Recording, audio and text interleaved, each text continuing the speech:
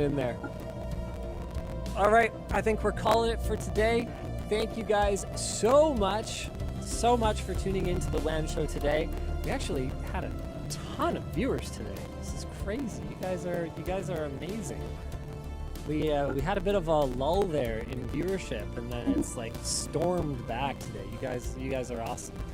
We'll see you again next week. Same bad time, same bad channel. Bye.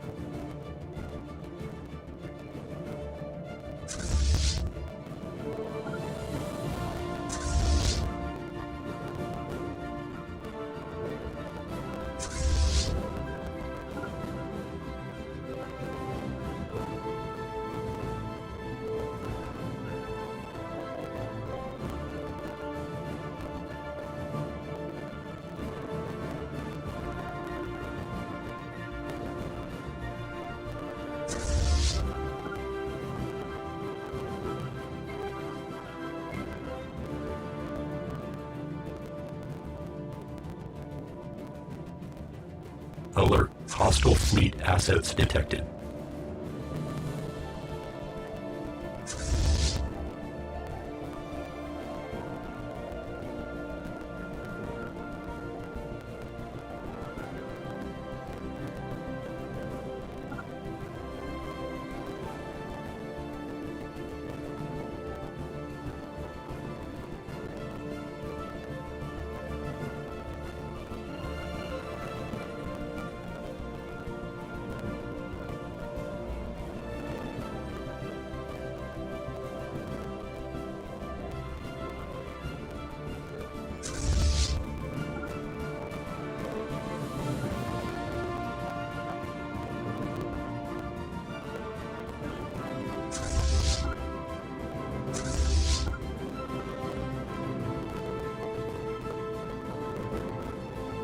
Alert. Station engaged.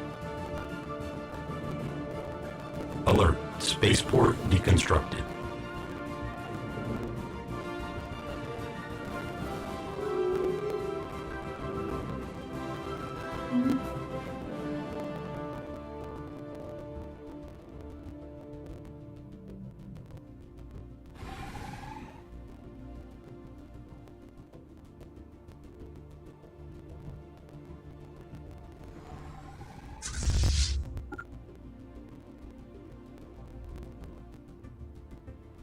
Hostile fleet assets engaged.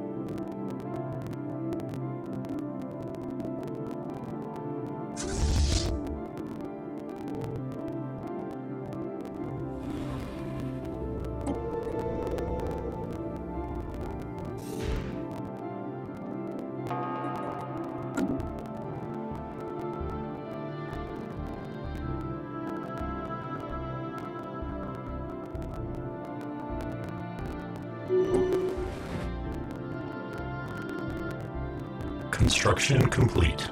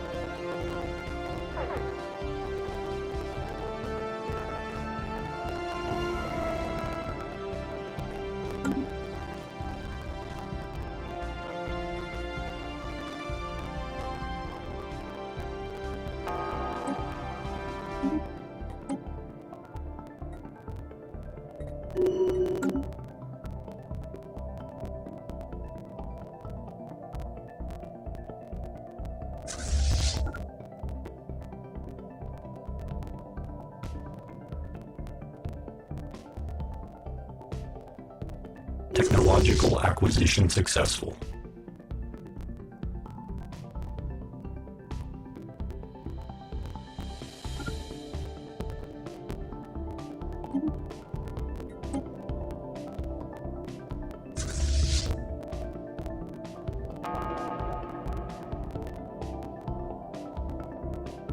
Alert. Hostile fleet assets detected.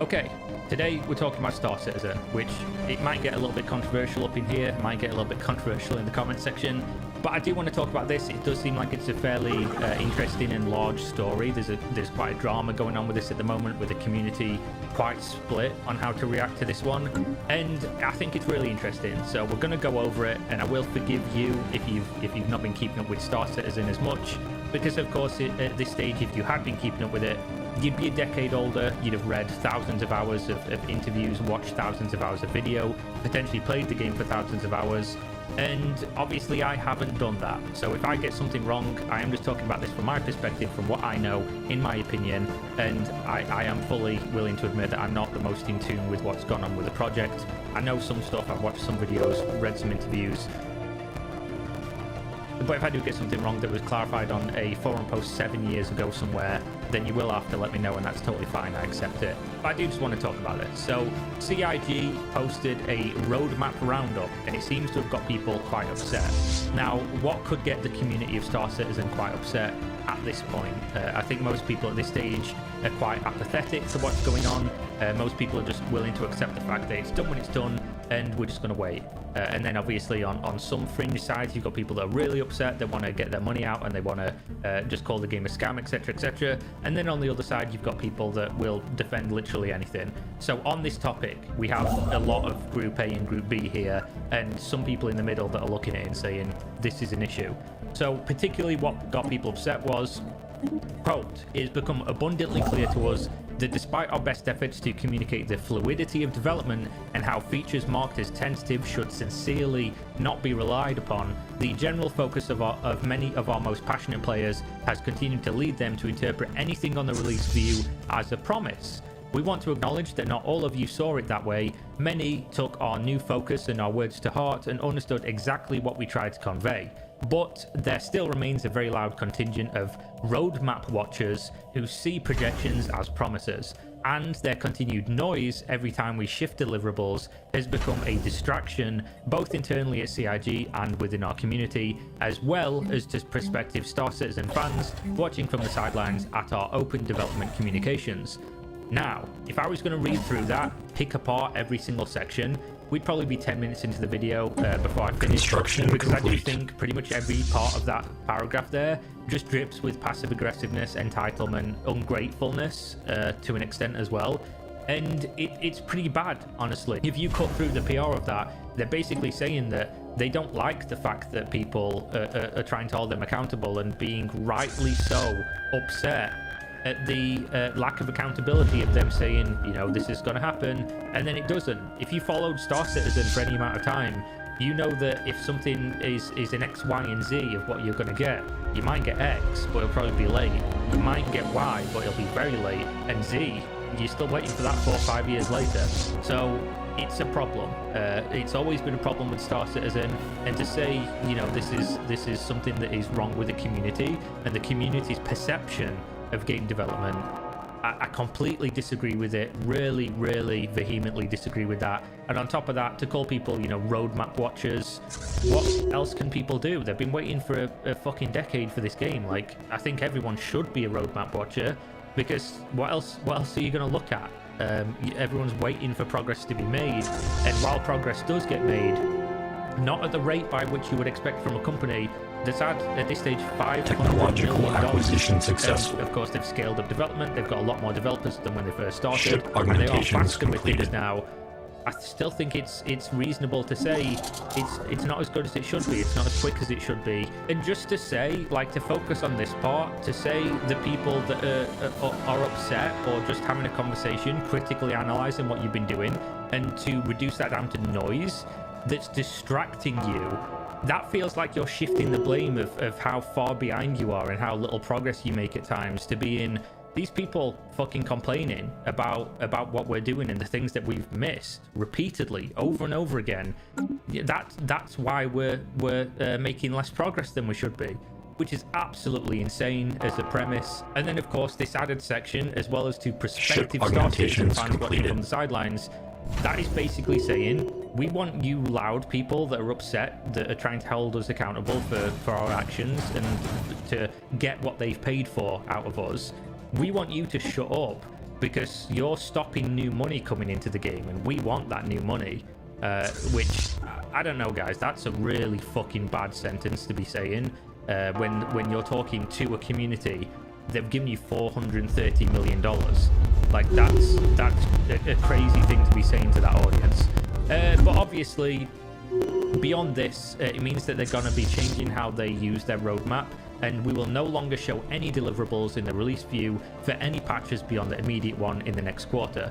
So basically, this is going to change fundamentally how they show what they're working on and what the deliverables are going to be, so that you, the people who are paying for the deliverables, can't fucking moan about it. That's where they're at with this. Now, obviously, one of the websites I use quite a lot, Reddit, absolute dogshit website that pretty much turns into an echo chamber almost always. The Star Citizen community, I've never really seen them this split on something. Whenever I see like a story come out that many people following Star Citizen but not heavily invested in Star Citizen, Technological acquisition successful. it doesn't make that many waves on the Reddit. I might be wrong on that. But just from my anecdotal experience of when I look at the dramas, I never really see too much of it on Reddit, and if so, it's usually quite downvoted. This is obviously people talking about it, and of course there are comments like, my apologies to CIG for feeling frustrated after 10 years and for distracting people from spending more money, which is exactly how I see this as well. And then people saying, you know, it's strange how the sales events and things like that aren't distracting, which of course that's a good point. And then this comment from James T. Sheridan is a really good one. He says, failing to deliver what you literally sold people on to the point you're multiple years behind your own timeframes is a legitimate reason for people that bought into your dream to be frustrated. Absolutely. Turning around and blaming the lack of progress on backers because they point out your consistent incompetence in failure to deliver on the statements you make, like Pyro next year, thousands of players next year, or 100 to 200 players servers next year, is pitiful. Absolutely agree. Heaven forbid that you be held accountable when Chris Roberts goes up on a stage at your own CitizenCon and puts up clear slides and statements of timeframes that go nowhere. This is all a big true at this stage. I would hope the developers get pretty distracted when the funds being used to pay them are being crowdfunded on the back of those statements with a clear indication that you deliver on those statements. This is probably my biggest pet peeve with Star Citizen in general, because as I've said many times, and some people will really disagree on this point, Star Citizen was originally funded on Kickstarter, and some people funded Star Citizen on it's going to be A. And then it got to the point where it was like, A might come next year, and they said, oh, how about if we do B? And a lot of people voted that said, yeah, we'll do B, expecting it's probably going to take 3-4 years longer to get a better product that costs more money. But a lot of people funded for A, right? And they are people that should be rightly upset that they didn't get what they paid for. And then obviously, as Star Citizens progress towards B, they've consistently moved the goalposts, not delivered on things that people have paid for all the way along that time frame of 10 years, and people have been paying for things that they just don't have. You know, give me money now and I'll give you this thing in a year, and then a year later they don't have that thing, but they were happy to take your money a year prior. And they've been doing this now for a decade. That's a problem. It's been a problem in crowdfunding, specifically in the MMO genre, and this is particularly an issue when you are so bloated as a company that you burn through money so quickly that you've probably got like 6 to 12 months of runway before you just run out of money. And that's if people continue to fund you at a reasonable amount. If the funding starts dipping to the point where you're losing money every month, this project could literally just stop existing. They'd have to release it as is completed. and hope that they could earn enough money, and they would literally have to fire hundreds and hundreds of people, close multiple studios, and then that would slow the progress down to a crawl again. Plus, it's like a snowball rolling downhill. It obviously, as it gains traction and you start seeing the headlines of, Cloud Imperium Games, Star Citizen fires 200 developers and closes 2 studios, obviously that wouldn't be good, and it would obviously, it could literally kill the game. So this is the problem, right? The community have put themselves in a position, and CIG have put themselves in a position whereby they cannot be held accountable. Literally, the people funding the game cannot hold CIG accountable, because if they do, the game could legitimately just stop existing, and they're $450 million out of pocket as a whole, and that's literally how it goes. So what can you do if you can't stop giving them money because the game might stop existing? Well, you can talk about it. But this is the official stance of CIG, saying, if you're talking about it, you're hurting us and the noise is distracting us, so it's your fault we're not making progress, and it's your fault we'll not be getting more money, which means that, you're putting the game at risk. I think shifting that blame onto the audience that supported you so vehemently to this stage, it's terrible. It really is terrible. So continuing on, finishing his comment, he says, maybe some backers are happy to throw $42,000 and not get anything in return, but somehow I think at least some people who throw money at your latest ship sale kind of expect you to deliver that ship within the time frame and the game to go with it. Absolutely level-headed, reasonable take, really good comment. And then let's look at the other side. Let's look at the other side of what people are saying. This thread starts out, and I thought it was going to be more in line with that comment we just read. Star Citizen community is delusional, and I'm getting tired of it. So from that title, I'm thinking, good, so far so good. Star Citizen community is, on some of these points, being delusional. But then he says, I'm an original backer from 2012. I've spent over $1,000 on the project, so I have a million reasons to get mad about CIG. We were promised the game in 14 or 15, and we're still in alpha. Major game features being delayed seemingly forever. So far so good. He then starts moving into, even though I am someone who could be upset, I'm not upset, and the reason is, you all getting upset that they can't keep their schedule. Guess what? That's always going to be part of game development. To this extent, no, not really. But our community keeps asking for dates. Yes, of course they do.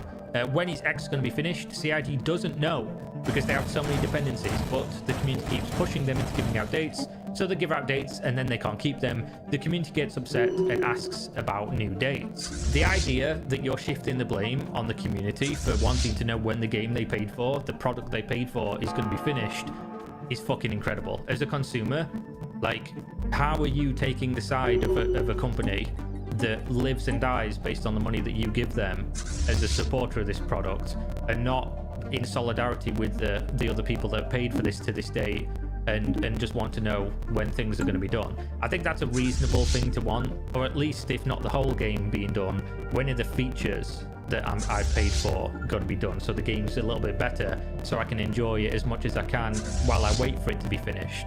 I think that's a completely reasonable thing to expect, and to put that on the community, completely ridiculous. I remember all the people crying out when they delayed Cyberpunk, we want it now, and so on. They released it with 1 year delay. It still took after nearly a decade of game development. Now, I understand the whataboutism here, that, other game did something, other game bad, so we don't want to do the same thing, but nobody had to pay for Cyberpunk. Nobody funded Cyberpunk for a decade. So it's comparing apples to oranges, and to say one game released and it got rushed, I don't think it even got rushed by consumers, by the way. I think the shareholders and the higher ups rushed the game out, from what I remember reading from the behind the scenes. I don't think saying, because this happened with one game, we should just not expect our game to be held accountable to any dates whatsoever. Completely wrong. And again, you've paid for this ahead of time. Obviously, some people pre-ordered Cyberpunk, but if you did that, that's your own fucking problem, right? You shouldn't be pre-ordering games when you don't know what they're like, when you've seen no reviews, when you've seen no actual gameplay from anyone who's a credible source. Technological acquisition successful. I think this is one of the worst takes I've ever heard, while still having a grain of truth within it. Star Citizen isn't a game. You are not buying a game. You are buying into a man's dream. I knew that when I bought it, and I'm sorry to all that didn't, but stop spreading this negativity. You won't get the game one day sooner. I don't worry about any dates anymore CIG gives out, because I know they're pressured to do so. This game is going to be ready when it's ready, probably the only game that can claim so, and I'm okay with it. This is what you get when you buy Star Citizen, and if you thought otherwise, you are either delusional or simply misinformed. Now this, to me, is an absolutely ridiculous comment to make. Star Citizen isn't a game you're not buying game. Yes, it is, and yes, you are, or at least that's what most people bought. You're buying into a man's dream of a game, and on top of that, a lot of people who bought into Star Citizen don't care who Chris Roberts is, don't care what his dream is. They simply read the words. This is what you will get for your money, and they want that thing, so they give money. So they are literally like buying into a game. Even if it wasn't a game and it was just a product, and you want to look at it from that angle, they're looking at what a product description is, a promise of what the product will be, and then giving money for it and expecting that thing. They're not using, and somebody says this comment in here, they're not using dream dollars to buy somebody's dream. They're using real money to buy a promised product. So that is exactly what they should expect. Construction complete. Because you knew that going in, because you had a subjective opinion on what the thing was going to be and how development was going to be, is fucking irrelevant to what other people feel. Like completely irrelevant. And to say that, you know, trying to hold the company accountable with actually talking about the critical failures and the problems is negativity, spreading negativity. Like, I don't know, bro, this ain't it. You don't worry about dates anymore, cool. To say you won't get the game one day sooner, stop spreading the negativity, is essentially saying, like, everybody clean your plate off, get your spoon ready, and just eat the shit. Just eat the shit, don't talk about it. You might know it's shit, everyone else looking around might know it's shit, but just don't talk about it, because you are hurting the game, and it's not going to help you get it any sooner. I really struggle to believe why consumers feel this way. So yeah, there's obviously a lot more takes on this. There's probably much more nuanced takes than I can give as somebody who doesn't heavily follow the game. But I did want to talk about it. The issue is, of course, like I say, I feel bad for the Star Citizen community, even if the community have not been very pleasant to me when I have given opinions on the project at times. Obviously, there's going to be outliers, and there's going to be people that are unreasonable in every community. I don't hold it against them in particular. But they've got some big issues, obviously, right? They can't really do anything about the fact that the game's not being delivered in a reasonable time frame. And it does suck that if you do have that opinion that this is bad, this is wrong, and you as consumers should be against this, you do run the risk of being ostracized from that community, not just by the community now, the people that are really emotionally, financially, mentally interested and involved in this project, but also the company. The company is now saying, you know, you guys are the problem. You guys making noise and expecting us to be held accountable to things that we promise for money that we take from you happily. That's not good. That's actually harming the experience, and that obviously coming from the development team, coming from the people who run the game, that gives more ammunition to the other part of the community that are like, you guys being negative are hurting us and you're hurting the experience. And I don't know, guys, it's just a really, really shitty situation. There's nothing you can really say about this that's good. So yeah, it just sucks for the community. Either way you look at it, this is not ideal for a company to be saying, and it's not ideal to be having a community so at odds with each other over something that is such a big deal. And yeah, we'll see what happens with Star Citizen. We'll see what happens going forward with this. But yeah, that's my take on it. Hopefully I didn't say anything that was too incredibly wrong. Hopefully there was at least a little bit of common sense in here, and I will see you on the next one. Stay safe out there. We're out. Peace.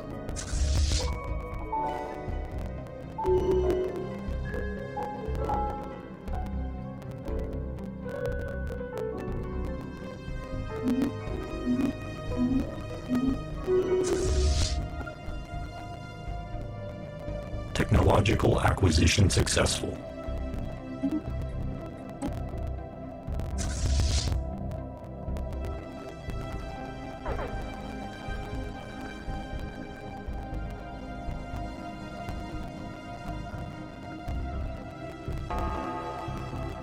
Alert, spaceport engaged.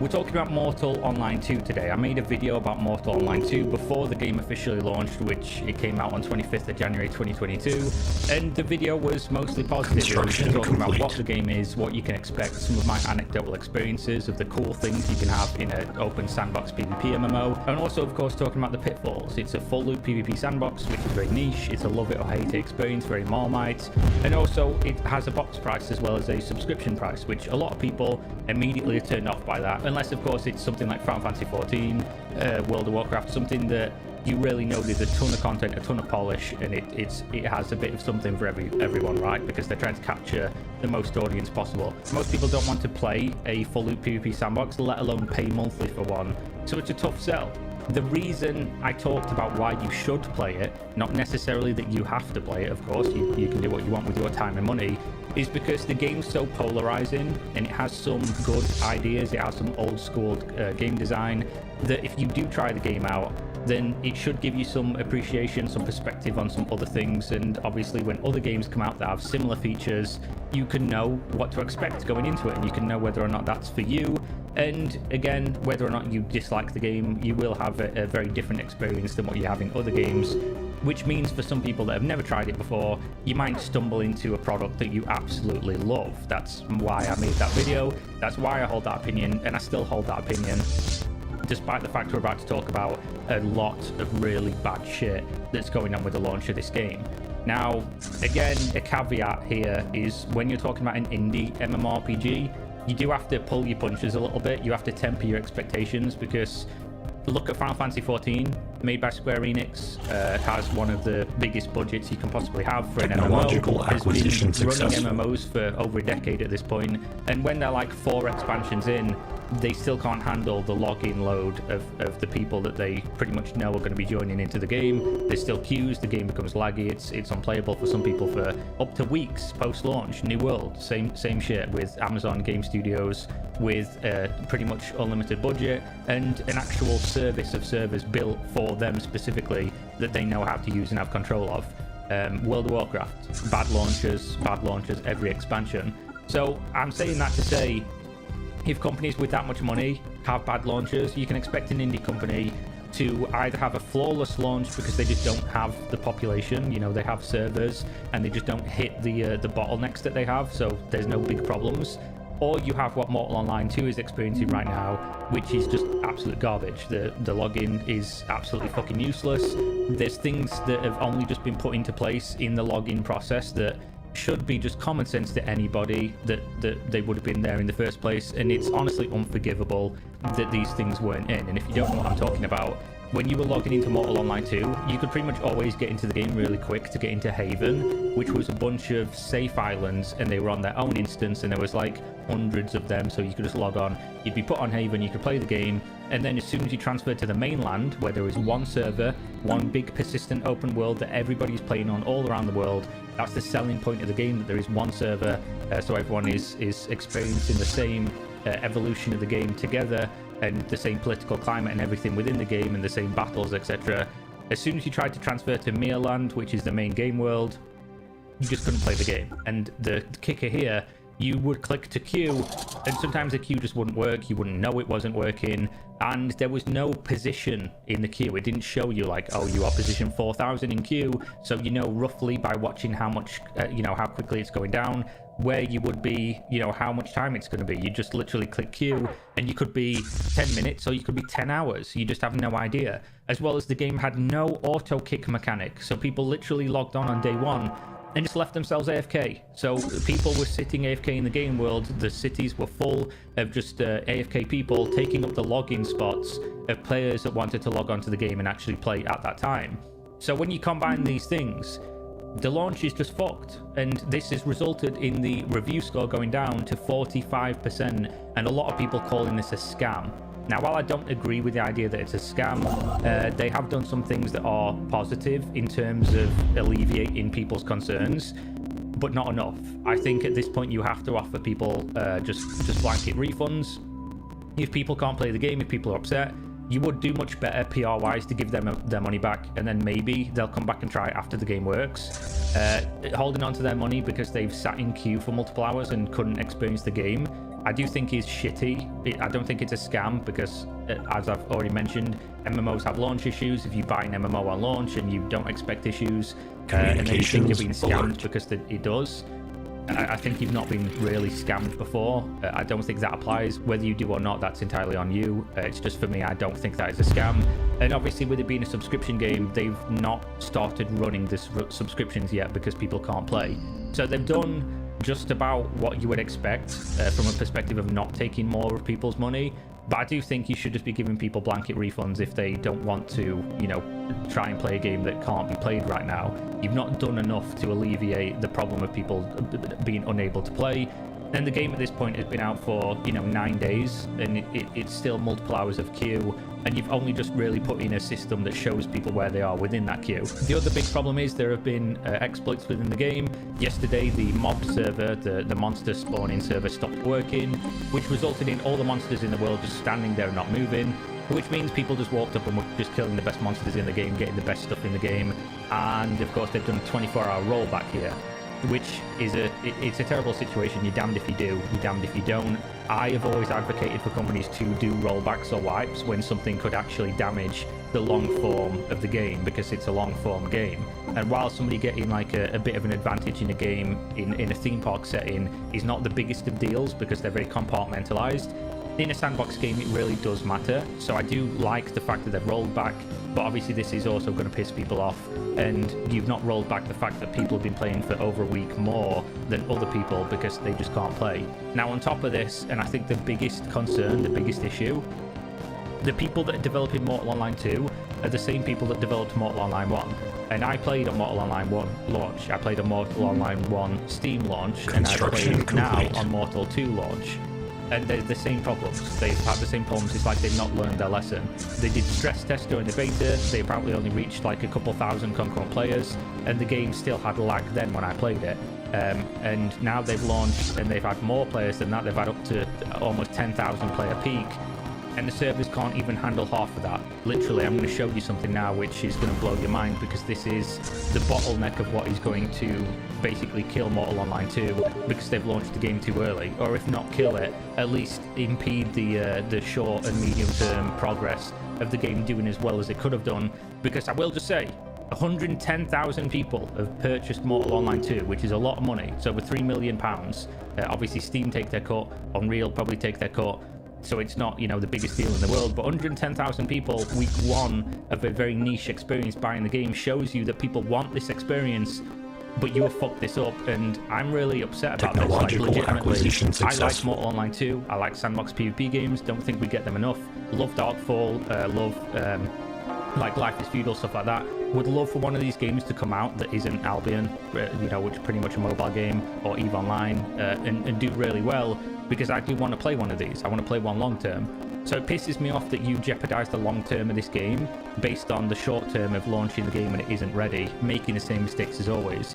You couldn't handle launch population when the game first came out, and I'll forgive you for that because it was your first time launching an MMO. You couldn't handle it on Steam like multiple years later. I can sort of forgive you for that because it was more numbers than you were used to, but you should have known this time around, and you've still fucking done it. And I think you've fucked up on this one, because when you log into Steam right now, this is the big problem. If you log into Steam, you open Mortal Online 2, you log into the game, it will show you now your position in queue. And my position in queue 5 minutes ago when I first tried to log on before recording this video was 3,000. Now, if I reload SteamDB right now and show you the numbers, there's 7,500 players in game right now. Some percentage of that will just have the client open and not be logging into the game. Some people will have been AFK kicked, so they're sat on the lobby screen or whatever, the menu screen. If you say that, you know, just for argument's sake, 4,000 people are actually in the game playing, 3,000 people in queue, and just 500 people are just sat with the game open, this means they're showing you right now that the game just doesn't work. But the vision of the game doesn't work. Because if you can only handle 4,000 people in the game, and by the way, with 4,000 people in the game, a lot of those are going to be on Haven, the main game world probably only has a couple thousand players, and the game world is laggy.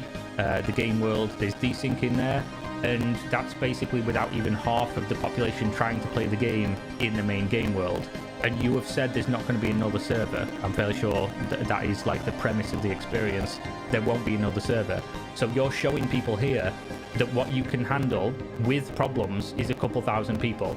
So even if more people buy the game, we already see the headroom you have here, and it's fucking zero. That is the big concern. This is the thing that worries me about Mortal Online 2. And obviously with the reviews being 50%, you've already alienated a bunch of people, which is really sad, because they're people that gave your game the attempt, they gave you their money, and you've not given them their money back for an experience that isn't, you know, it just isn't fair. You do expect some level of problems with MMO launchers, but not this. You should have learnt your lesson. This is objectively bad, and some people bought this game on my recommendation, and you've just fucked it up. You've screwed the pooch on this one. It does have to be said, and it's sad, because honestly, Mortal Online 2, when it works, when it's actually a functional experience, you can log in and play the game, I still really like it. I'm still going to be playing the game.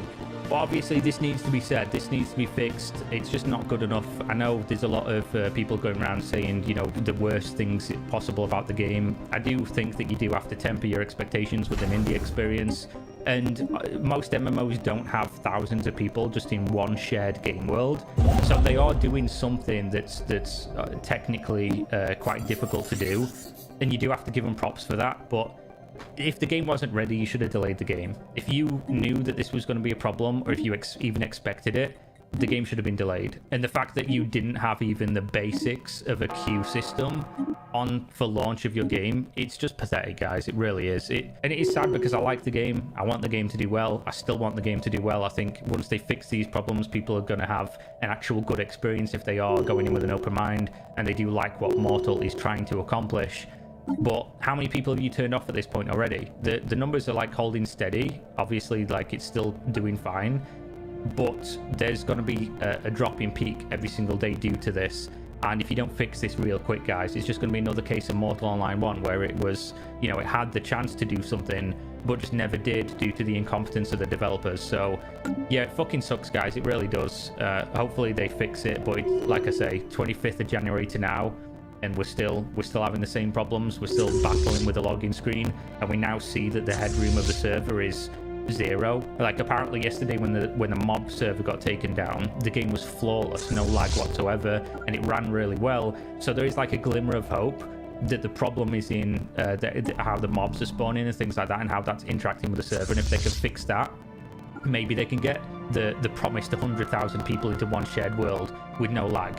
But if that was going to be the case, should have been delayed.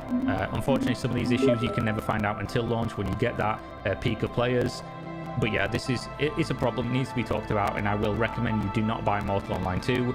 Don't touch the game for now. I will make a video once the game actually works, and give you my updated opinions on the actual game once people can play, and they're getting a much better experience than what they currently have for the money they've given. So yeah, it's a good thing they've delayed the subscription roll-in and not been taking more money off people. But in my opinion, you need to just offer blank refunds for people and give them their money back, because they're not getting the product they paid for. Even if you do go in with a leniency, the MMO launchers do always suck. So yeah, that's Mortal Online 2 for now. Don't buy the game, and I will update you. Thank you very much for watching. Stay safe. We're out. Peace.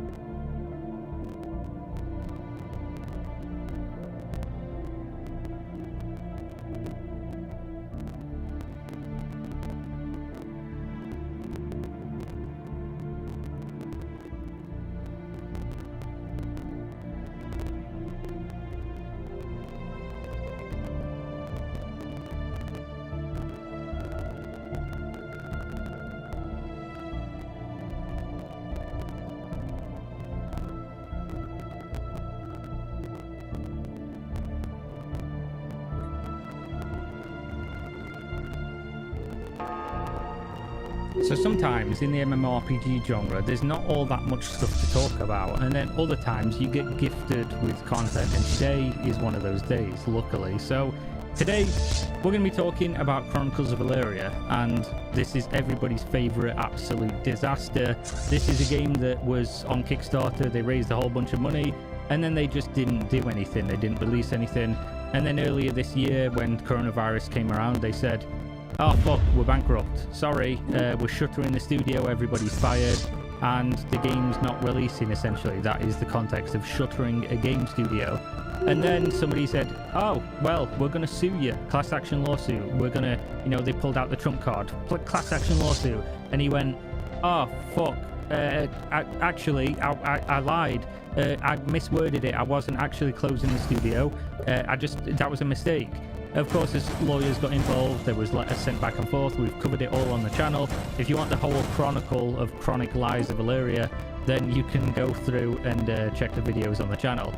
This is what we've been waiting for. A few months ago, and it was a few months ago, like at least 4-ish, I think, Caspian, the CEO of Chronicles of Valeria of Soulbound Studios, came out and said, we'll be doing a development blog style thing very soon to explain things and to go over topics that need talking about, tell you how the game state is going, what we're going to do to continue making the game. And then we got nothing, and we've been waiting and waiting and waiting. Today, December 17th, is like a Christmas present from Caspian, and this is the post. So I'd like to apologize for the radio silence. I know it's been a while since you've heard from me, but I'm pleased to say that moving forward, design journals, blog posts, gameplay videos, and episodes of Inside Chronicles of Valeria will be a more regular occurrence. We've had lots to plan over the previous months, development has been ongoing, and now we are thrilled to release our first episode of Inside Chronicles of Valeria.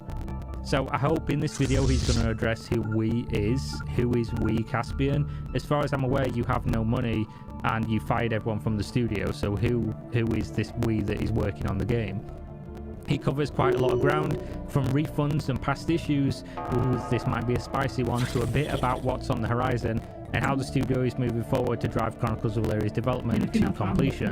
It won't answer all your questions, so we've updated our FAQ, and we'll be releasing additional blog posts to help answer some of your outstanding questions in greater depth. We're also aiming for at least one video a month to keep you all up to date. I also want to stress and remind all our backers that your titles, surnames, inventories and access levels are intact and will still be utilised in COE during upcoming testing phases and beyond. We are excited about the future of COE and we're setting out to be more transparent, and we're keen to share what we've been working on over the last few months in the coming videos. So there's that word again, transparency. Love a good fucking transparency, these people do. Always when they're trying to hide things for you, we're just going to be so transparent. Let's see. Let's judge you based on your actions and not your words.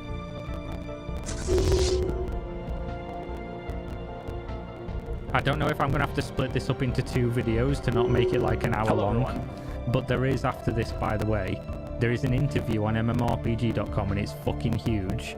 So I'm going to have to read that. And then they've also updated their FAQ. So with this being like an 8-minute video, I'll probably do this video and then I'll do another one either later today or tomorrow. So stay tuned to that one if you're interested in the text-based stuff, which will be pretty dry. It'll just be me reading shit, but you know, you're used to that at this point. Jeremy from Soulbound Studios here, and welcome to the first episode of Inside Chronicles of Valeria.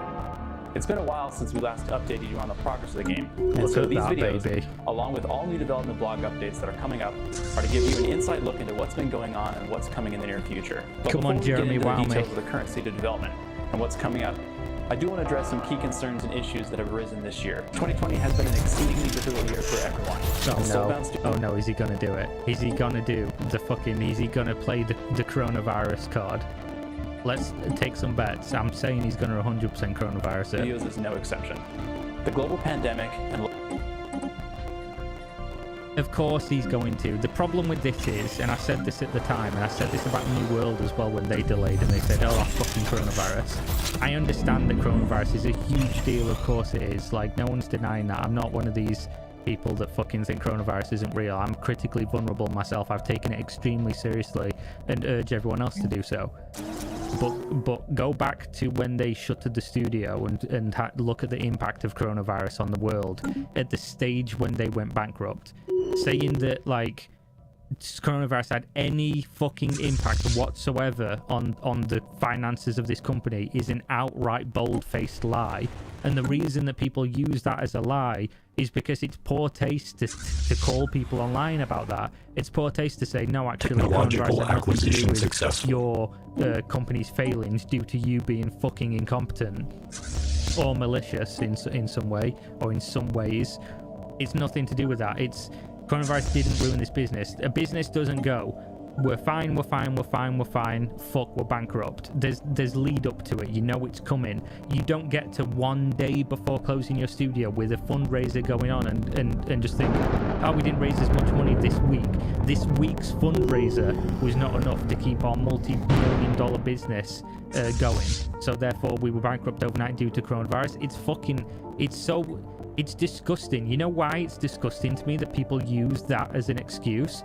Because that like spits in the face of people who actually have that as a reason, that their lives have been ruined.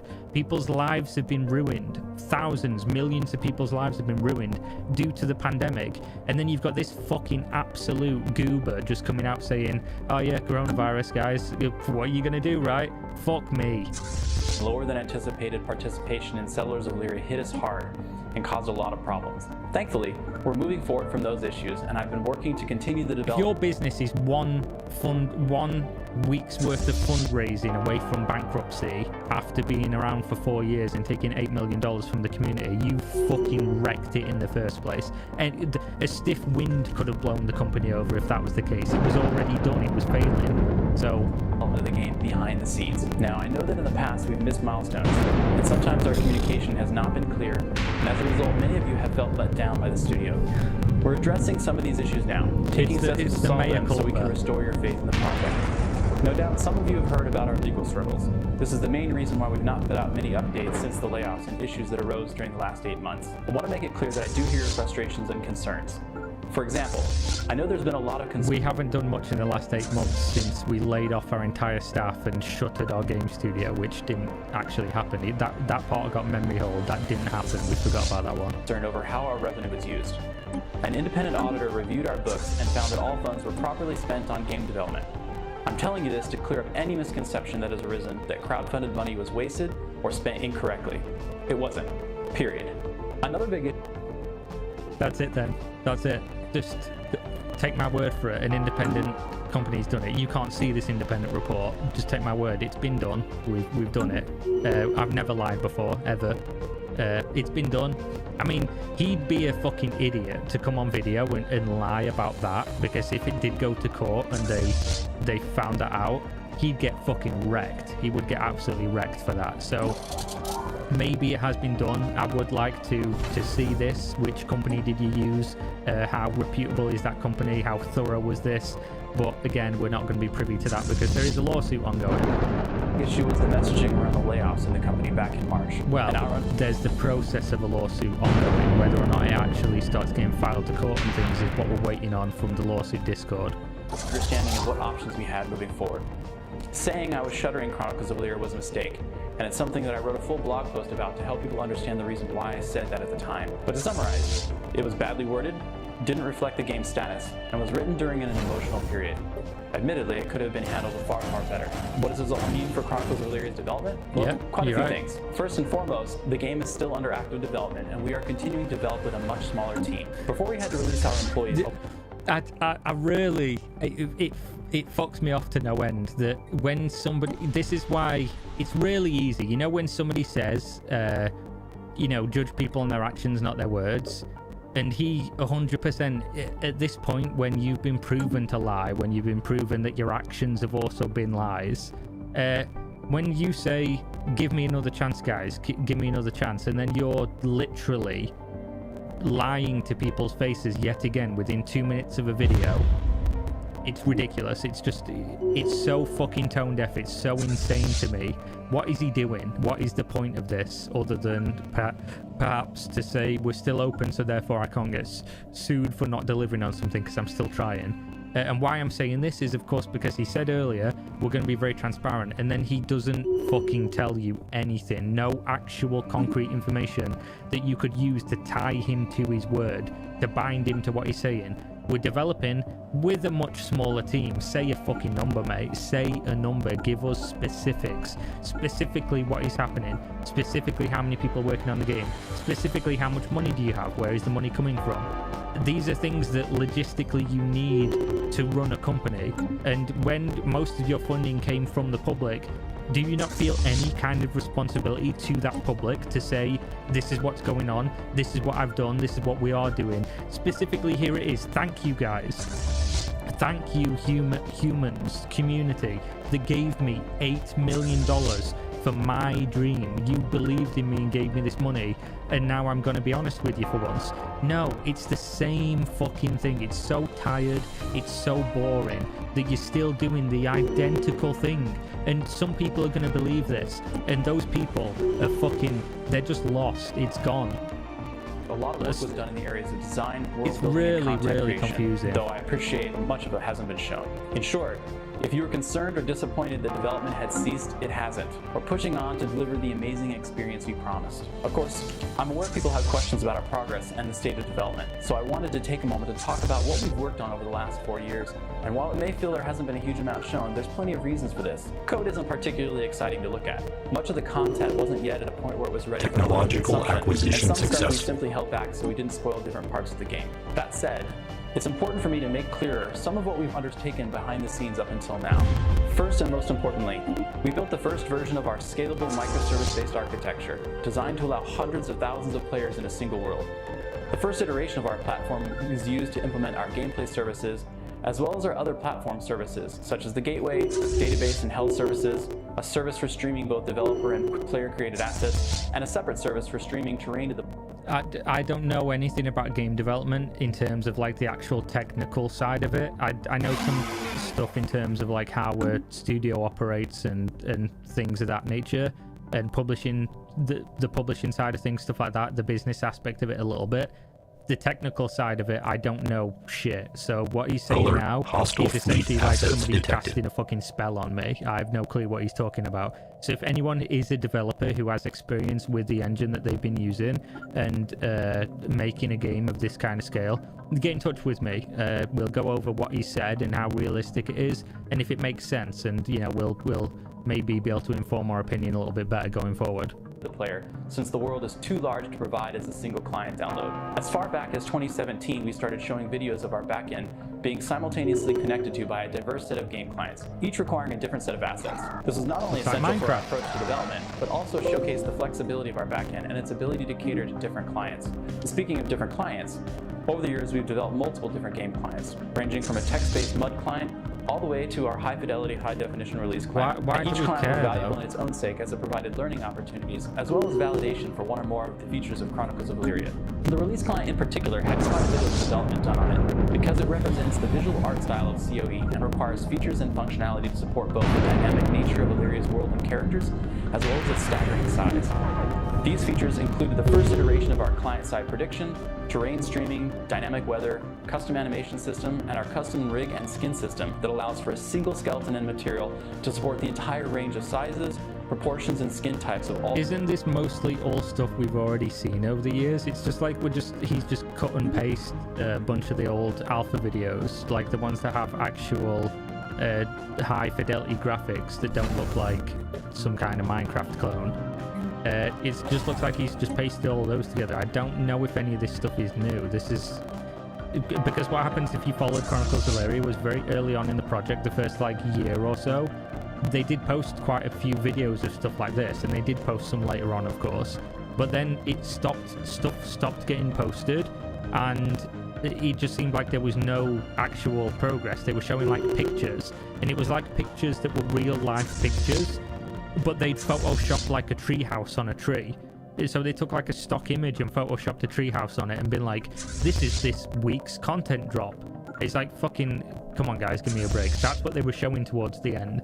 So it is really, really sketchy, because then the only gameplay they showed in the last like 6 months was this stuff, like the really low quality, just shitty RuneScape looking version of the game. All the various tribes. In addition to the clients and server, we spent significant time over the last 4 years designing and implementing gameplay mechanics and features across nearly half the advertised feature areas of Chronicles of Illyria. To give you a sense of what that means, we've worked on features that fall into the areas of account management, character selection and creation, access restriction, animal and NPC AI, survival mechanics, combat, communication, equipment and inventory, items and containers, identities, knowledge and gossip, locomotion, NPC interaction, physics and collision, skills, dynamic storytelling, transportation, and world interaction. That's a lot of work. But also, So if you have all this stuff, why at the point of bankruptcy? This is the thing. This is the problem that I've got, guys. It's the suspension of disbelief. What he's telling me, this story that he's spinning. Am I out of my mind? Am I too cynical that I have this view? If you have all this stuff that you've done and all this amazing work, and you're way further along than what people would assume, and all these things have been worked on for 4 years. 4 years is no small amount of time, by the way, guys. You should have a playable version of your game in 4 years. Realistically, you should, especially for $8 million. If you've got all that, and your company was fucking this close to bankruptcy, and you knew you needed money, why did you not show anyone any of this stuff? Why didn't you say the reason you're not getting money is because people are disenfranchised with you, people don't believe you, people think you're a liar? There's been too much negativity over the years surrounding your company and your game. Because of your inaction, you are responsible for the problem. Construction and you had complete. the solution. If you are being honest and you had all of this stuff like you're saying, you could have released it. You could have shown people, sign an NDA, come and play the game. The info would have got out. People would have said, yeah, it's actually legit. They've actually got a whole bunch of stuff. It's way closer than you would have thought. But you know what he did instead? He went bankrupt with a whimper, without doing any of this. You have all of these things. You have this amazing engine that you've worked on with all of these systems that you've built and all of these assets. And instead of showing any of it, you just went, fuck, I'm going bankrupt. It's unrealistic. Either you are the literal worst, actual worst businessman ever. You're like on some fucking sub 50 IQ shit. You're struggling to breathe on your own, or you're lying. I don't really see any world in which any human being would come to the conclusion of, you know, I can either try and show people what we've done for 4 years and get some more money, or I can go bankrupt. And you just went, guess I'll go bankrupt. It's just unrealistic. It's silly and unrealistic.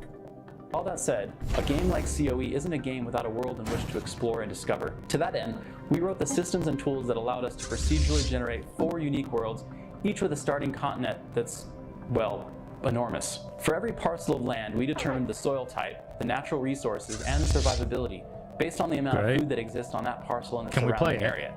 At the geopolitical level, we created in some cases over 5,000 procedurally generated settlements, each a part of a county, duchy, and kingdom. Each settlement has a starting population of NPCs that are divided up by tribe and profession, a wealth rating based on the amount of resources available to, and of course, we also know within some degree of accuracy the buildings this sounds cool, right? This sounds cool. If this was a game if this was a game that you didn't know was just a complete fucking joke, and essentially at this point what people are willing to put down as a scam, if you didn't know that, you'd be like, oh, that sounds really cool. That sounds really, really new. I don't really know many games that do things like that. That sounds huge in scale. That's really entertaining. That's really interesting. That's why they got money from people, because they said things that were like, oh, we've got all these things that no one else has had, and it's all so interconnected and so large. Give us your money.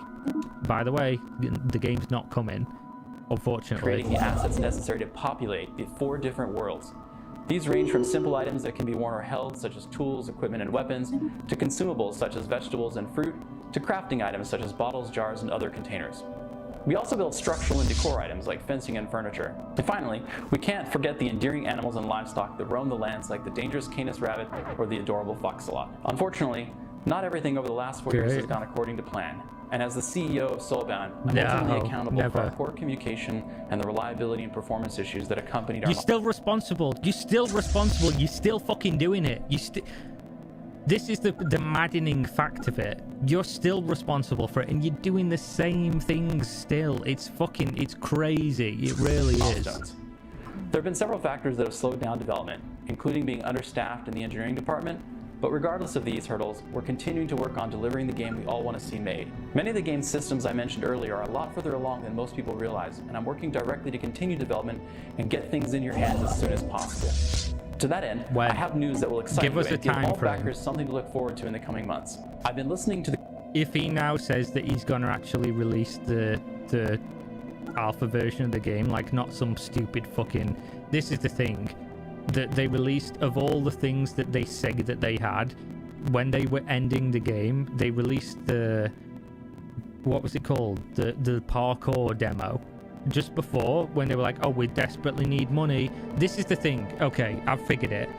This is why I know that they're lying, and maybe that's a bit of hyperbole, maybe I don't know, but look at this from the perspective of logical conclusion. So at the time that they were running out of money, they did release something to the public. Now that I remember, not the public, but under an NDA to the backers, they released the parkour demo. And they released that when they were just about out of money. And what I was just talking about, if you're not incompetent, you'd surely release what you have to the public to say, hey, look, guys, we have a game. Can you give us money, please? And that's what he released. And they have all this other amazing, huge stuff that they built.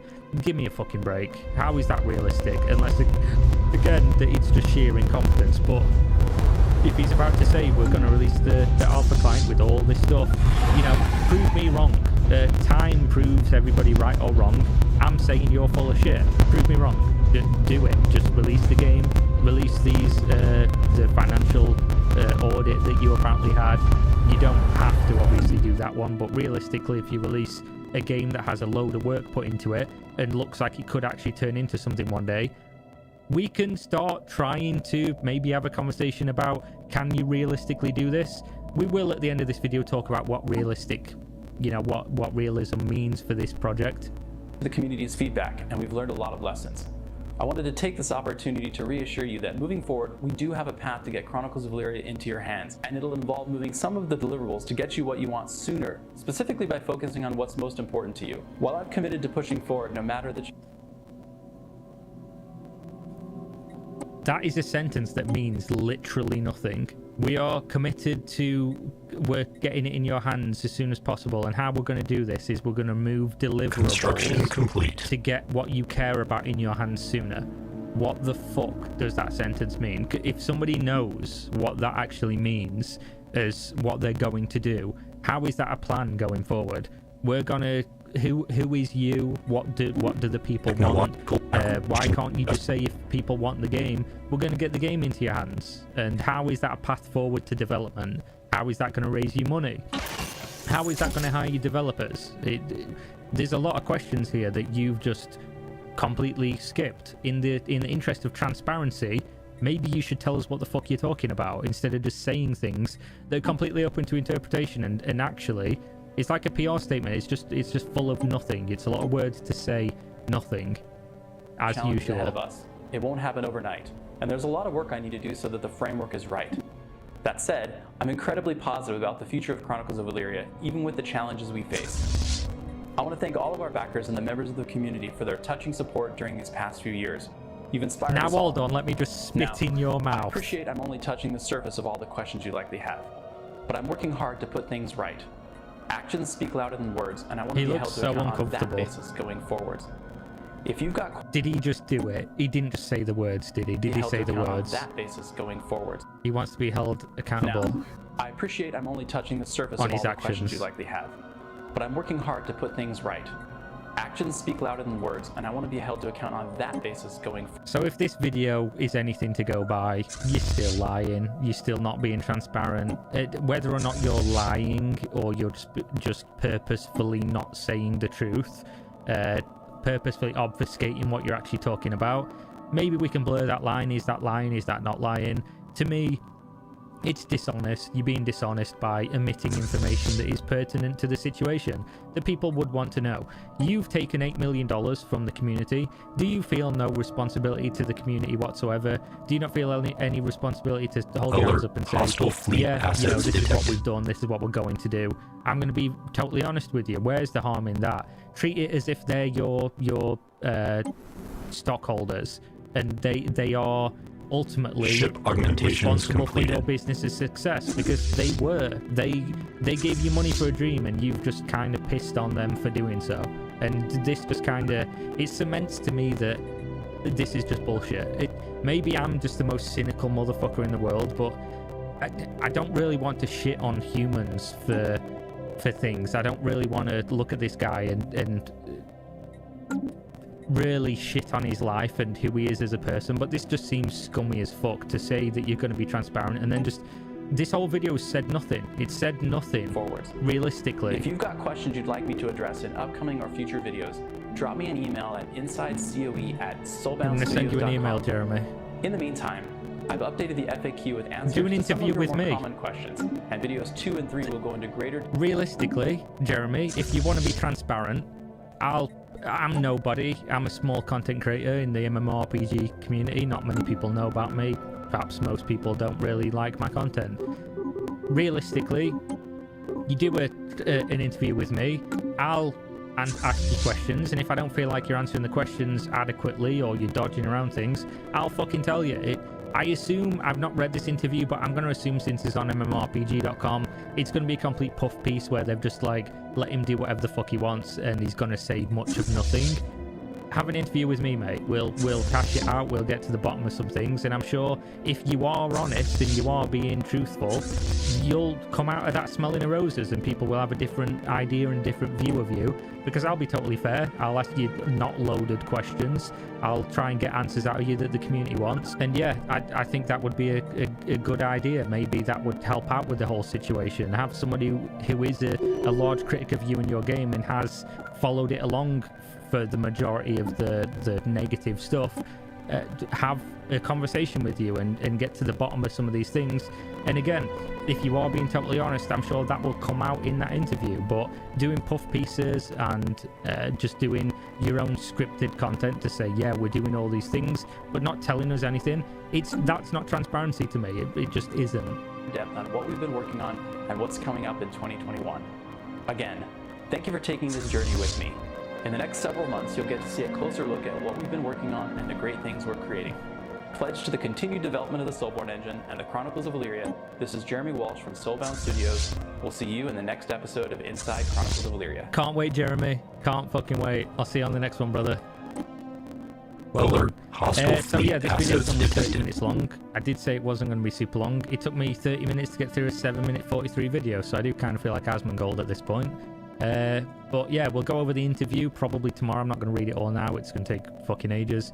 We'll go over the FAQ, and I'll drop Jeremy an email and I'll ask him, you know, you want to do an interview with me? You want to be asked questions, and we'll figure that out. We'll see what he says. Thank you very much for watching as always, guys. Stay safe out there. We out. Peace.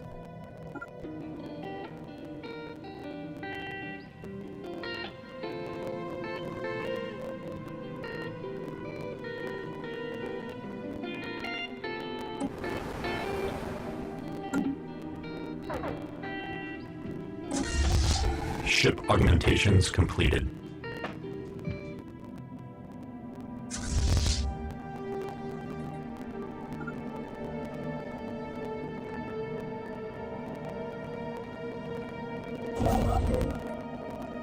Technological acquisition successful.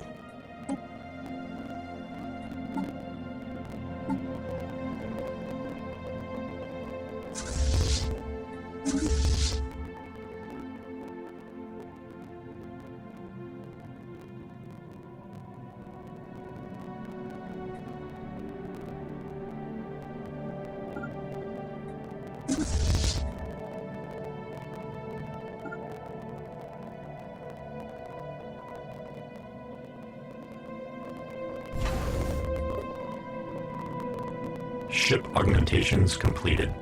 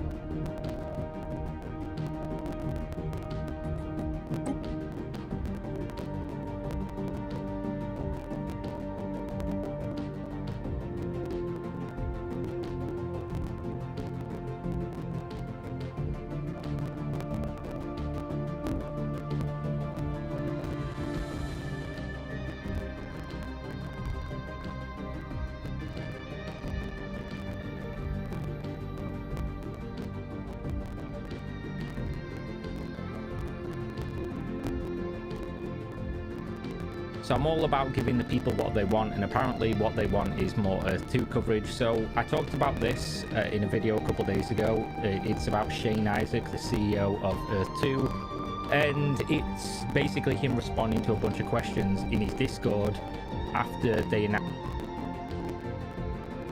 Hey, let's start the show for Thursday, February 3rd, 2022. Welcome to this.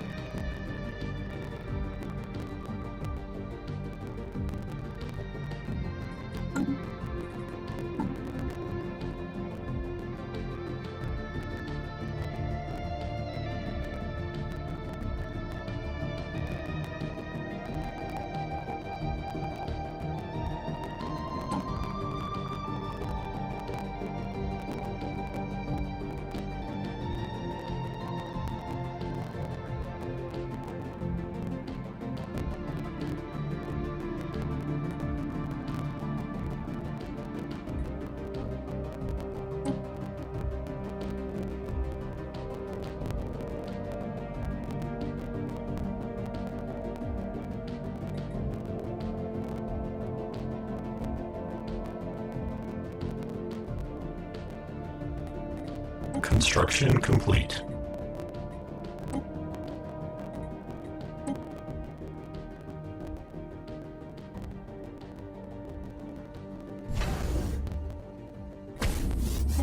Construction complete.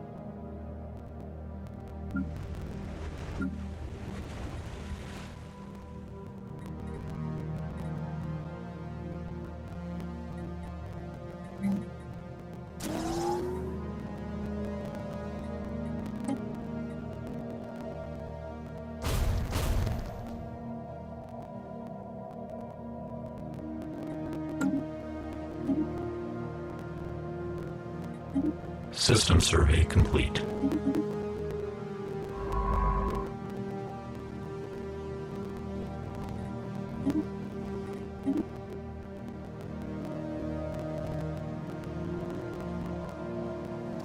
Technological acquisition successful.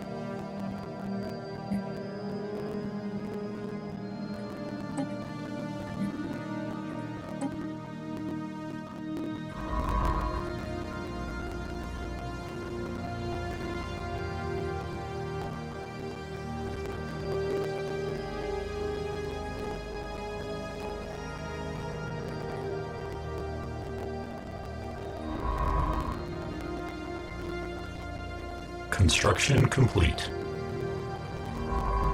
Ship augmentations completed.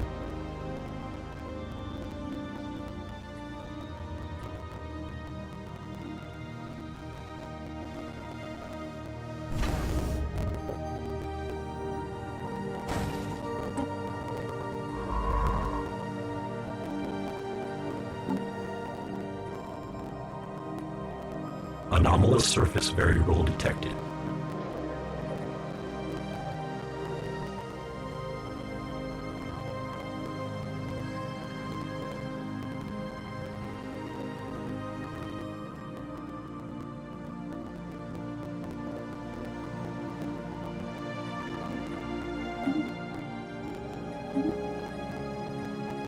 Planetary surface settlement established.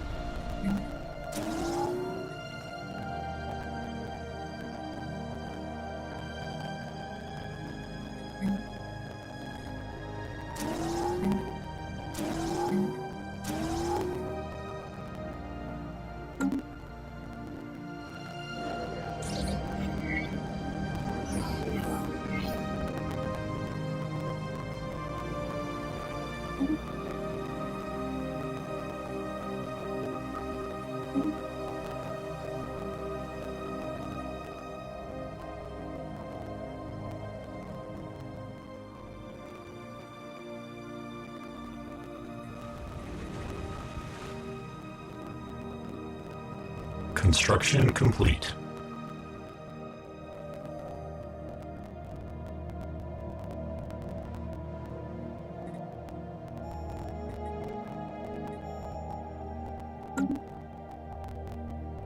Technological acquisition successful.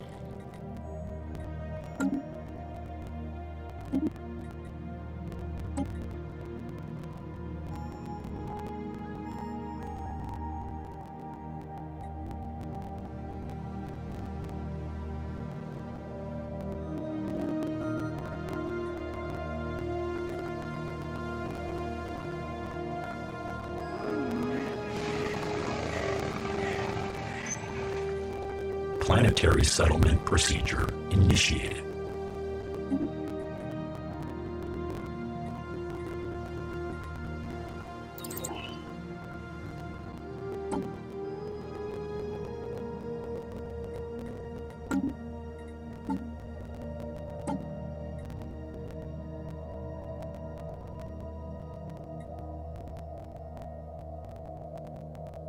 Construction complete.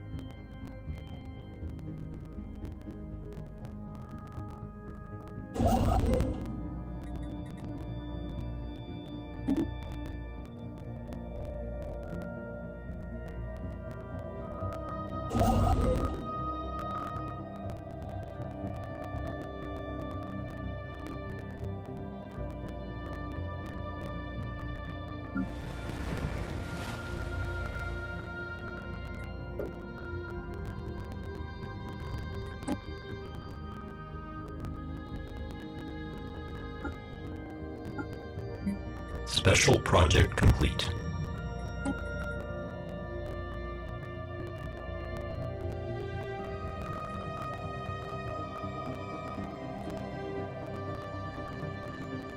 Construction complete.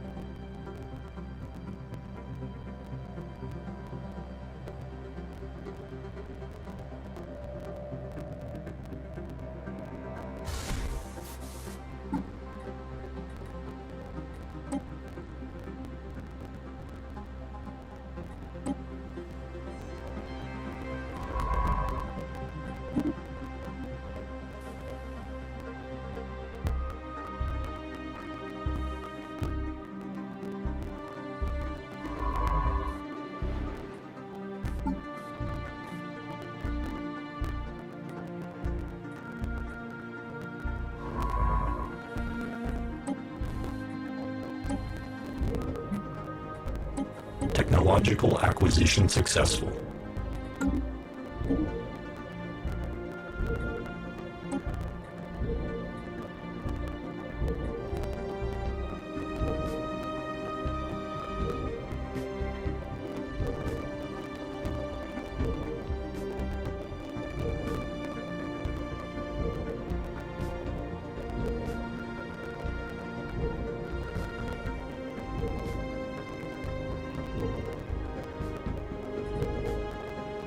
Construction complete.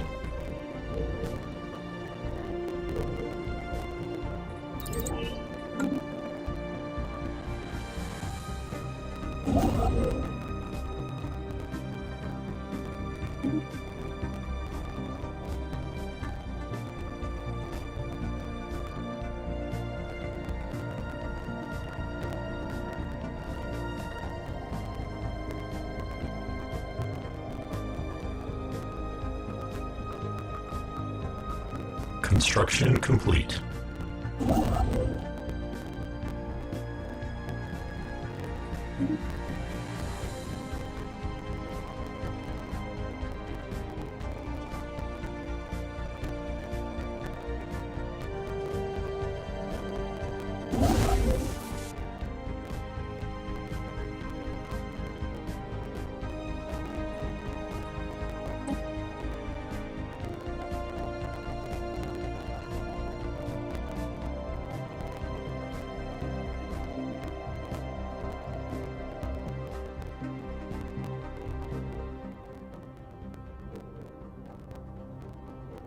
Anomalous surface variable detected.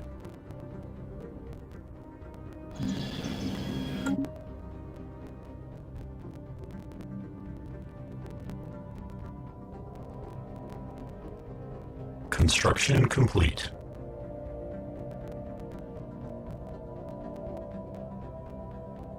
Special project complete.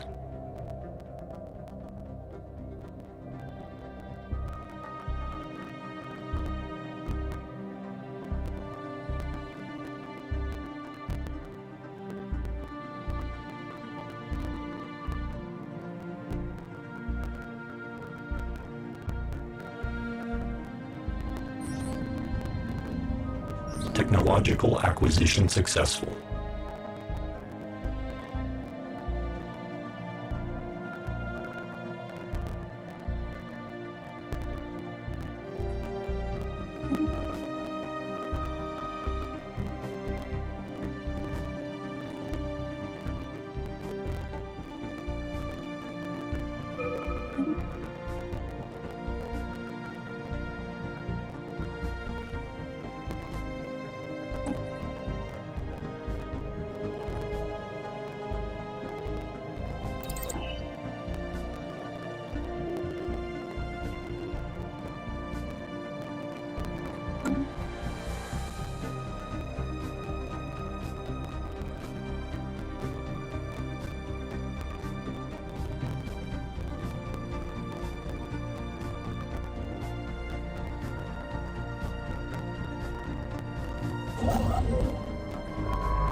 System survey complete.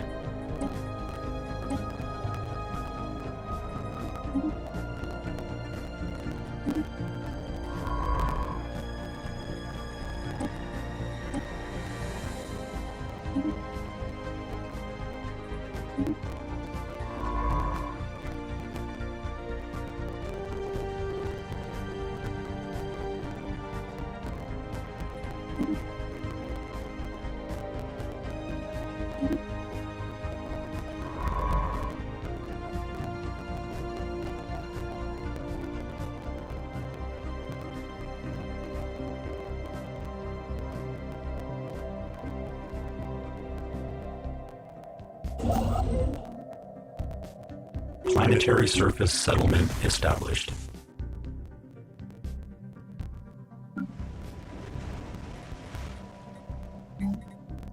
Executing evasion protocols.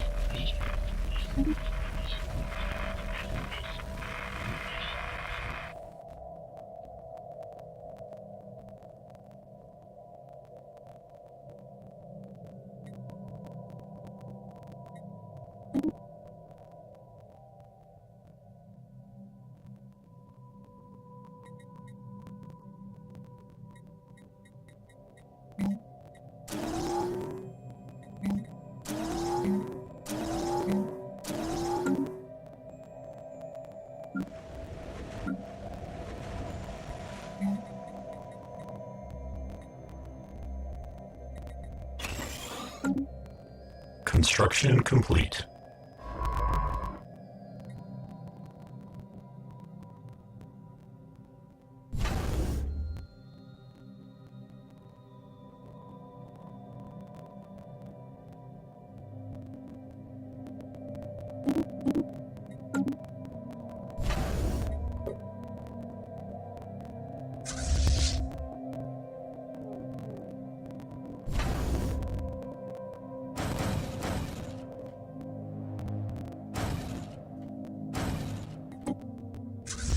Technological acquisition successful.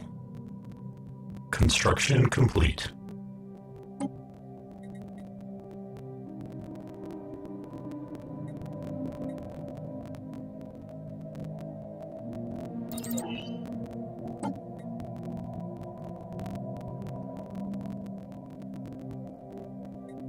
Anomalous surface variable detected.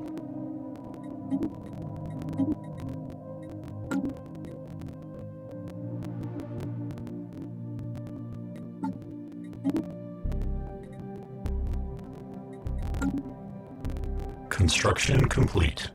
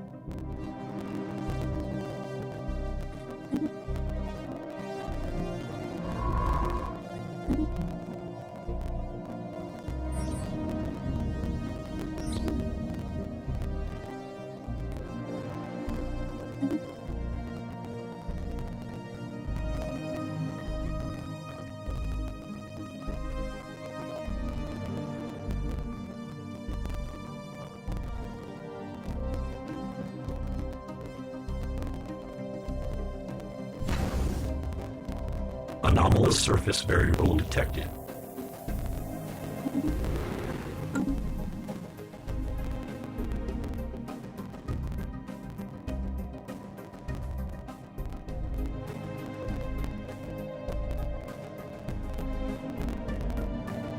System survey complete.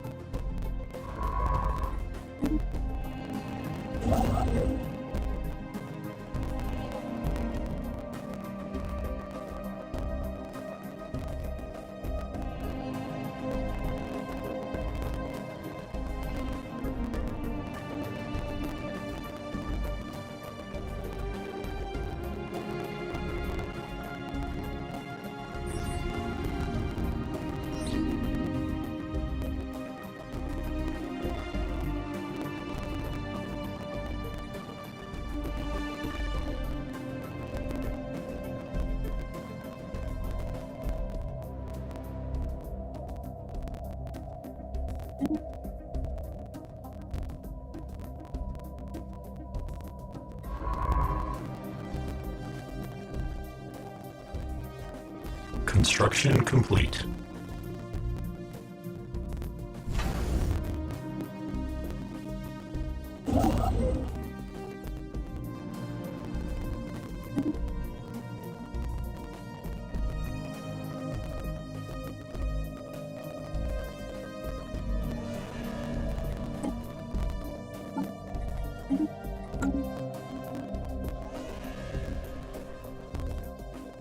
Technological acquisition successful.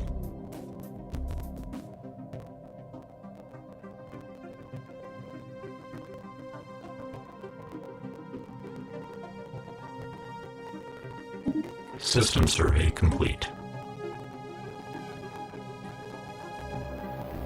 Anomalous surface variable detected.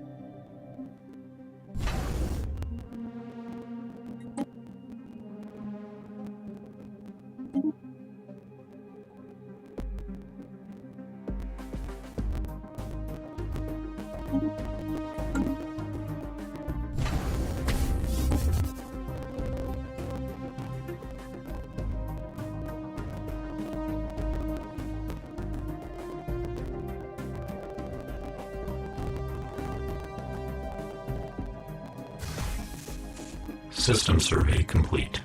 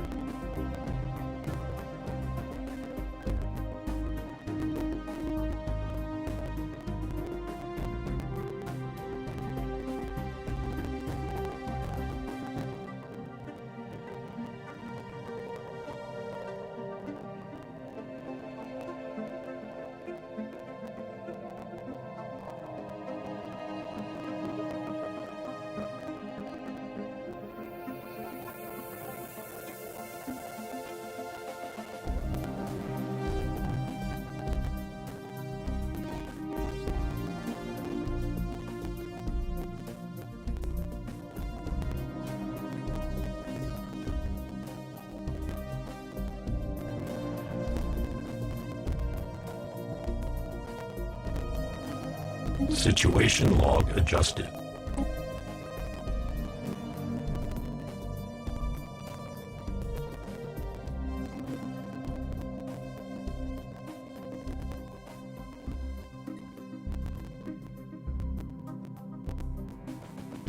Construction complete.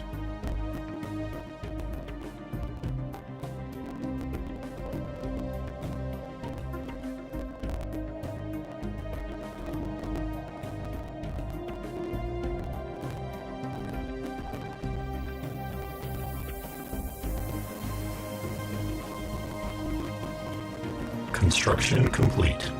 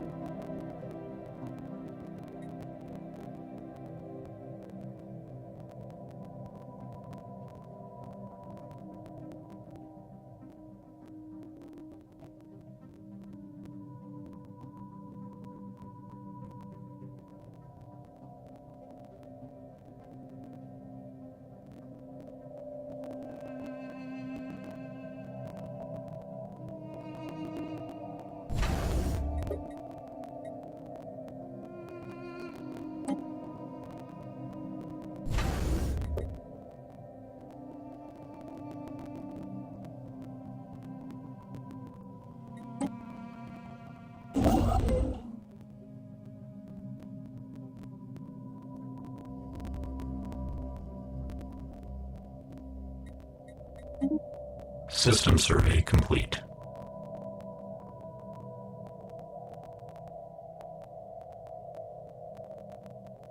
Anomalous surface variable detected.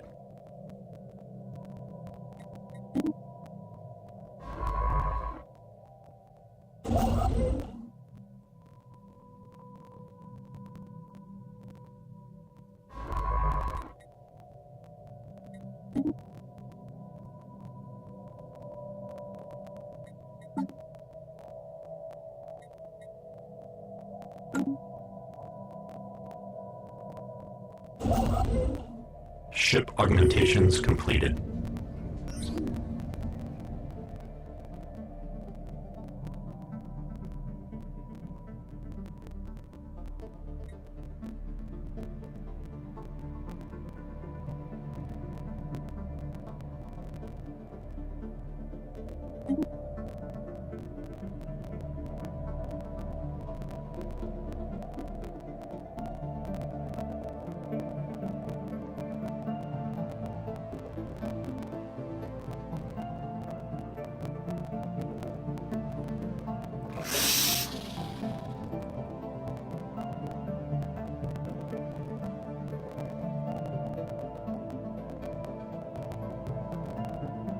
Special project complete.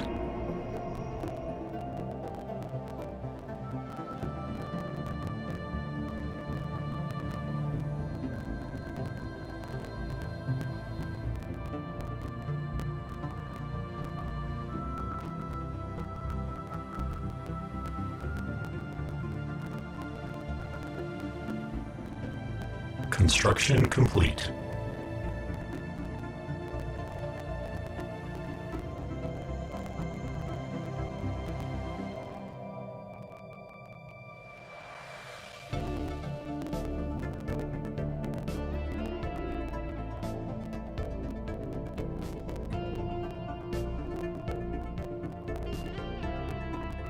Construction complete.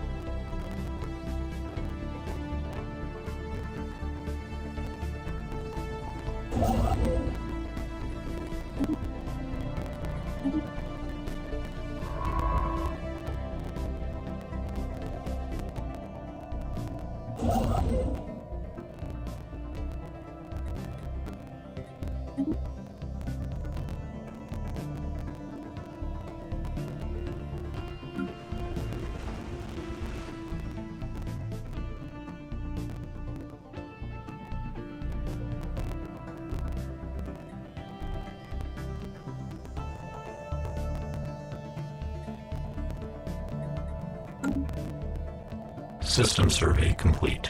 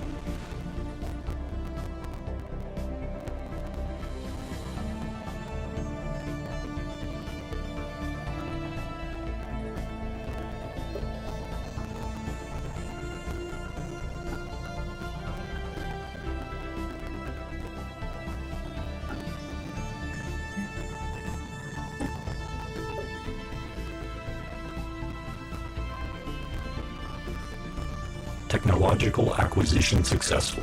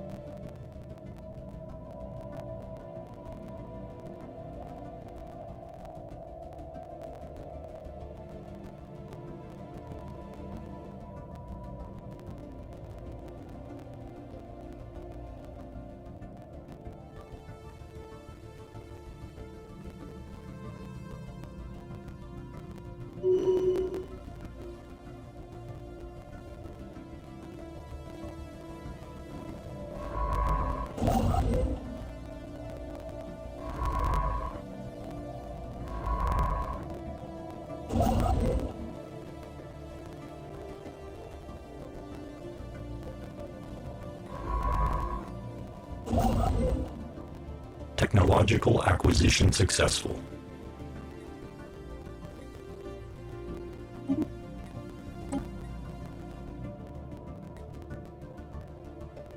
Anomalous surface variable detected.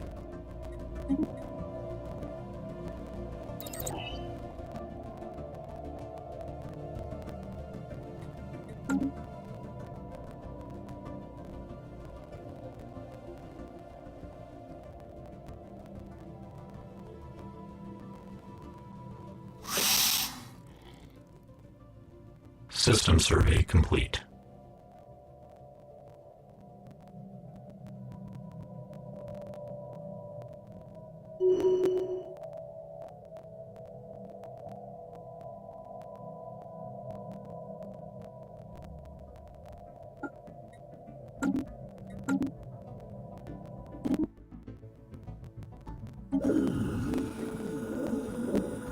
Construction complete.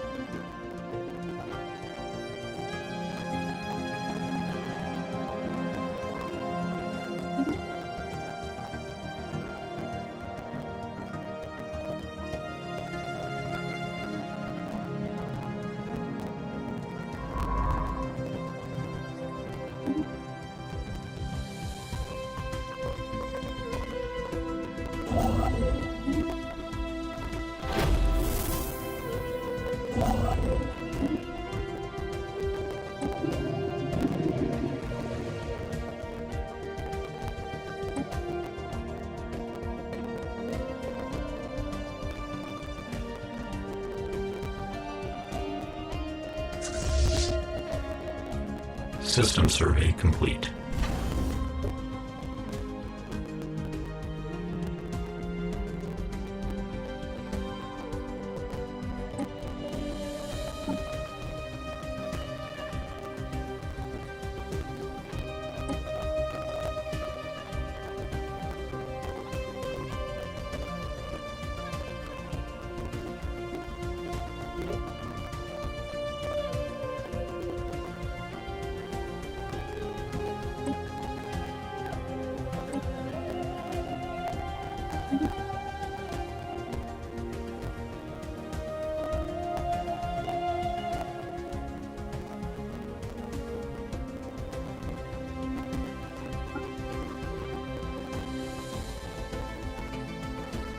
Construction complete. Construction complete.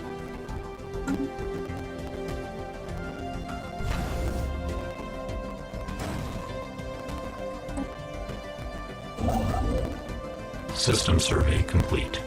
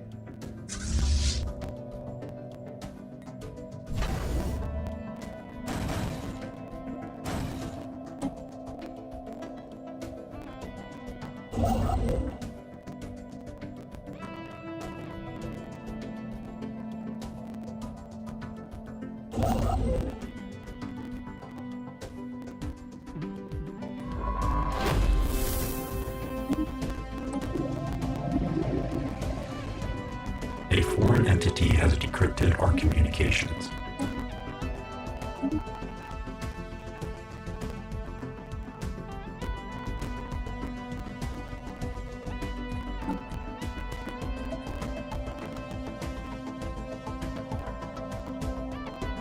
Planetary settlement procedure initiated.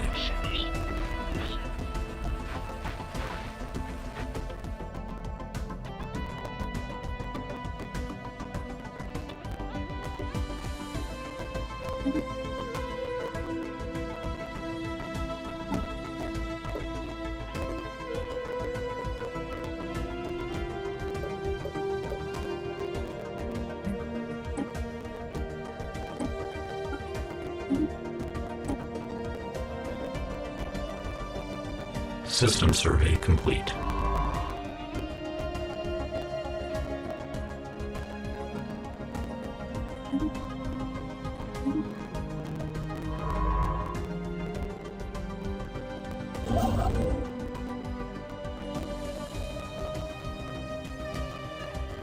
Technological acquisition successful.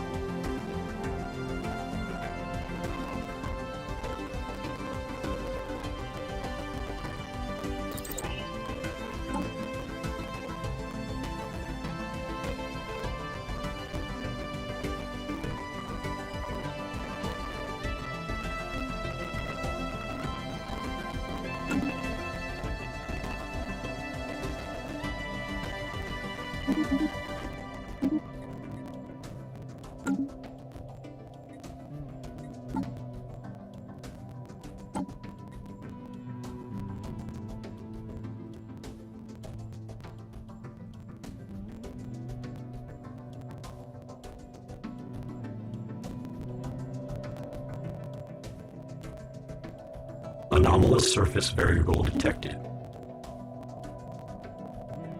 Construction complete. Anomalous surface variable detected.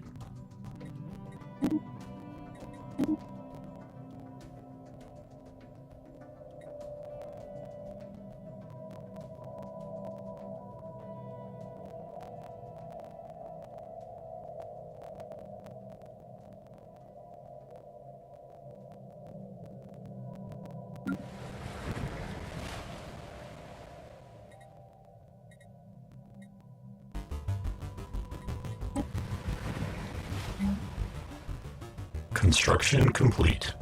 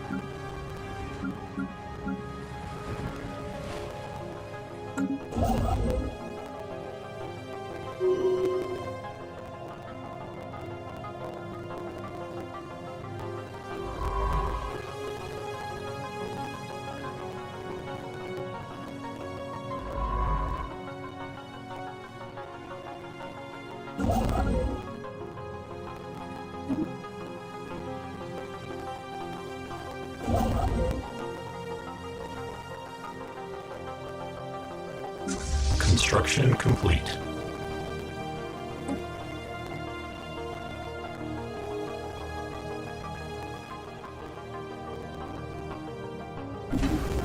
Ship augmentations completed.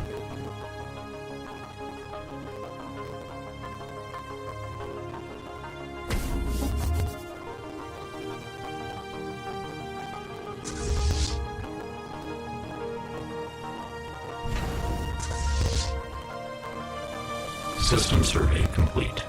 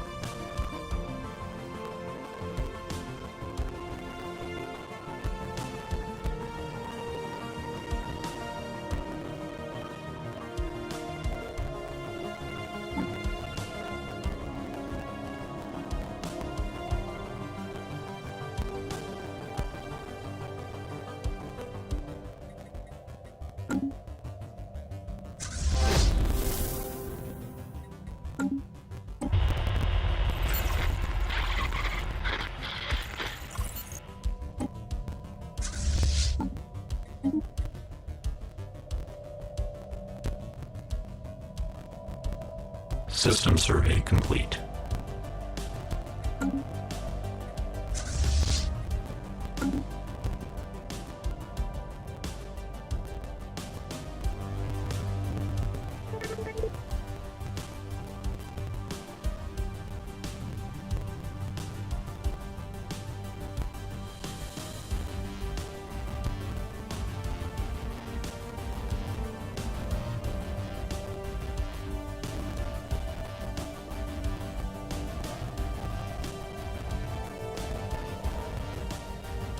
Technological acquisition successful.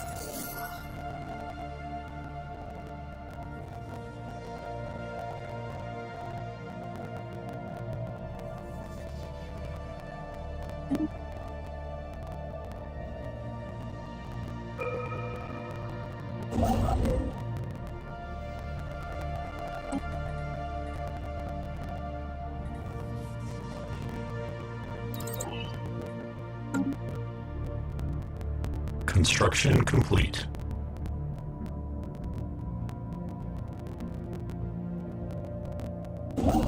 Technological acquisition successful.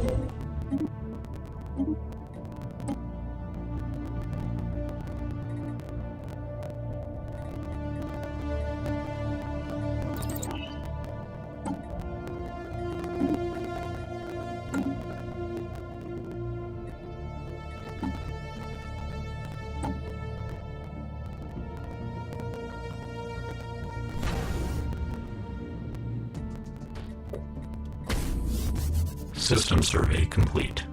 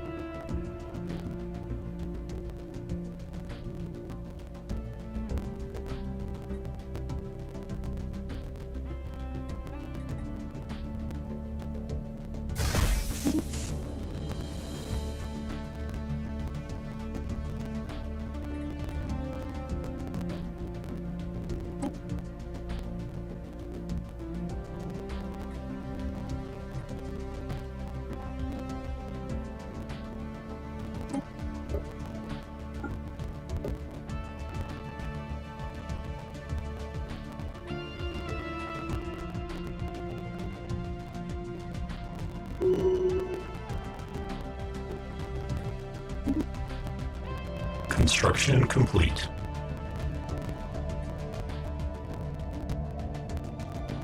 Situation log adjusted.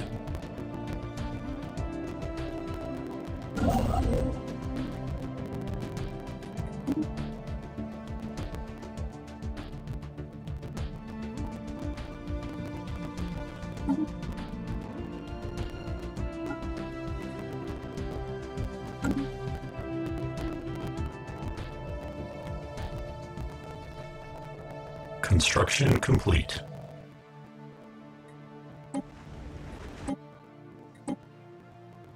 Anomalous surface variable detected.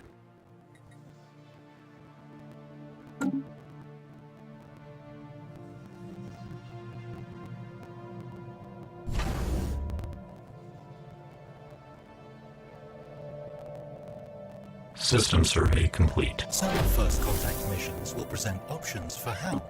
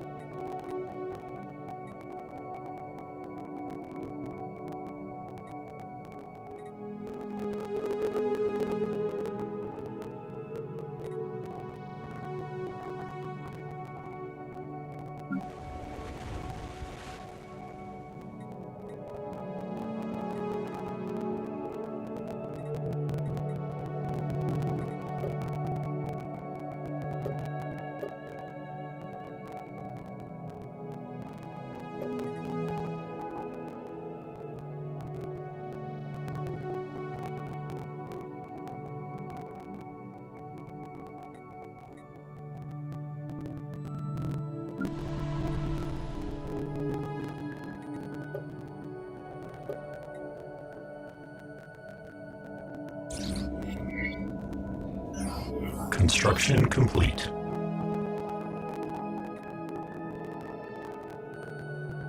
System survey complete.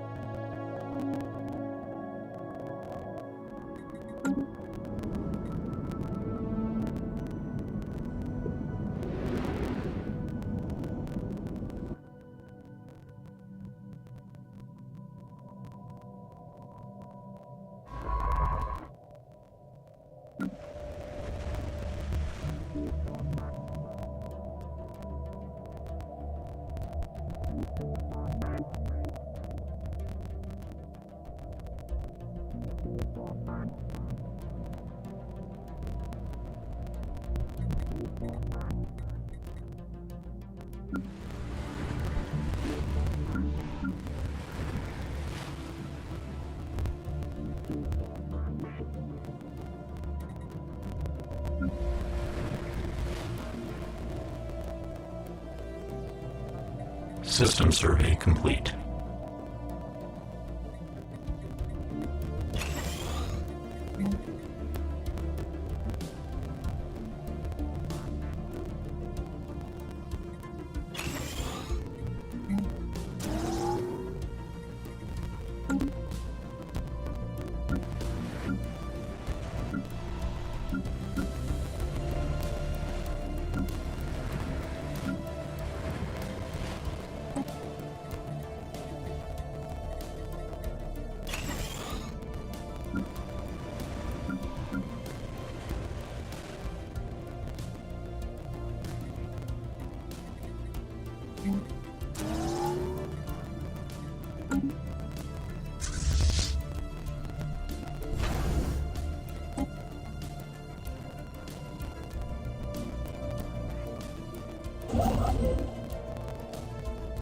Special project complete.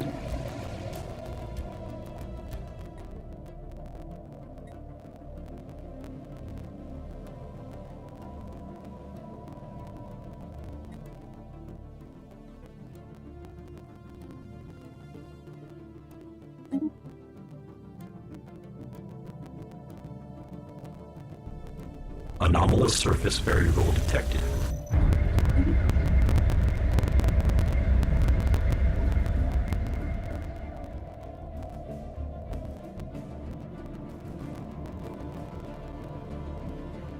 Construction complete.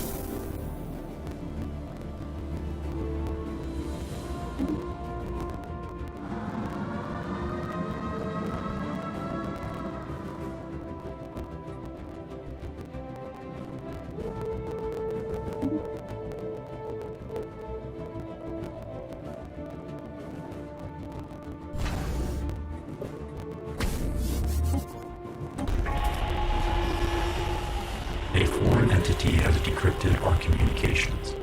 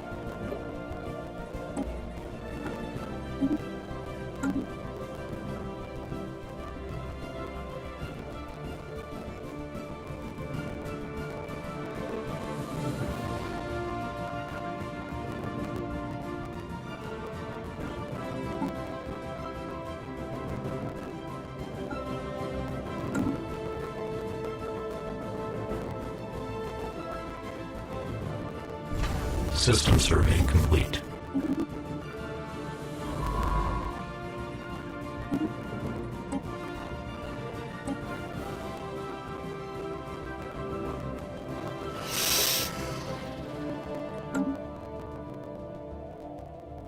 Construction complete. Construction complete.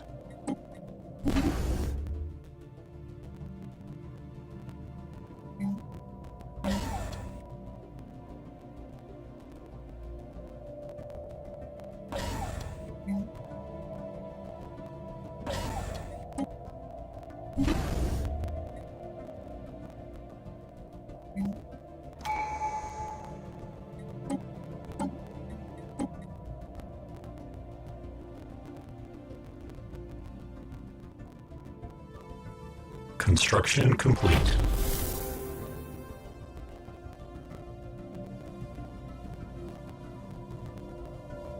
Construction complete. Technological acquisition successful.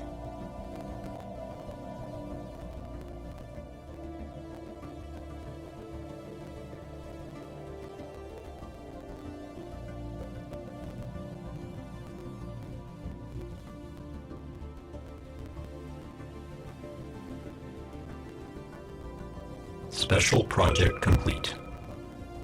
System survey complete.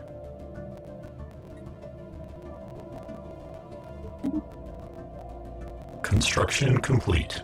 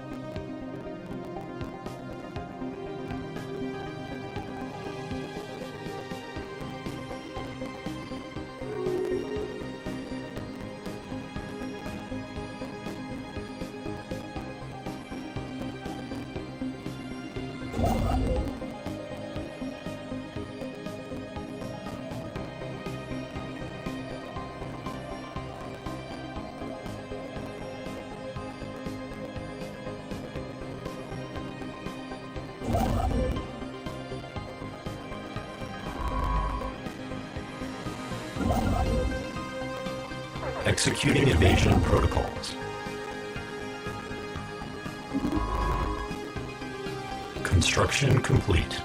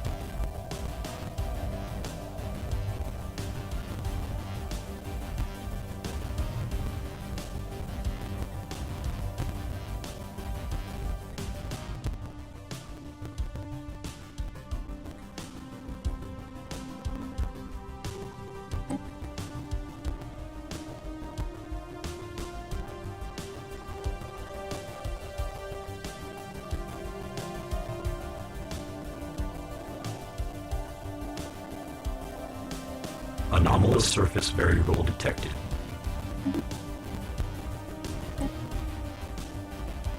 Construction complete.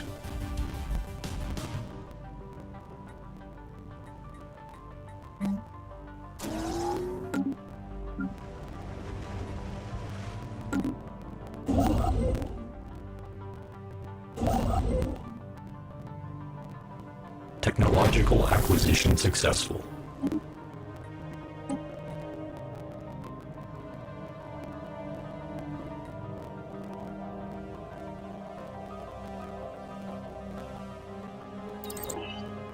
Anomalous surface variable detected.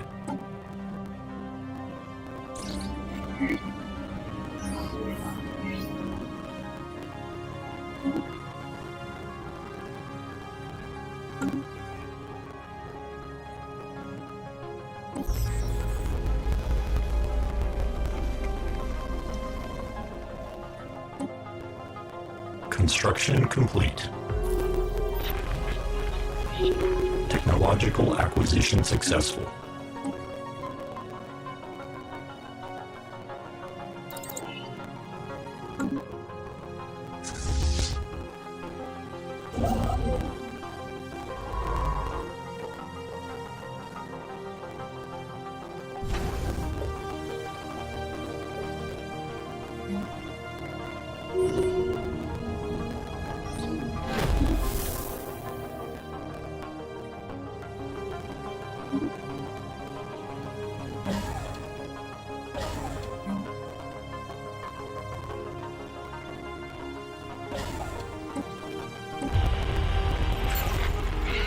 A foreign entity has decrypted our communications.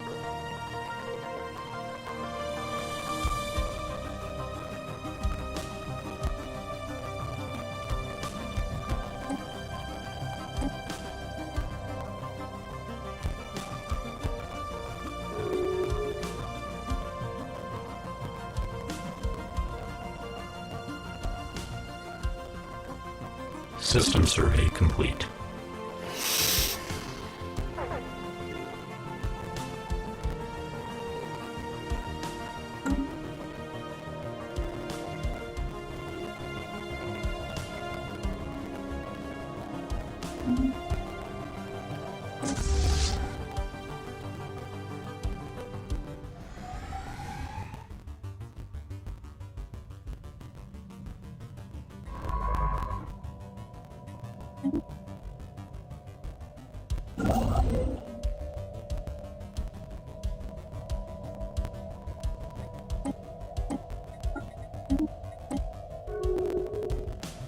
System survey complete.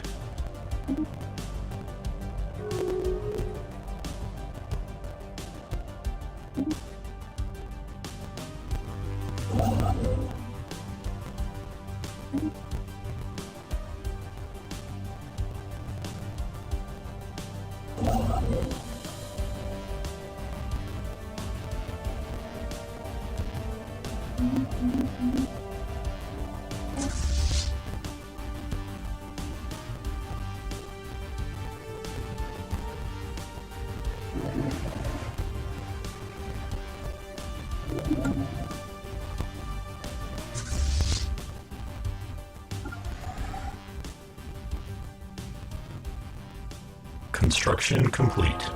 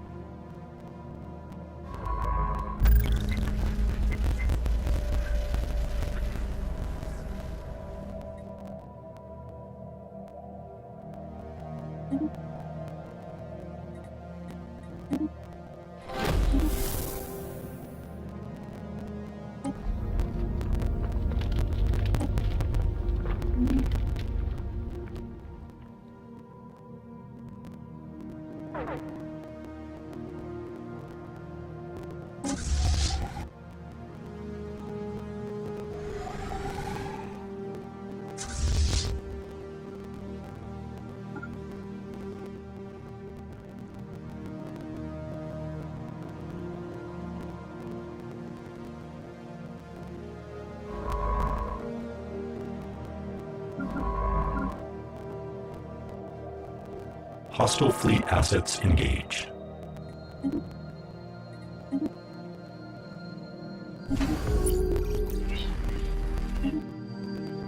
System survey complete.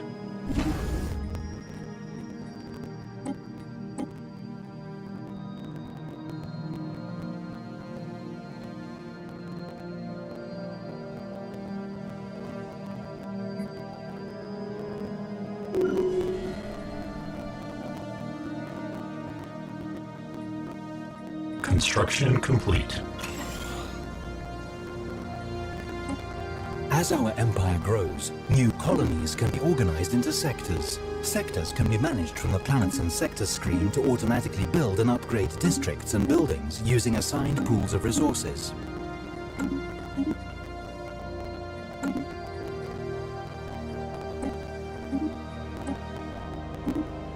Technological acquisition successful.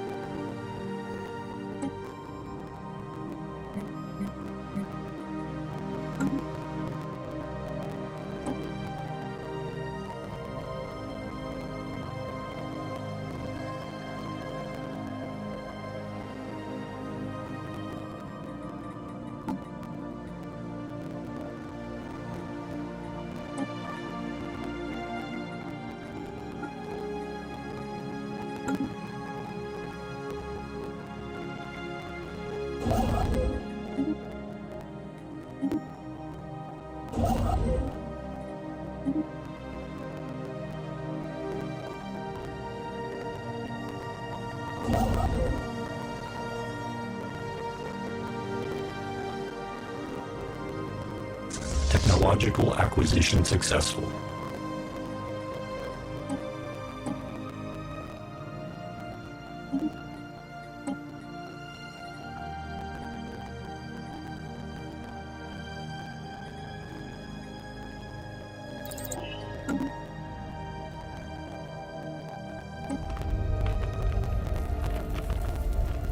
System survey complete.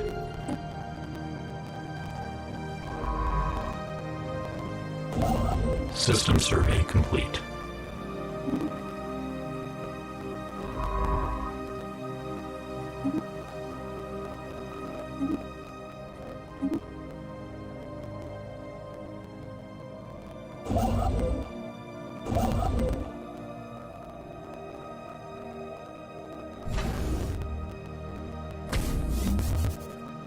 Construction complete. Construction complete.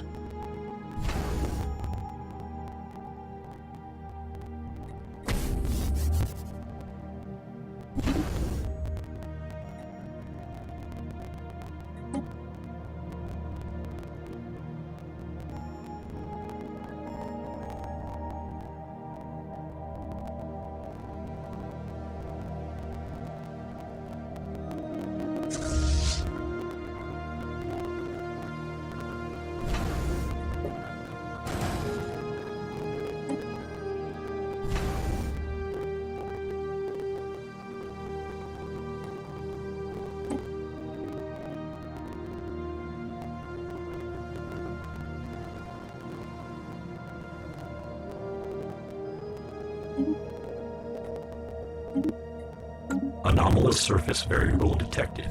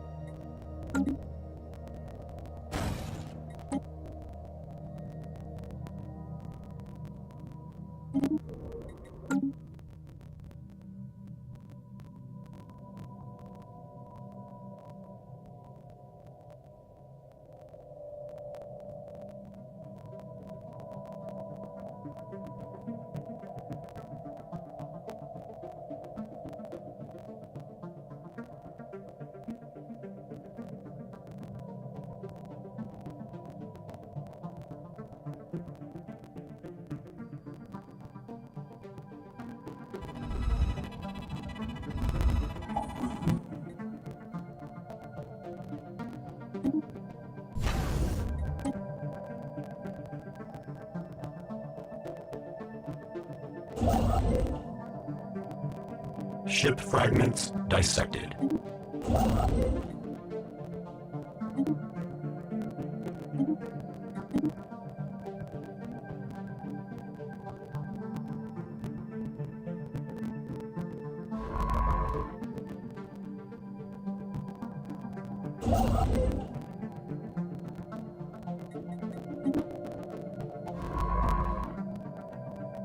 Planetary settlement procedure initiated.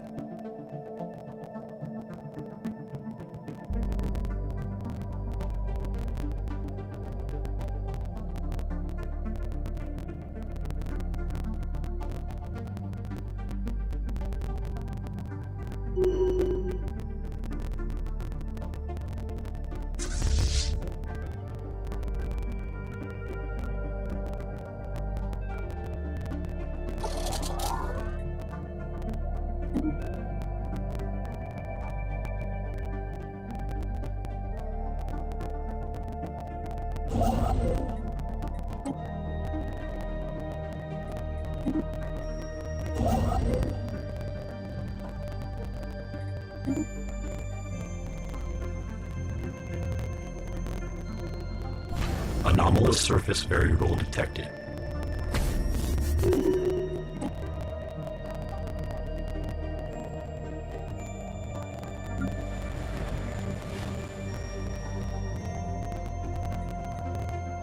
Construction complete.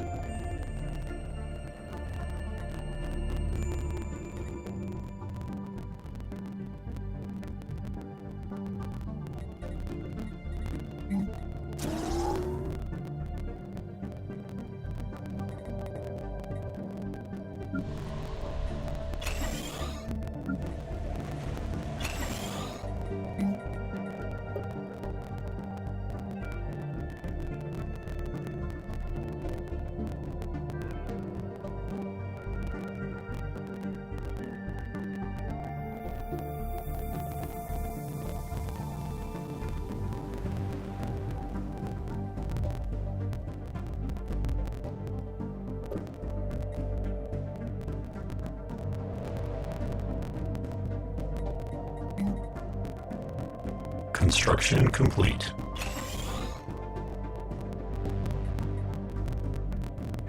Construction complete.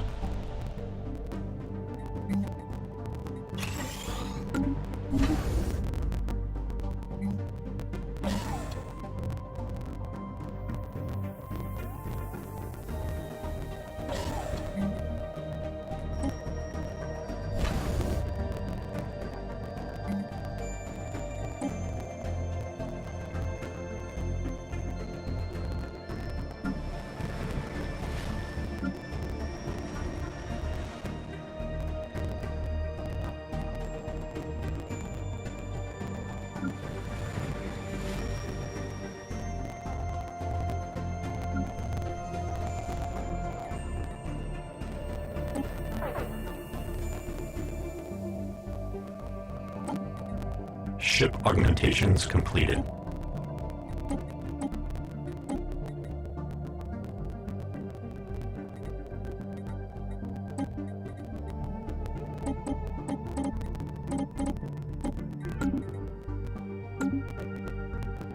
System survey complete.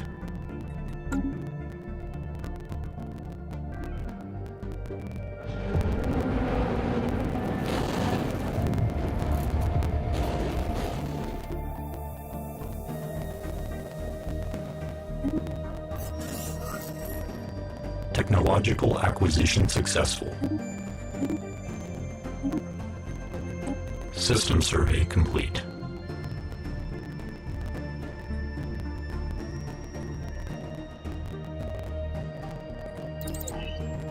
Anomalous surface variable detected.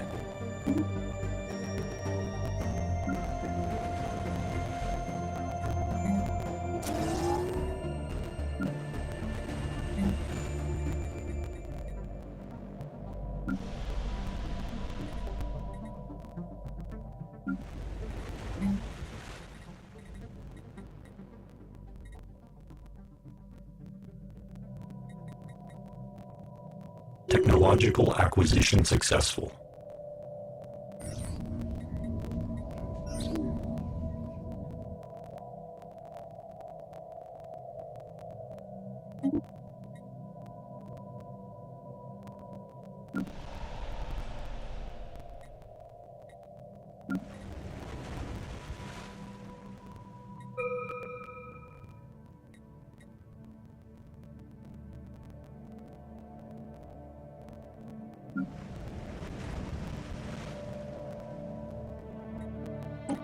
System survey complete.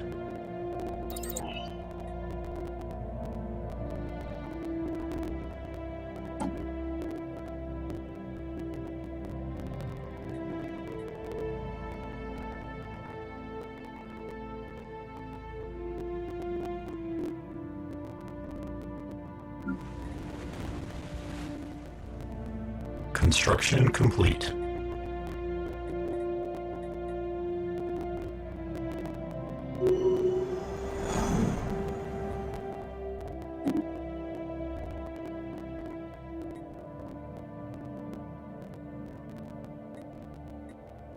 Situation log adjusted. Construction complete.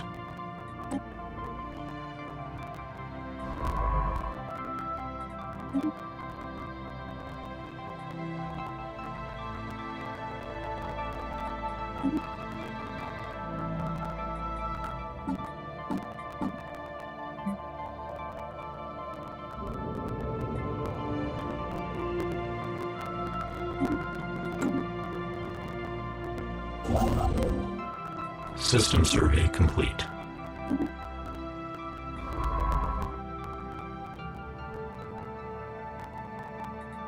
Construction complete.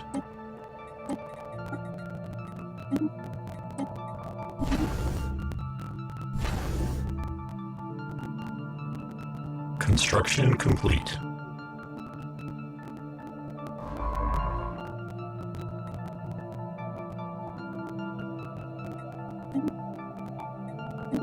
Construction complete. Construction complete.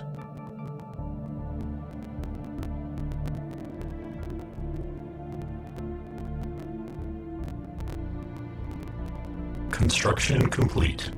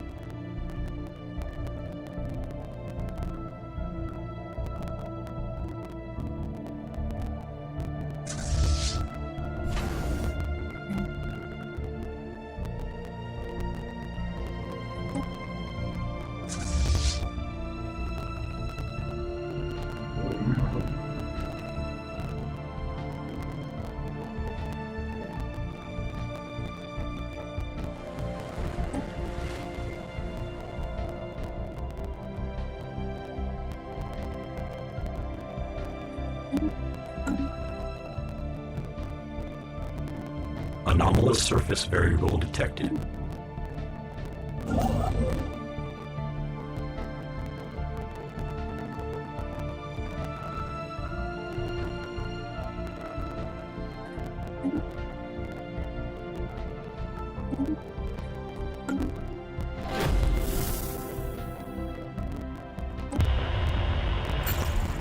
Planetary surface settlement established.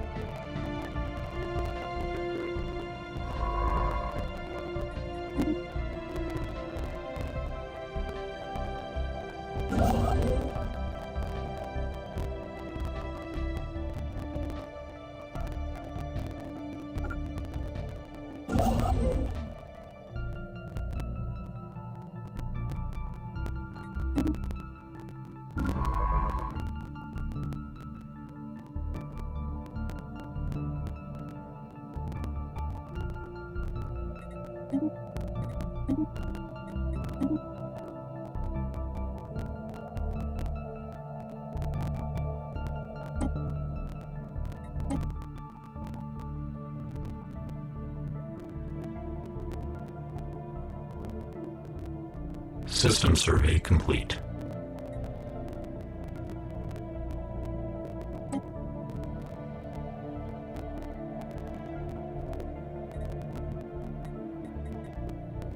Anomalous surface variable detected.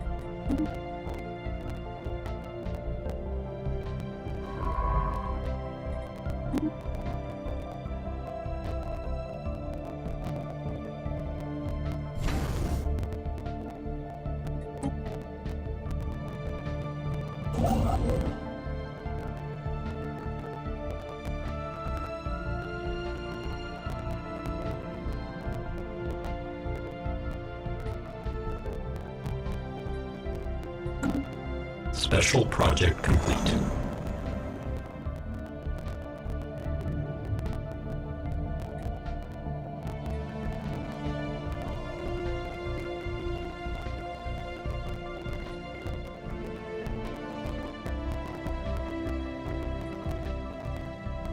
Construction complete.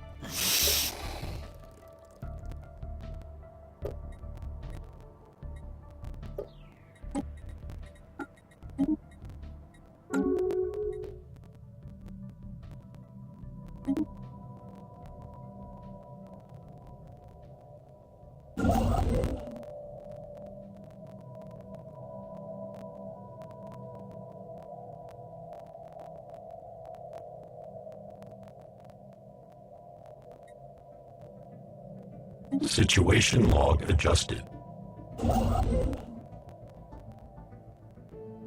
Construction complete.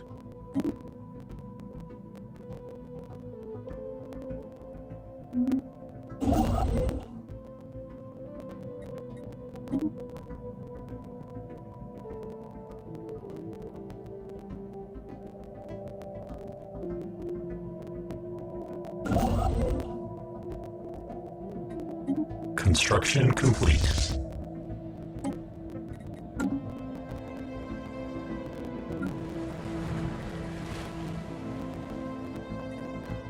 Anomalous surface variable detected.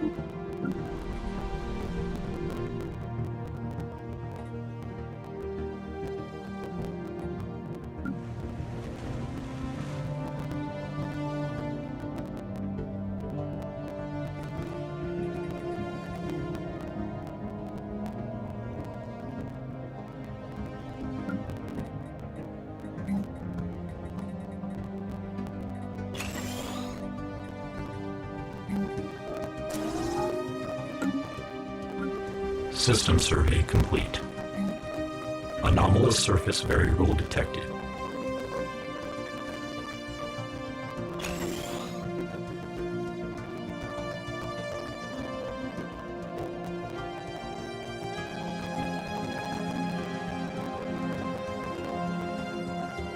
Construction complete.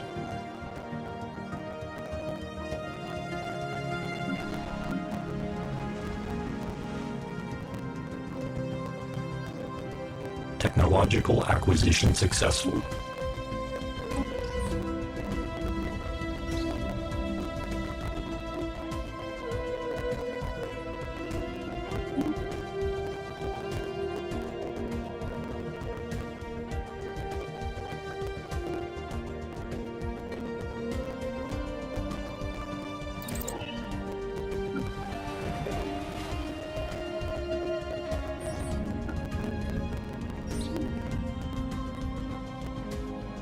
Situation log adjusted.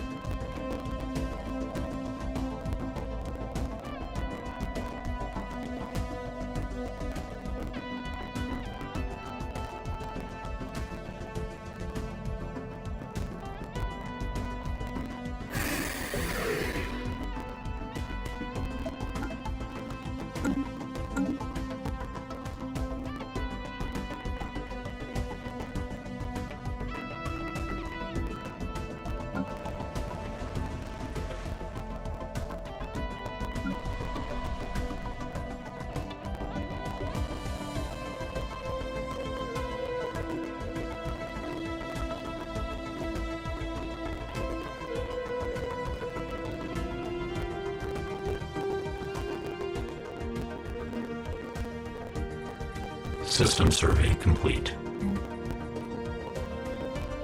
Planetary settlement procedure initiated.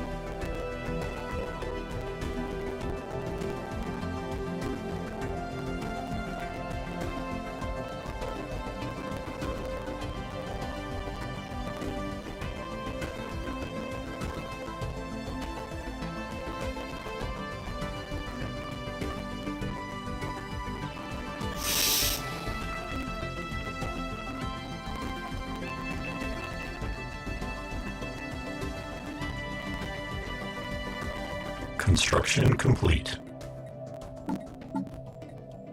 System survey complete. Construction complete.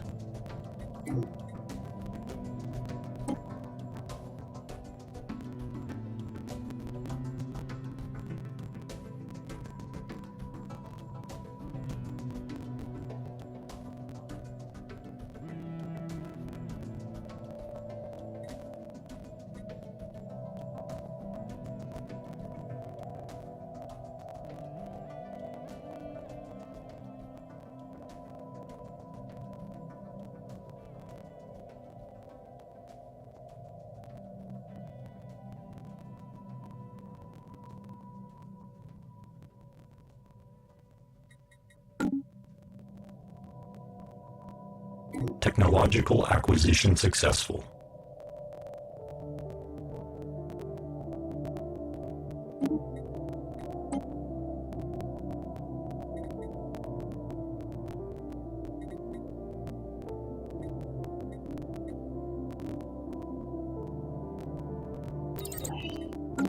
Construction complete.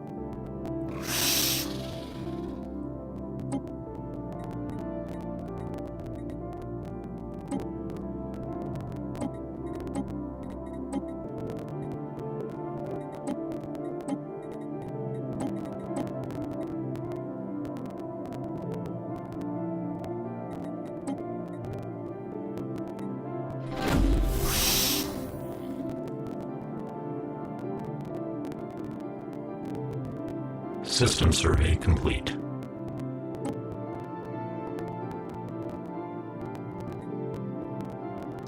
Construction complete.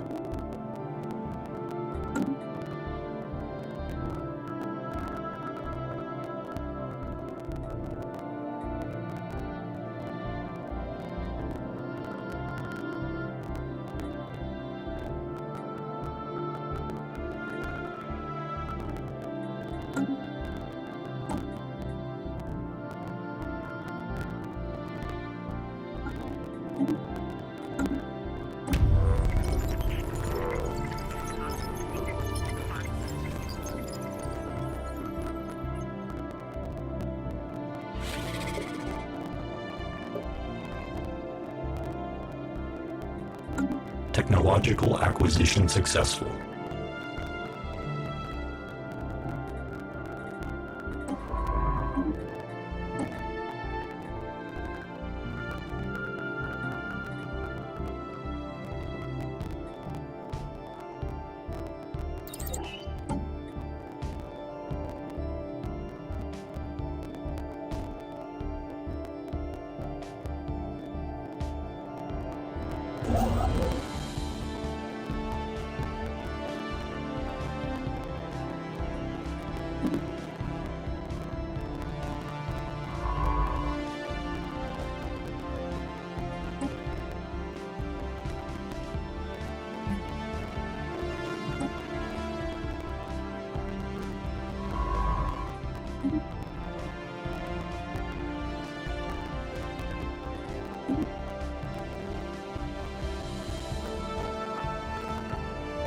Construction complete.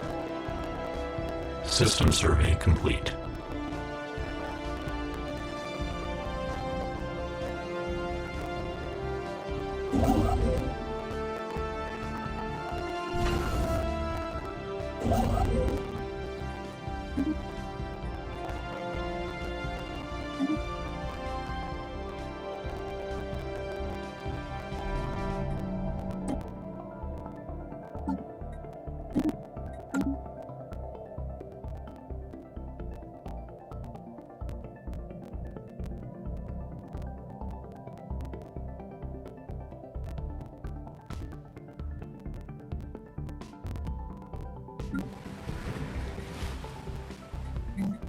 Special project complete. System survey complete.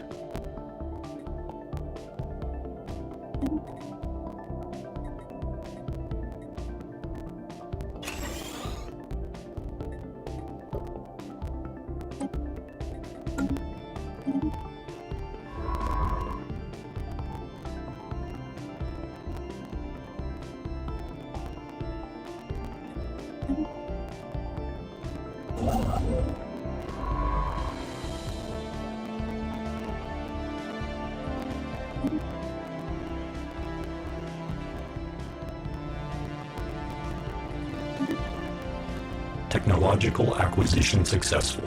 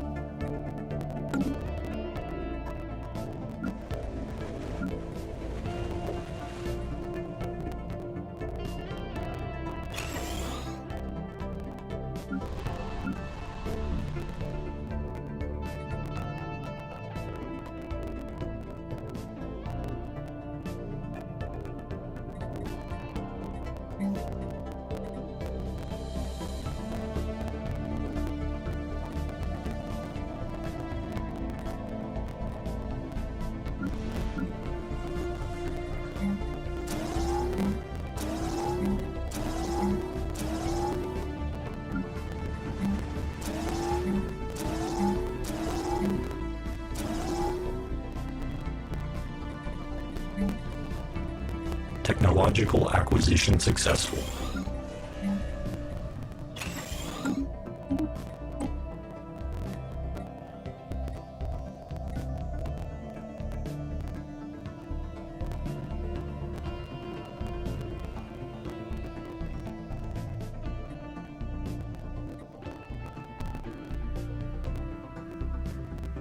System survey complete.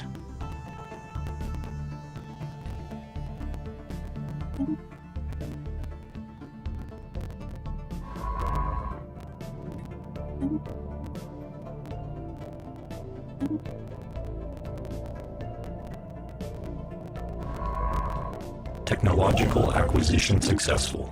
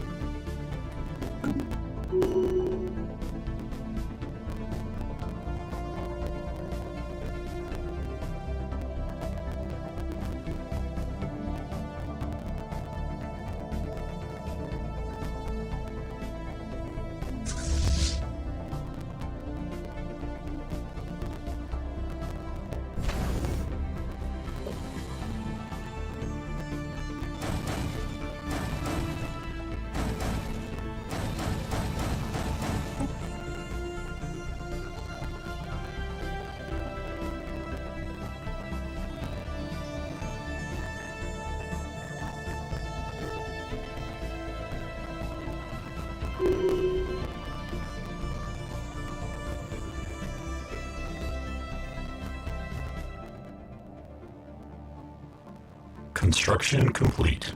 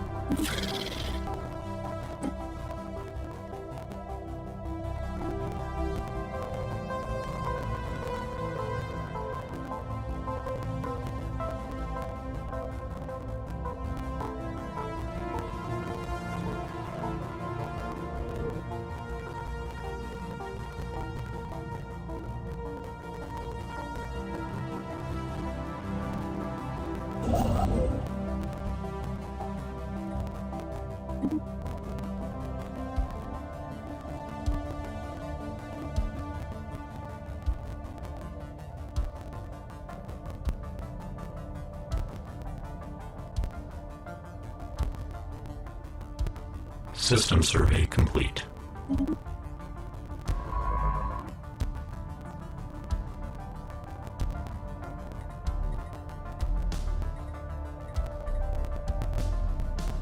Technological acquisition successful.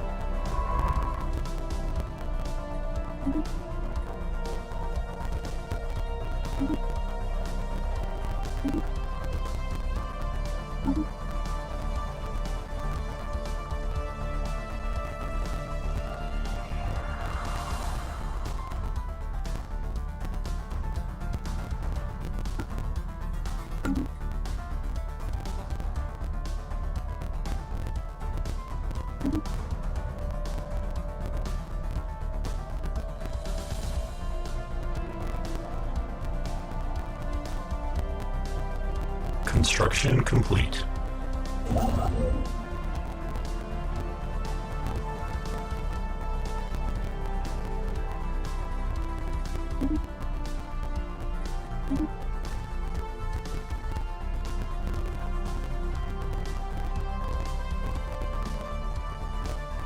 Planetary settlement procedure initiated.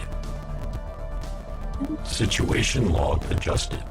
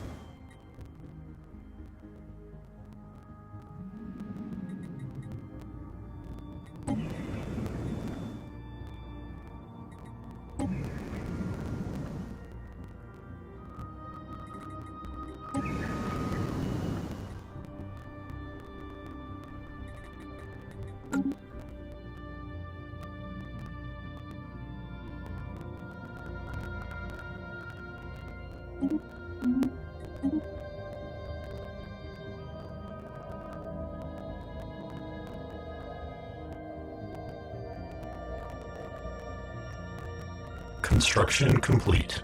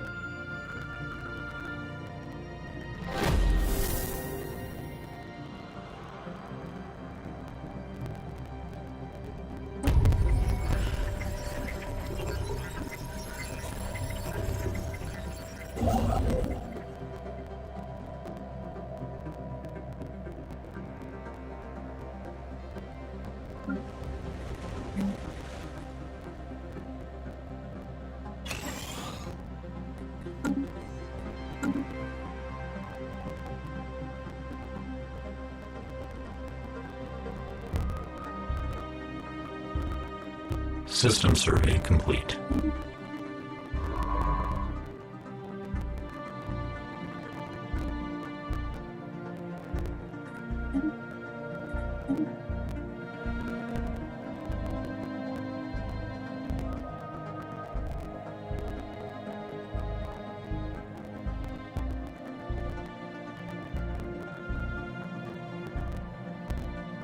Technological acquisition successful.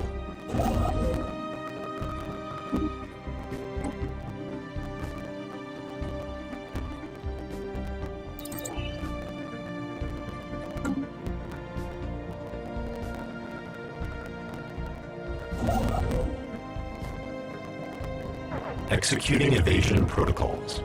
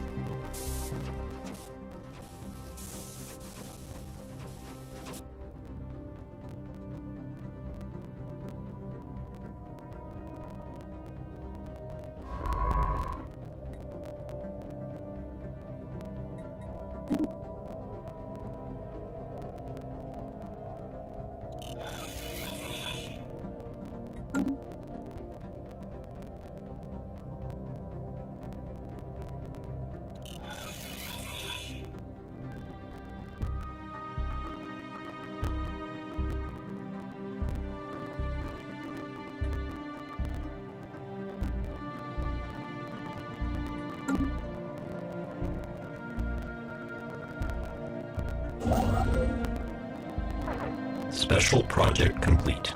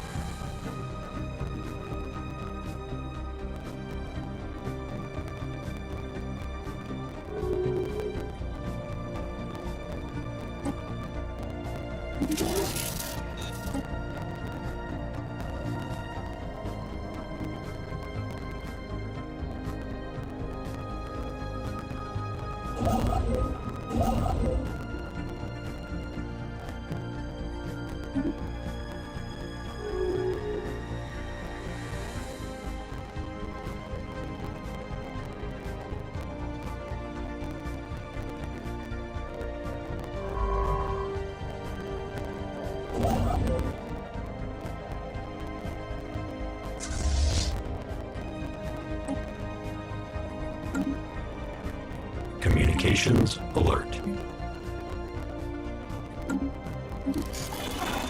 Construction complete. Ship augmentations completed.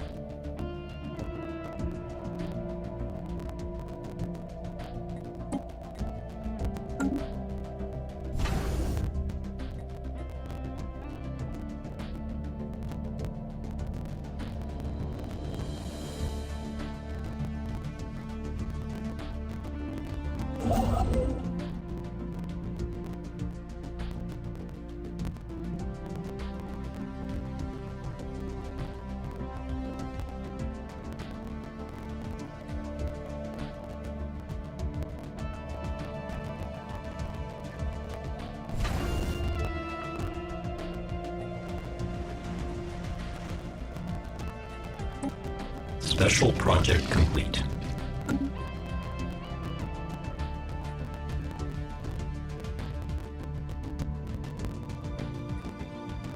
Construction complete.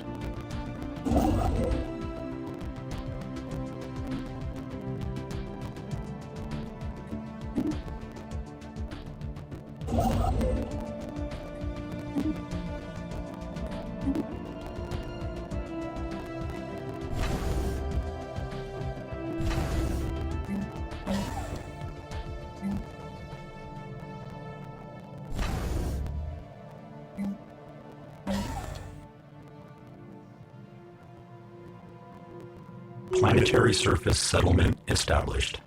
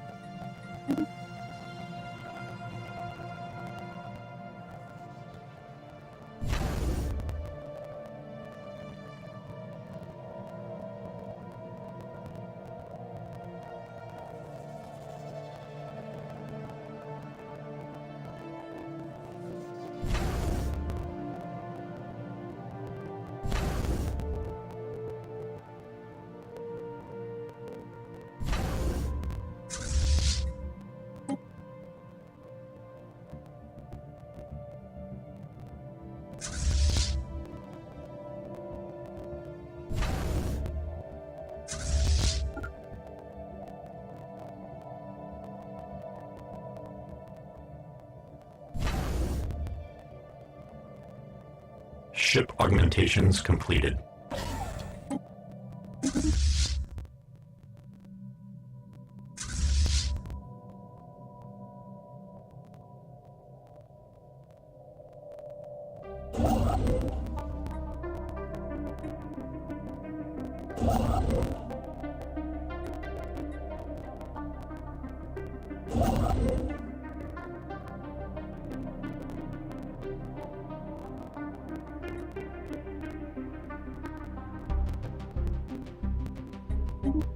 Technological acquisition successful.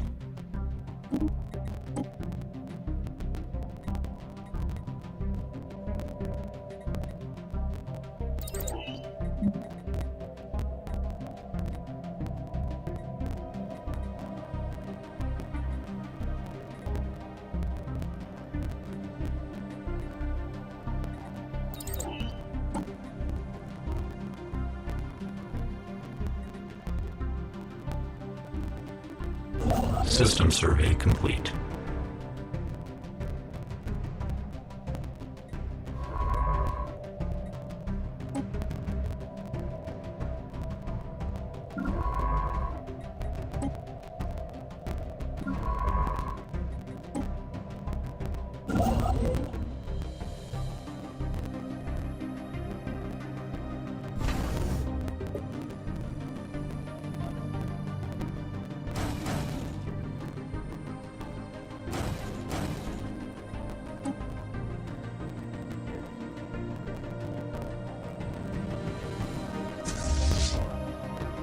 Construction complete.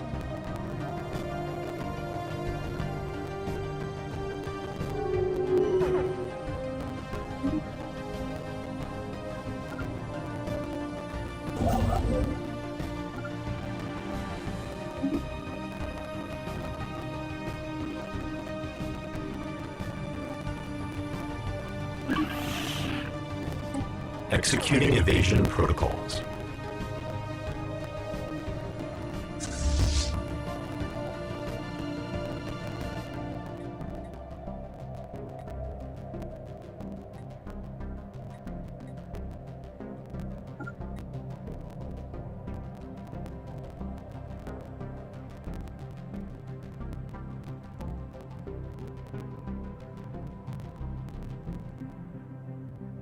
Anomalous surface variable detected.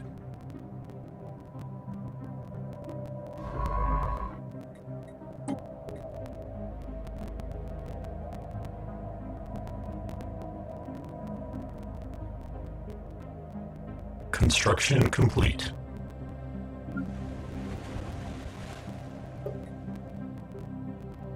Construction complete.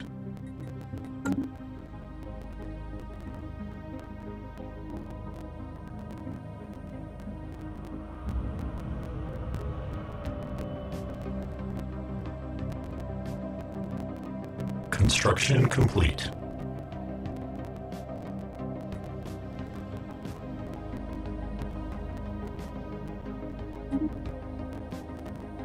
System survey complete.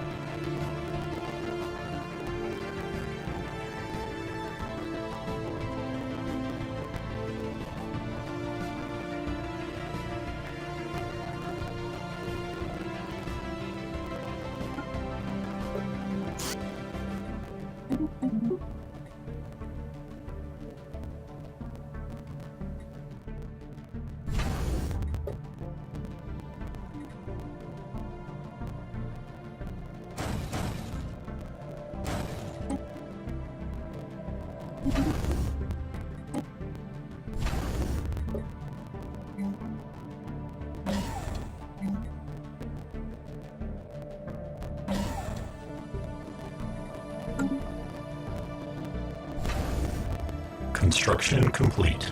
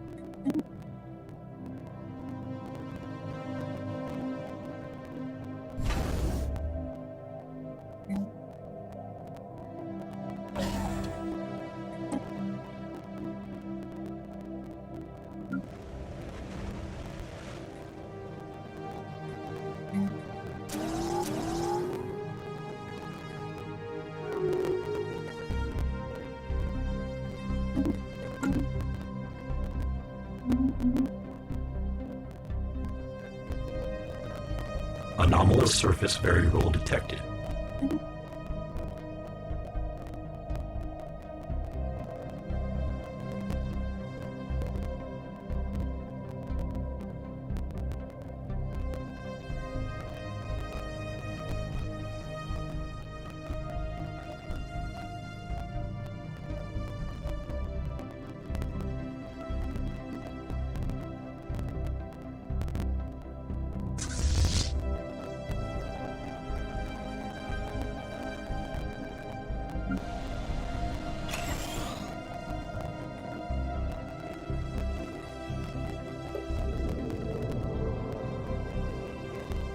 Technological acquisition successful.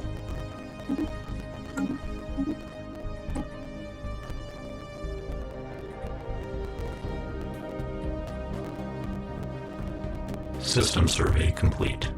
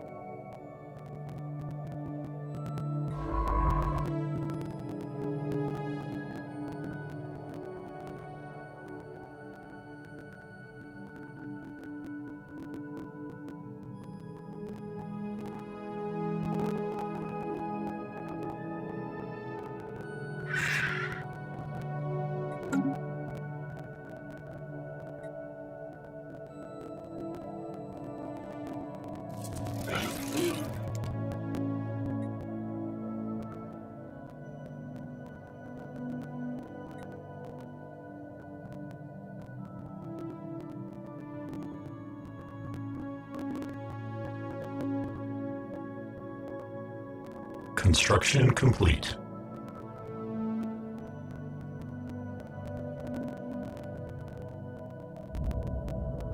Construction complete.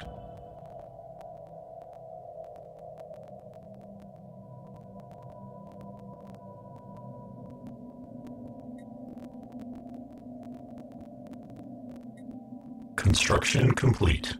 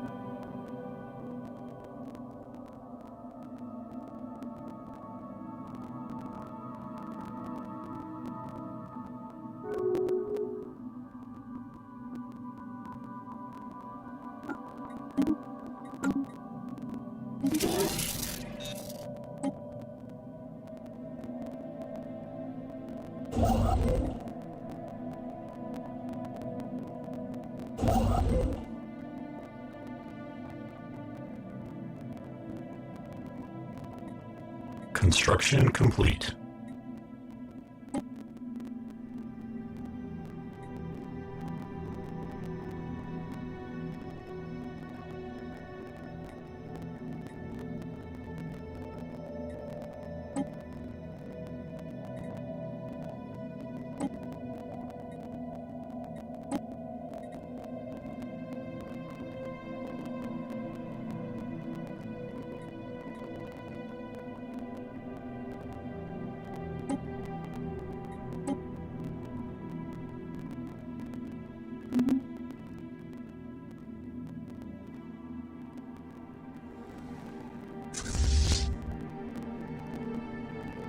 Construction complete.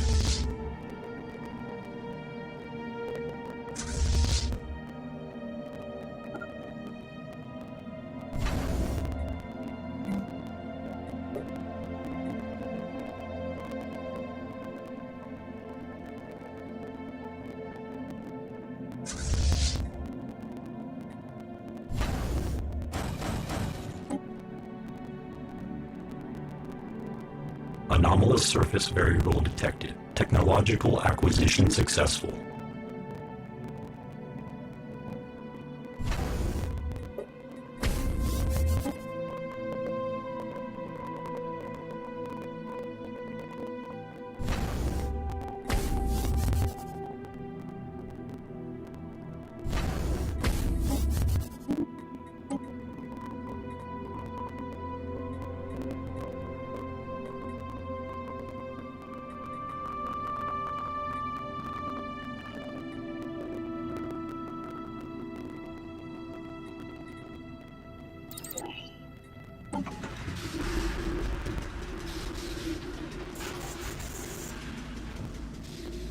Construction complete.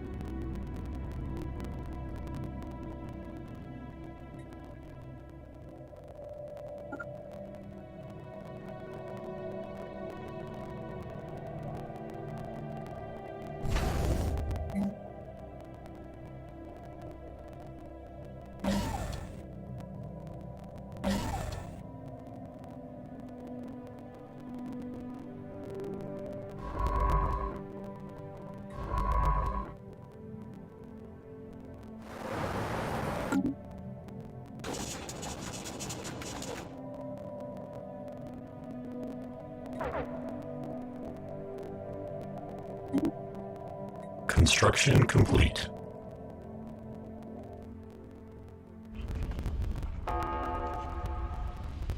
Construction complete. Construction complete.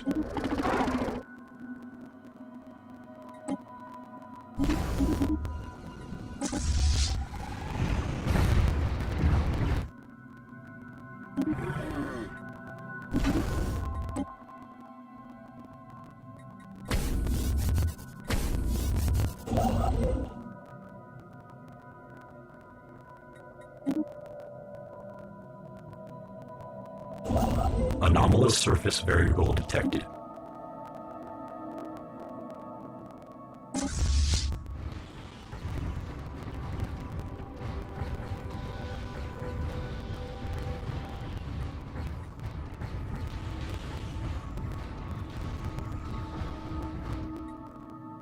Construction complete.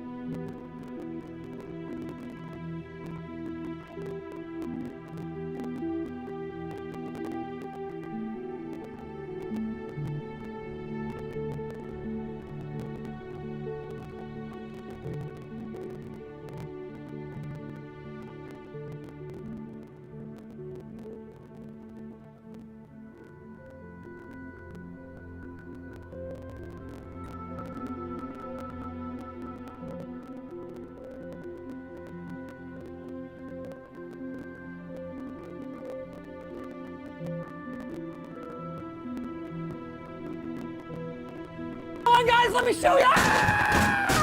Oh.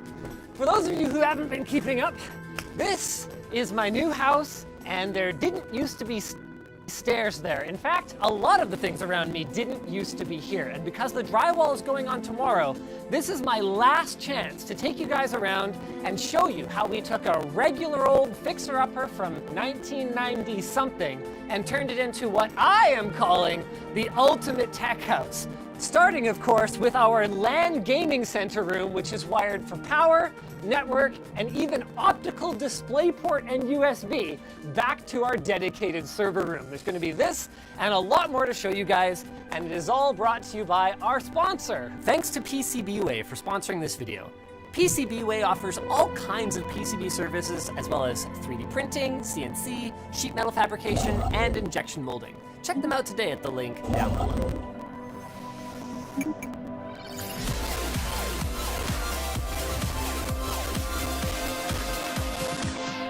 First of all, I wouldn't have been able to do any of this without... Well, I wouldn't have been able to do this without Jake too, so you should come be a part of this. This is gonna be a fun threesome. Jake and I had some strong disagreements about the best way to do the LAN center. First, our plan was to build 5 dedicated machines to sit at each of the 5 stations. So 3 along this wall here, another 2 along that wall over there, and then another 1 that's over there that's kind of like a utility one. The idea was that the kids' computers are going to be 1, 2, 3, where the screens will face the stairs and we can sneak up on them and make sure that they're not looking at anything untoward. Of course, none of that was what we disagreed about. We both said, look, with evolving tech standards, we got DisplayPort 2.0 coming, we got USB 4, all that kind of stuff coming. We're gonna need extra space, so we ran 2 conduits all the way back to the mechanical room, some of which is full with the current standard cables. But I said we should just have 1 box here with access to everything, and then we should just cable manage everything under the desks. Jake insisted. Hear me out. I'm thinking each station is gonna probably have an up desk, right? Maybe, I don't know. If you want to do that, having those cables cable managed with the desks, that's a nightmare. If you're gonna do it, just do it right. The problem is that you're not wrong, you're just annoying. The contractor advised us that you can only have so many right angles in a conduit before it just becomes impossible to pull a cable through it. So what we've got then is here, where one of our rear top speakers in the theater room is going to be. You'll just pull out the speaker and we're gonna have a pull station. So you'll just kind of use these pull cords here and run everything through as you need. They didn't actually run any of the existing cables in the conduits. Both conduits should be basically empty. Oh, really? They ran all the fiber you can see right there. Oh, yeah. And all the display port right there outside. So those don't take up the conduits. We've got full capacity for new stuff. Those live in the wall forever. Yeah. Genius. Yeah. This room sounds scary. It's eerily quiet in here. I've been so particular about everything. Like, they replaced the old inefficient air conditioning unit with a heat pump, and I was like, it cannot go right outside this window. And they told you were unreasonable, and they were right. But this room is crazy, and the sound is great. Like, we have the new exterior door instead of just the glass double doors that I We're wanted. a solid door here. It's far from my only unreasonable request, and I think I got away with the rest of them. So it's wired for 7 surround speakers, 2 subwoofers, and 4 top channels for that great Dolby Atmos experience. And then cooling has been carefully considered. So this cabinet here is gonna have a mesh bottom. No. What? It's not going to have a What mesh happened to my bottom. mesh bottom? Your mesh starts part way up because the bottom is for pillows and blankets, for comfort and actually Oh, the living bottom in the has drawers, space. right? Yes, Oh. it has drawers. Okay. So your mesh starts probably like Hey, here. I thought you said this was our room. So it'll have a Oh, you mesh guys need a bottom. room for yourself? Yeah. Okay, okay. Mesh bottom. And then we're gonna have a couple of banks of Noctua fans, like super low RPM running on the top, constantly circulating air through this cabinet here, which is important because the original plan was for us to have the receiver in the mechanical room. So funny story, the electrician actually terminated every speaker location to both the mechanical room and to here. So for whatever reason, the cooling doesn't work out in here. We can actually run the receiver and, you know, Xbox, PlayStation, gaming PC, all that stuff over there. But ideally, we want to have it in here because it's a little bit easier for the less tech-savvy members of the you know family. what? No, it's to not just operate. for me. When people have friends over and they're bringing games or whatever. Less tech-savvy friends. Then we've got conduit from the bottom, where we'll have power and networking, and then more conduit over to the mechanical room, going up to TV height if we decided to do a direct view TV, or all the way to projector location way at the top where we've got power. So the idea is no matter what kind of media thing, we've either got it wired or we've got conduit. I don't know if you can tell, but Linus is a little indecisive.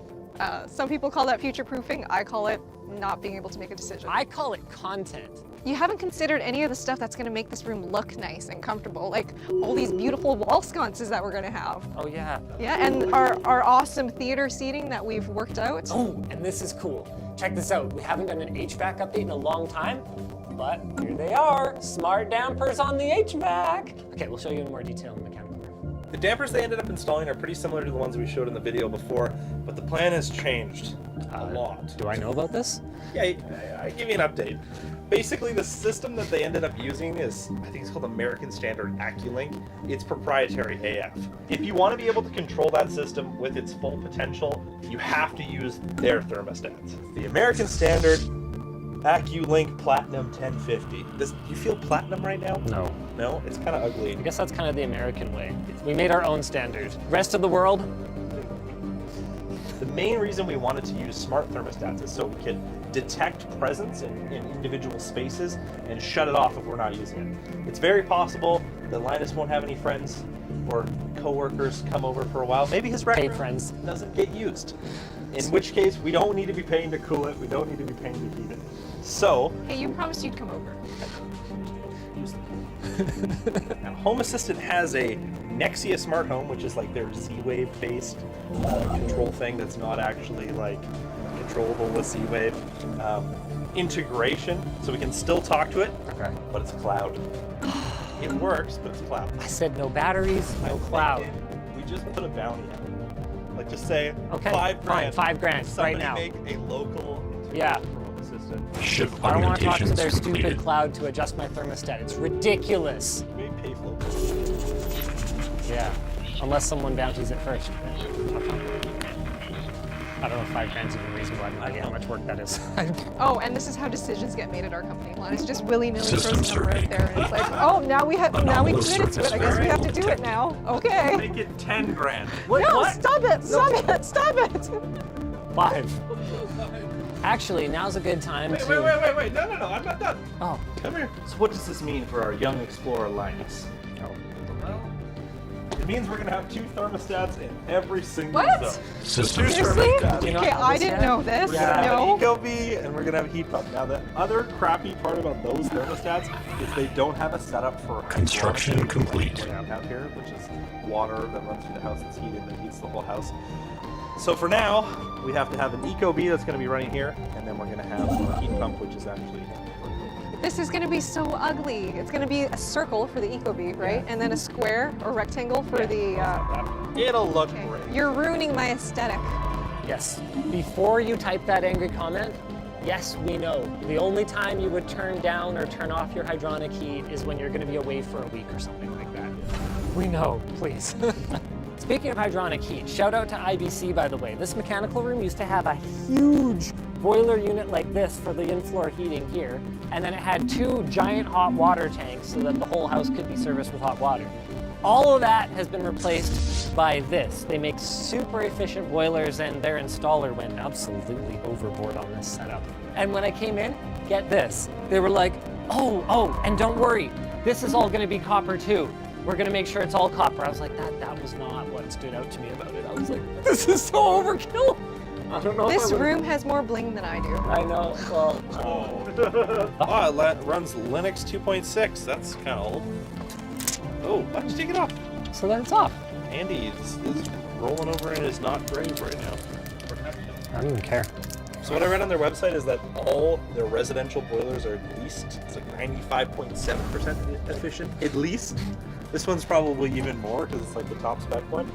But it's cute, it's wall mounted. This is some crazy wiring you've got going on here. Yeah, you might be looking at this thinking that is an insane amount of Cat 6A, and you would have even missed all of this back here. But it's because of all the access points, it's because of the cell booster, the cameras. That's not even cell booster? Oh, wow. Okay. Right. Moving out to the rec room, this space is going to be awesome. Once again, indecision. I originally said I don't want conduit back to the mechanical room. Oh, so you finally admit it. Changed my mind. I changed my mind, but probably anything here. This is probably going to be where the Nintendo Switch goes. This is where our VR gaming setup's going to be. This room is hardwired with 12 volt to all 4 corners for Valve Index base stations or whatever kind of external tracking solution we might end up needing in the future. And then we've got a couple of power circuits here, so if we want to put game consoles or anything like that. Plan is maybe like a big 77-inch TV, something like that. Wow, this really is a threesome. Gallery? I saw you look at me and then you look at Jake just to confirm your decision. Well, I thought you said that you didn't want me to make eye contact with the third party if we ever did it. Wow. There's going to be 6 total in-ceiling speakers in here, which is, yeah, they listened to you, not me. Apparently you told them that it was supposed to have another I told set. them 4, you told them 6, they put in 6. You were here when we talked about it. They put in 6, Jake. That's what they told us. And there's going to be a subwoofer right here, Okay. so this is going to be like 2 subwoofers in this room? Okay, see, this is why the contractors hate me, because I have you changing things and then I have Jake adding things. And Okay, 1 big subwoofer. Okay, deal. so there's going to be shelves where you can put, I don't know, storage, books, whatever you want, knickknacks. And then on some of the upper shelves, there's actually going to be carpet inside the shelf itself, so our cat can just hang out here. And then we're actually going to have a little, what do you call those? Bench? Bench? Well, it's not a bench if you lay on it. There's going to be storage back here where you can put books or board games or whatever, and you can chill back here and just, I don't know, read. Hide from your family? Yeah, that kind of thing. Or the cat can hide there. So what happened here is there used to be actual like cabinets here and here, and then it was square for like an old school CRT tube TV. So what we did is instead of completely redoing this, we actually just took these out and then they built this little skirt. So this is going to get painted black. The TV is going to go on a wall mount right here, so the TV actually is going to sit and it's just going to have this black border kind of around it, so it just kind of gets lost in the... Infinity TV. Sure, yeah, you could think of it that way. And then the reason they only did these vertical 2x6s is so that cable management and cooling back here is going to be super easy. I was just gonna say like this, right? Yeah. Throw it down. Pull out the TV and just go, oh yeah, I need to run that thing. Yeah. Yeah, there's conduit back There's to the camera. conduit everywhere. There's conduit on every floor. There it is. Do you want to see my new kitchen countertops? I love this one. This one looks awesome. You better love it. It's nice. Admit it. Technological acquisition successful. Come on! It's okay. Help her out. Help her out, Jake. It's dirty. Well, it is dirty right now. Oh look, it still looks dirty. Oh no. Okay. My annual review is coming up this week. I'm gonna get a bad. Construction Okay, complete. at least tell me you like this blue that I I do picked. like the blue. The blue's Okay. very nice. Yes. You should have seen when my mom got new countertops. I was like, oh, those look awful. She was like, yay! What a good They sight. grew on me. Once again, indecisive. So both of the computer workstation areas here, and then over on that side where Yvonne's gonna sit, hi Yvonne, are wired up for Ethernet, power, blah, blah, blah, all that stuff. And the only thing Jake and I have to figure out is how we're gonna be able to push the power and reset buttons remotely, because Yvonne has not been a fan of it, even with it on the other side of the wall, through one happens a simple, lot. close door, okay? Okay, it happens all the time. My computer just doesn't work all the time. Yes. Or my monitor won't turn on and there's no way to So- fix it without just restarting it. I think it's Thunderbolt related. I think Thunderbolt on PC can just be kind of flaky. So Guess what? You're getting like raw dog direct optical display. So because my desk will be over there, so I'll be facing like this way, I'm gonna be streaming, right? So we're gonna have a super cool streaming background Okay, that's got... this was actually supposed to be my bookshelf where I put my Construction arts and crafts complete. stuff on, and somehow this turned into streaming background. I don't Technological know. acquisition successful. I offered to give you this whole room, and you were like, no, I don't want to be by myself in here. I want to be where you are. And so I was all like, all right, yeah, I'll be near you, if that's what you need. Okay, so then being near me turned into taking up my space, more of my space, Yeah, taking up my storage. Our storage. There's a bunch of power in here so that we can have like cool lighting on the shelves, put little knickknacks on there. I don't know, maybe there'll be RGB involved. And that's it for this room. Main changes in here, these old speakers are gonna go. We're gonna drywall over them. They're gonna have the same Klipsch in-ceiling speakers as pretty much the entire rest of the house. They sound great, so that's the thing that's most Those aren't important. the main changes. There's so many other things in here that are going to change. Like, we don't have ants anymore in the walls. Oh yeah, that was a problem. We have this See all beautiful... this? All the like chewed up wood and Yeah. stuff? Yeah. So they're We have all this really nice new tile. Okay, at least Jake and I agree on this, right, Jake? Okay, cool. I think it looks kind of dirty. Oh my god. I'm kidding, I'm kidding. And then there's all this, like, okay, I don't want to talk about the floor. this one that we thought was going to be really nice, when we did a bigger patch of it, it ended up having green undertones. Now we've settled on one of these two, so people can vote. What actually prompted doing renos in this place was actually the master bathroom. That's So the now, only reason we needed to do like permanent renos. That and the stairs. the stairs, yeah. I don't regret the stairs. I don't regret the stairs glad we either, did and I'm stairs. glad we did the bathroom, but that's just how much the scope of the project has changed. It's crazy. The shower's gonna be awesome. Got that dual head shower. So I call this side. the shower used to be in here with the toilets, and it was just like this tiny little thing. But this is gonna be amazing. This is awesome. Oh, this is nice. So if we ever need to get access to the air handler or anything like that, it is that easy. Love it. I don't know where the light switch is. Oh, did you ask them to put one in? I don't know. So got Ethernet, got power, just gonna do like a little wall mount. This is where the driving simulators go, right? Driving sim. It's like real race car. You're actually laying down. There's gonna be a cellular repeater in this hallway, I think in the dead center, right? Yep, and then cameras. So the idea is outside of bedrooms and bathrooms to have pretty good coverage of the house and the area around it. Oh, we should show them the cell repeater in the garage. Yeah, so the idea behind the cell repeater is that there's a rooftop unit.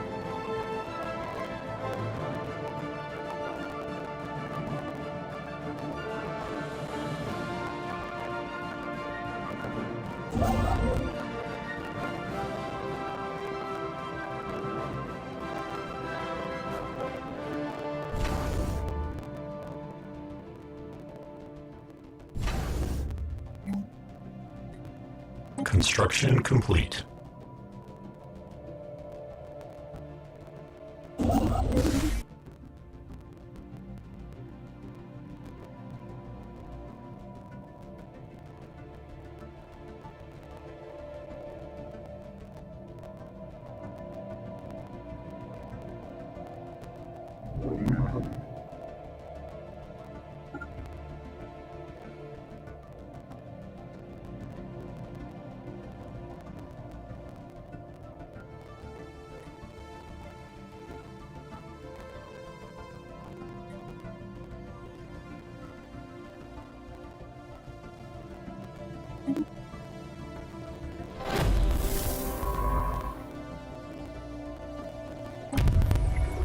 System survey complete.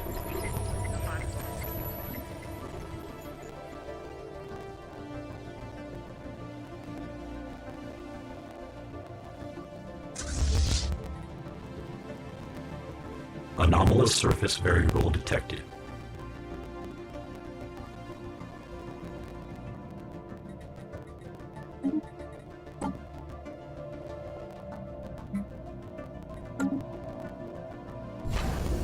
Construction complete.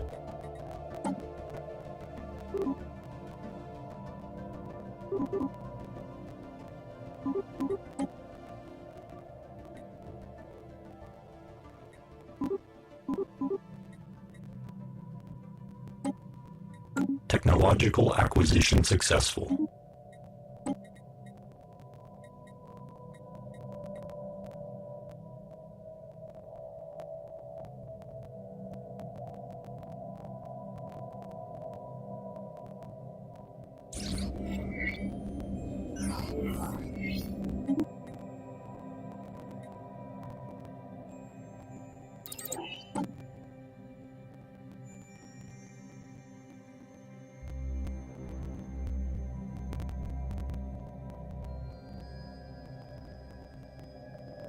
Construction complete. System survey complete. Construction complete.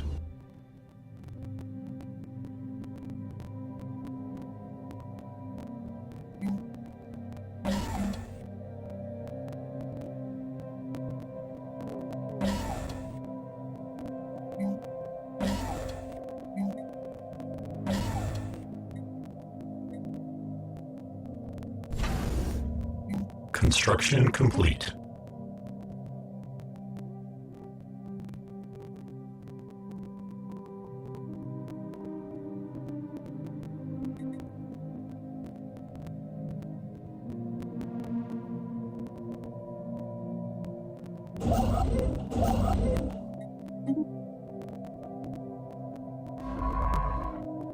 Executing evasion protocols.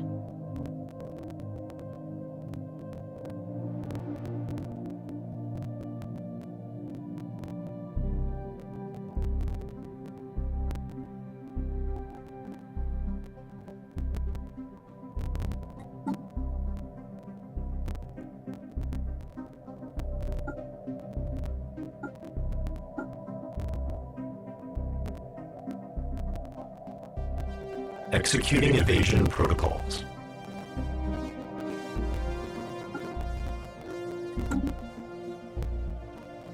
System survey complete.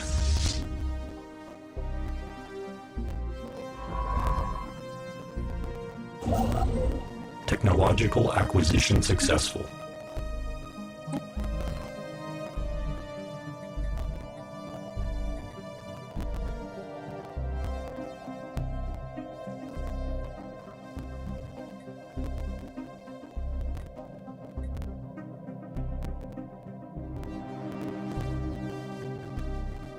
Construction complete. Construction complete. Special project complete.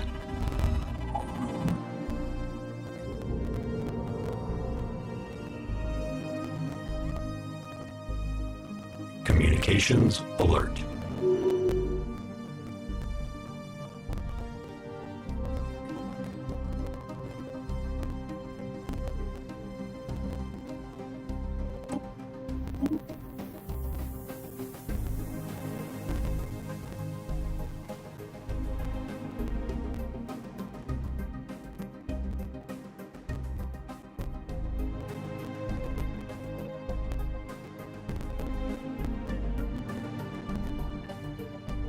It appears the other party completely stole our thunder, establishing contact with us before we had managed to decipher their communications protocols.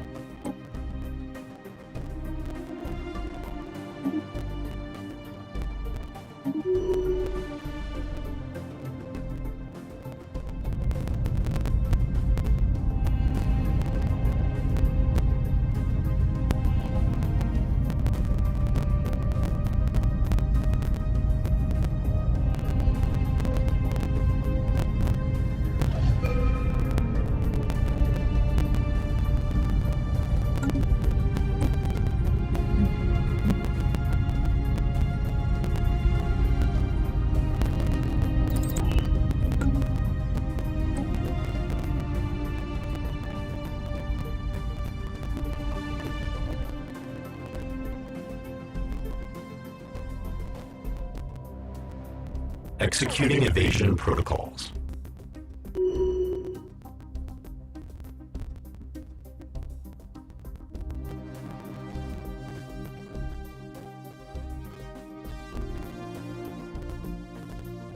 Alert. Science unit engaged.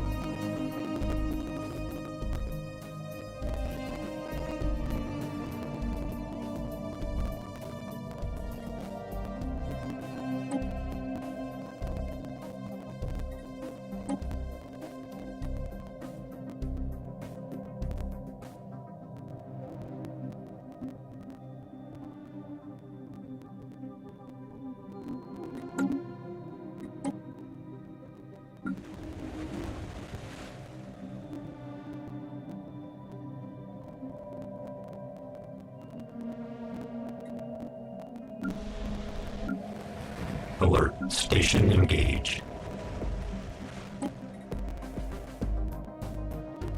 Technological acquisition successful.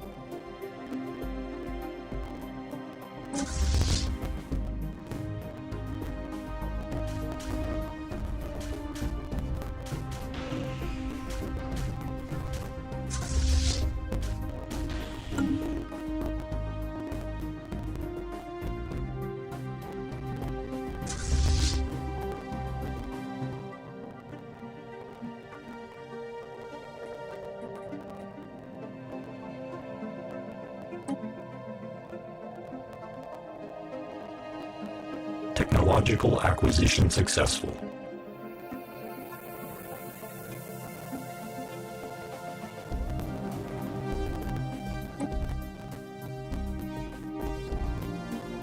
System survey complete.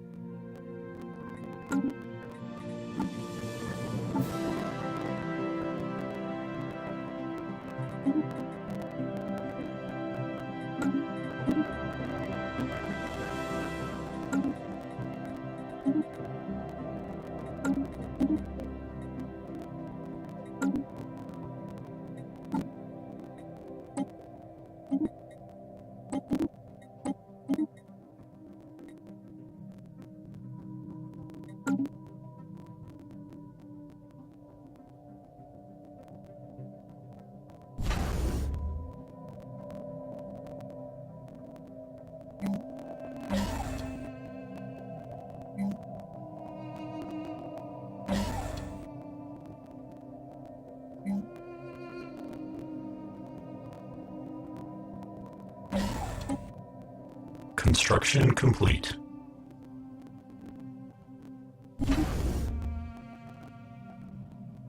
Planetary settlement procedure initiated.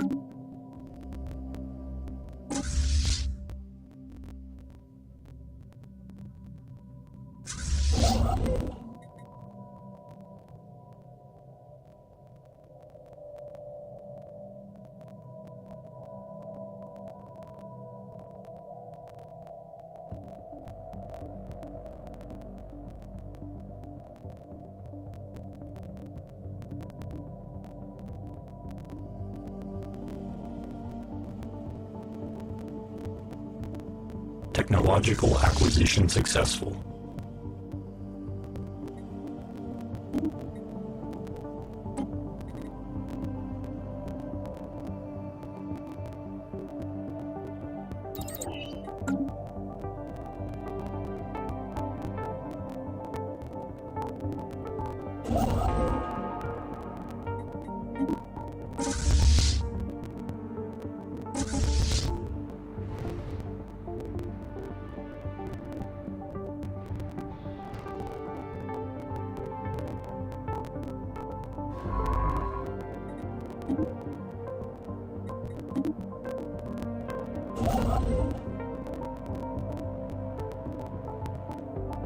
Construction complete.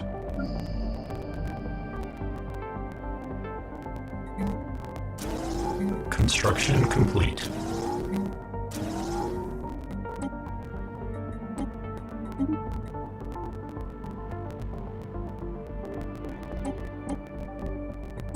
Technological acquisition successful.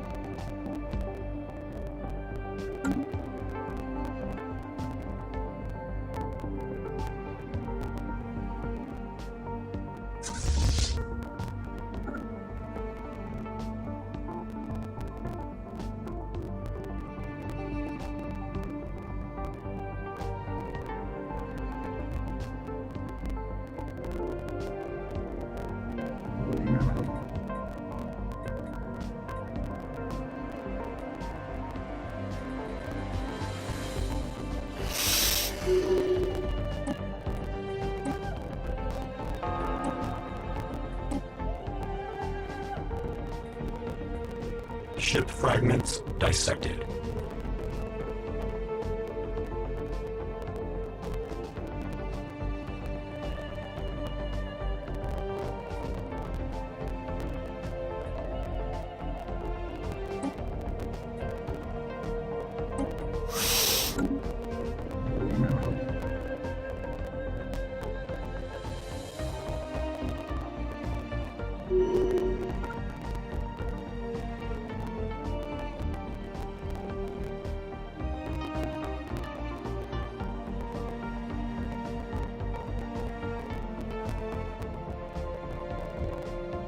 Construction complete.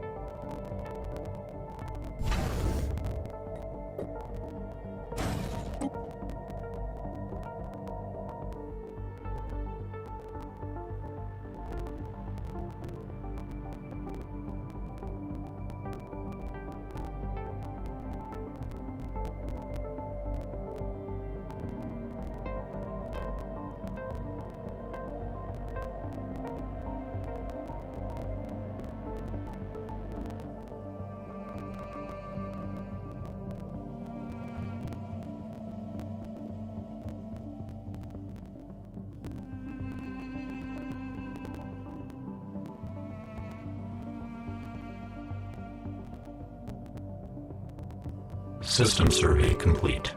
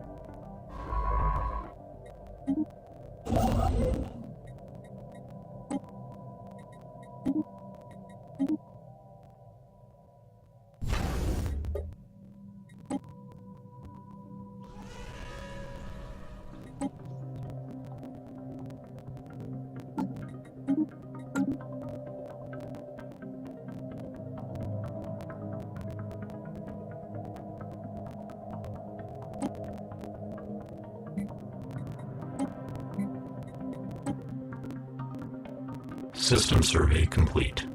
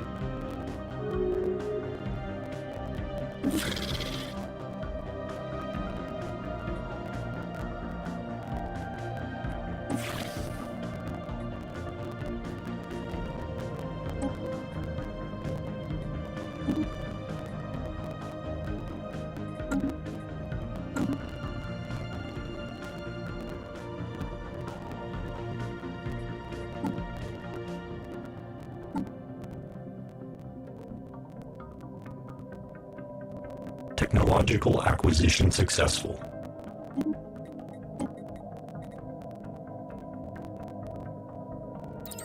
Construction complete.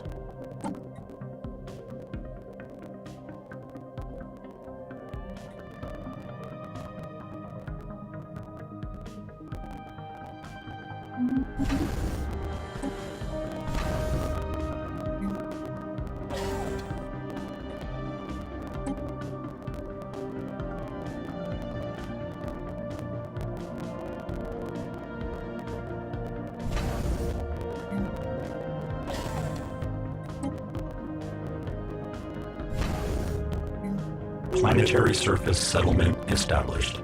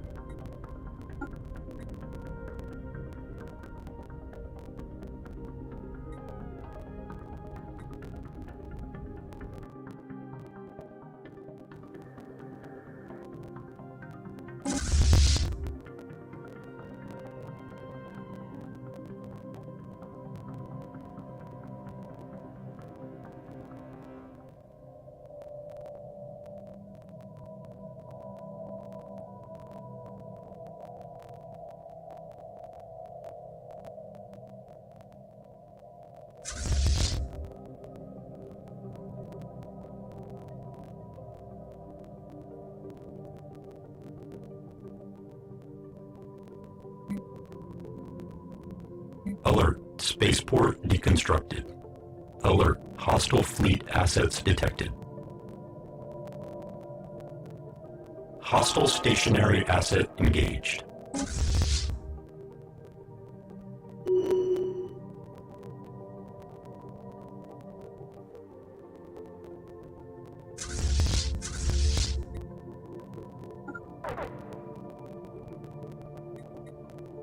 that's gonna we're gonna kind of point at wherever the best reception is, because cell reception here is terrible. This is the coolest cell repeater. Alert. Station Most cell repeaters engaged. suck because they're all analog. This one, it's digital. We're gonna do a video on that, so stay tuned. Get subscribed. Oh yeah, we haven't done any LTT store mentions. Indoor hoodie. GPU shirt. Oh yeah, I got the underwear. Okay. Well, don't Alert. act like you've never Spaceport seen it. engaged. Either of you. Wait, all of this? 4 boxes of cell repeater? What am I even looking at? Dish mount. Okay. Alert. Spaceport Oh yeah, car charger. deconstructed. So there's the big old rugged power cable for it. It's going to be mounted to this wall right here. It's a dual head, which means that if we ever had 2 electric vehicles parked in here, we'd be able to charge them. Realistically, it only really comes up when we have guests visiting, like her parents, and James always wants to pull into the garage and charge his car when he comes over. So we'll be all set for that. Well, the cool thing about that too is it's got a 40 amp circuit, and then when you have 2 cars plugged in, it splits the power, so they both charge, which is nice. War Thunder is a free-to-play online military vehicle combat game that's available on Windows, Mac, Linux, PS4, PS5, Xbox One, and Xbox Series X and S with crossplay. It features 10 playable nations and an incredible arsenal of more than 2,000 historically accurate and playable tanks, aircrafts, and ships from the 1910s, all the way to vehicles that are still in service today. You can compete in massive combined arms battles on over 100 major battlefields from World War II all the way to modern environments, and War Thunder's vehicles are implemented with a high level of authenticity and detail, so their speed, armor, firepower, and model are as close to real life as possible without compromising on gameplay. Their damage models are realistic and dynamic, adding a huge amount of depth that is rarely matched by other free-to-play games, and they're always adding new content. So head to the link below and start playing War Thunder for free. You'll even get a free bonus premium vehicle just for signing up. If you guys enjoyed this video, maybe go check out, do you have a playlist for the new house updates? We'll have a playlist.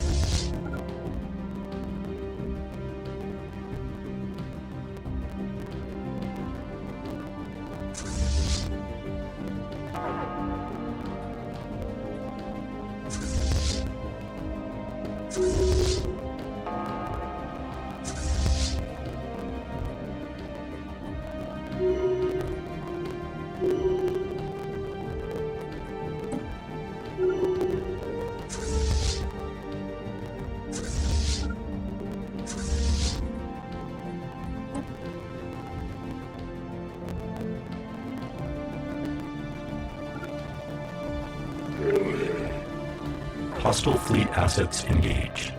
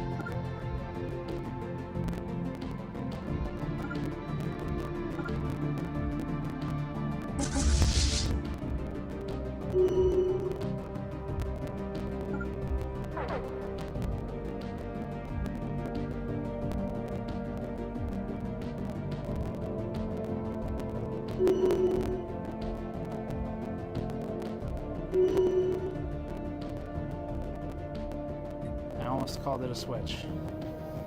Nintendo would have sued us. Today we're putting the Valve Steam Deck through the most intensive hardware benchmarking suite we can cram into a single video. This hardware review of the Steam Deck will include exhaustive thermals with thermocouples mounted everywhere, Schlieren photography to show the air density change, controlled acoustic testing, battery life testing, power consumption, and a lot more. Now, we're not allowed to talk about the software today because Valve's not ready yet and won't be for another 2 weeks or so, but we are allowed to talk about everything related to the hardware. And that's why our goal for this video was to make the definitive look at the Steam Deck's hardware, internal design, and anything related to the components. This extremely in-depth testing is brought to you by us and the GN store over at store.gamersnexus.net. Our GN coaster packs are almost back, and they're on back order now for the first time in months. When we launched these, we blew through the stock of these highly unique, fully custom electronics-themed drink 4-pack coasters in about just 36 hours. Now they're finally almost back, and they have a ship date on the store page. The drink coasters use vibrant colors on a high-quality rubberized material acquisition successful. Guard to protect your tables, while also decorating them with a collectible item. We designed them with custom-molded 3D computer components carefully positioned to support drinks, 8mm thick borders for high durability and longevity, and made them easily washable under running water. The coasters include a PC case fan with carefully banked blades to support drinks, a GN logo with multiple layers of SMDs, caps, inductors, and VRM parts, a CPU socket and motherboard with gold pins, and a GPU PCB with VRM modules. We spent weeks on this content, so to support our independent testing and get something awesome in return, back order now at store.gamersnexus.net to guarantee you'll get one in the next round. This video was a huge undertaking, and it was really difficult to try and cram it all down into as short of a video as we could. So it's a bit of a lengthier feature piece. We have several follow-ups, including a separate teardown coming up basically immediately. We'll be doing a subjective look at the controls, how the device feels and handles as well. That won't be in this one. It's not part of today's focus. We'll also be talking about pressure mapping, frequency behavior, all of that stuff. That will be a series of videos coming up, so make sure you subscribe to catch all of those as we post them. Couple quick disclaimers. Valve was coming in hot with this thing. They were pushing daily updates. Technological acquisition successful. It's also a challenge to keep up with. All of our data was collected in the last 2 days before publishing this video, so we have about the freshest possible data you can have on this.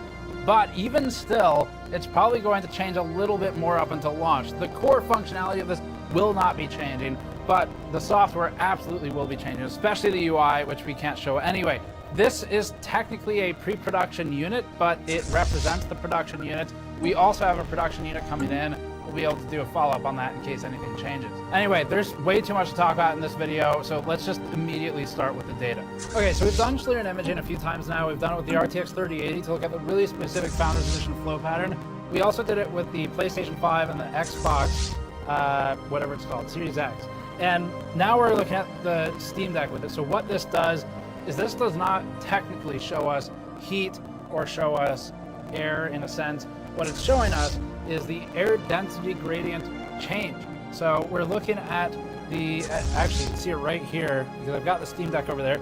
This is air coming out of the top of the Steam Deck, and we'll do some voiceover in a minute with some analysis. And what you're looking at is light being split. So you can see when I come across this light source, this really tiny point light right here, it all goes black. So what this is doing is projecting a light at that lens, that technological acquisition got a really successful. Specific curvature on it, projecting off of that, coming back in, and you can see on the blade of the razor right there that it's getting split by the blade. We're basically cutting light in half, looking at a delta in the air density, and it has nothing technically to do with hot or cold, but in this scenario, it allows us to see where the hot air is going because the density is different than the ambient temperature air, which is about 19 degrees Celsius in here. So rather than doing thermal imaging, which is basically useless here, we wired up for thermocouples. We take direct measurements as close to the silicon as we can, and then we use Schlieren imaging so that we can observe the air behavior. And here it is. This first shot shows the Steam Deck standing straight and with the exhaust positioned centrally on the lens. You can see a clear pattern where the vent dissects the air and splits it to fan out wide on the exit. The highest velocity air is right in the middle, and it's pretty obvious. There's one stray plume going out to the right. It eventually gets drafted back into the main exhaust, and then there's another plume out to the left. We next lowered the Steam Deck to the bottom of the shot so that we could better see the air patterns and how high they go and see if they change as they go up. At the bottom left and bottom right, you can see the air density gradient shifting from heat passively coming off the back of the device in addition to the exhaust. Overall, the exhaust maintains impressively high velocity as it's propelled from this small fan. Here's a shot of the Steam Deck on its face. We've covered and redirected the exhaust down and out of the shot by using a duct, allowing us to just see the air density change from the heat emanating from the back of the Steam Deck.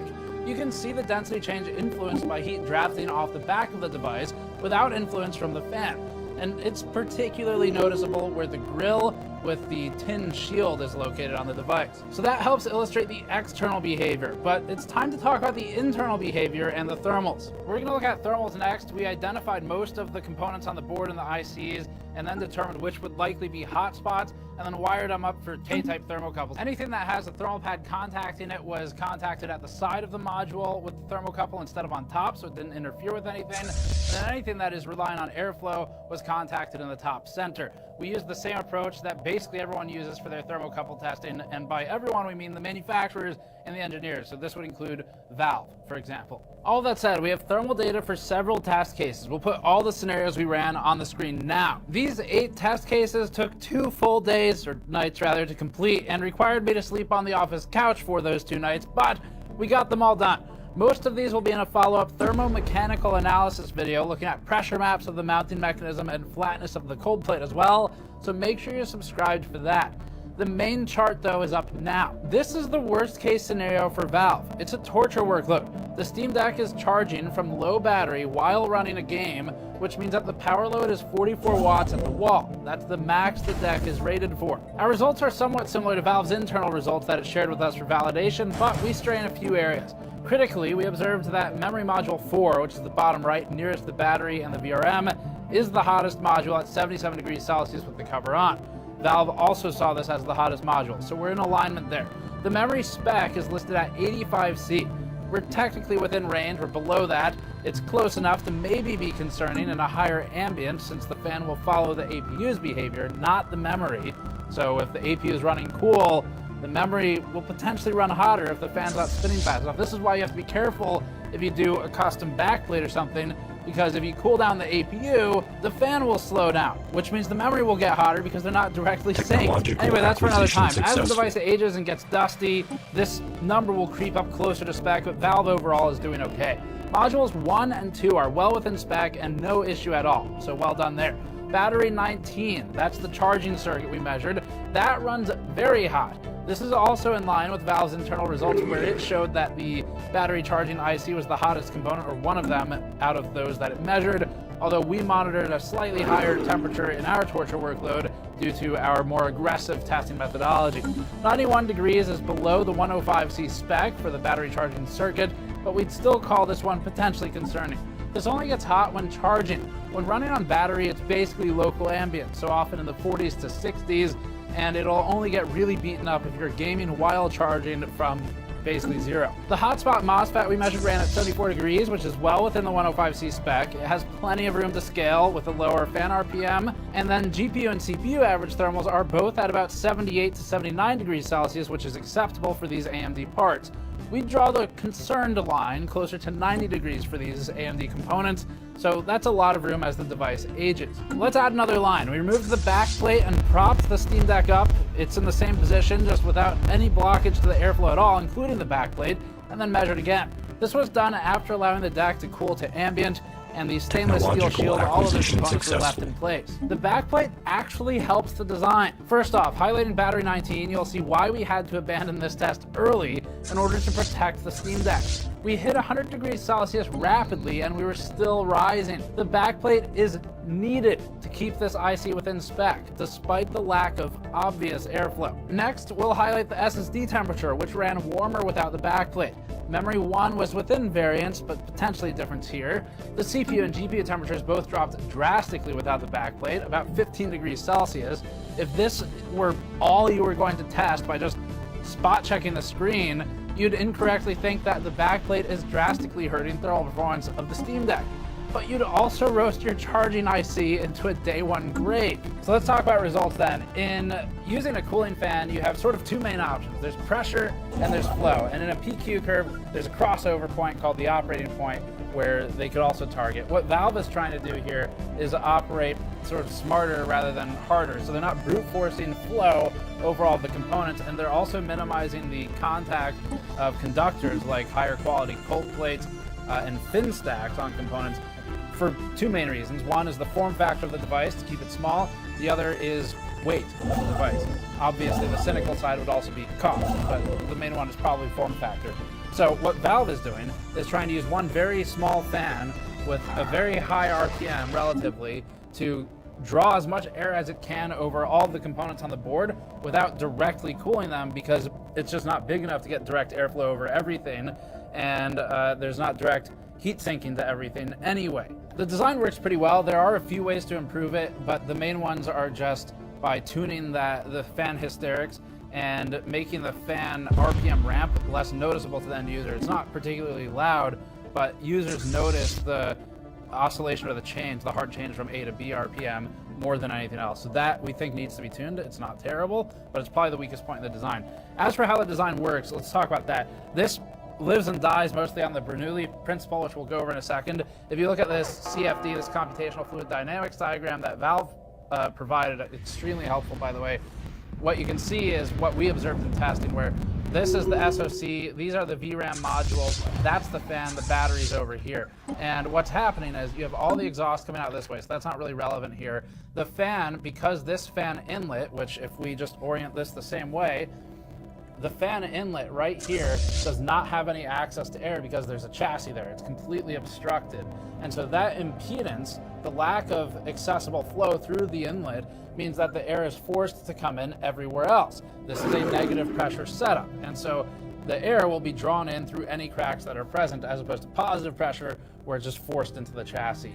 So the primary entry points then are going to be right here, where this is actually just for looks. It's just to black it out to match the backplate.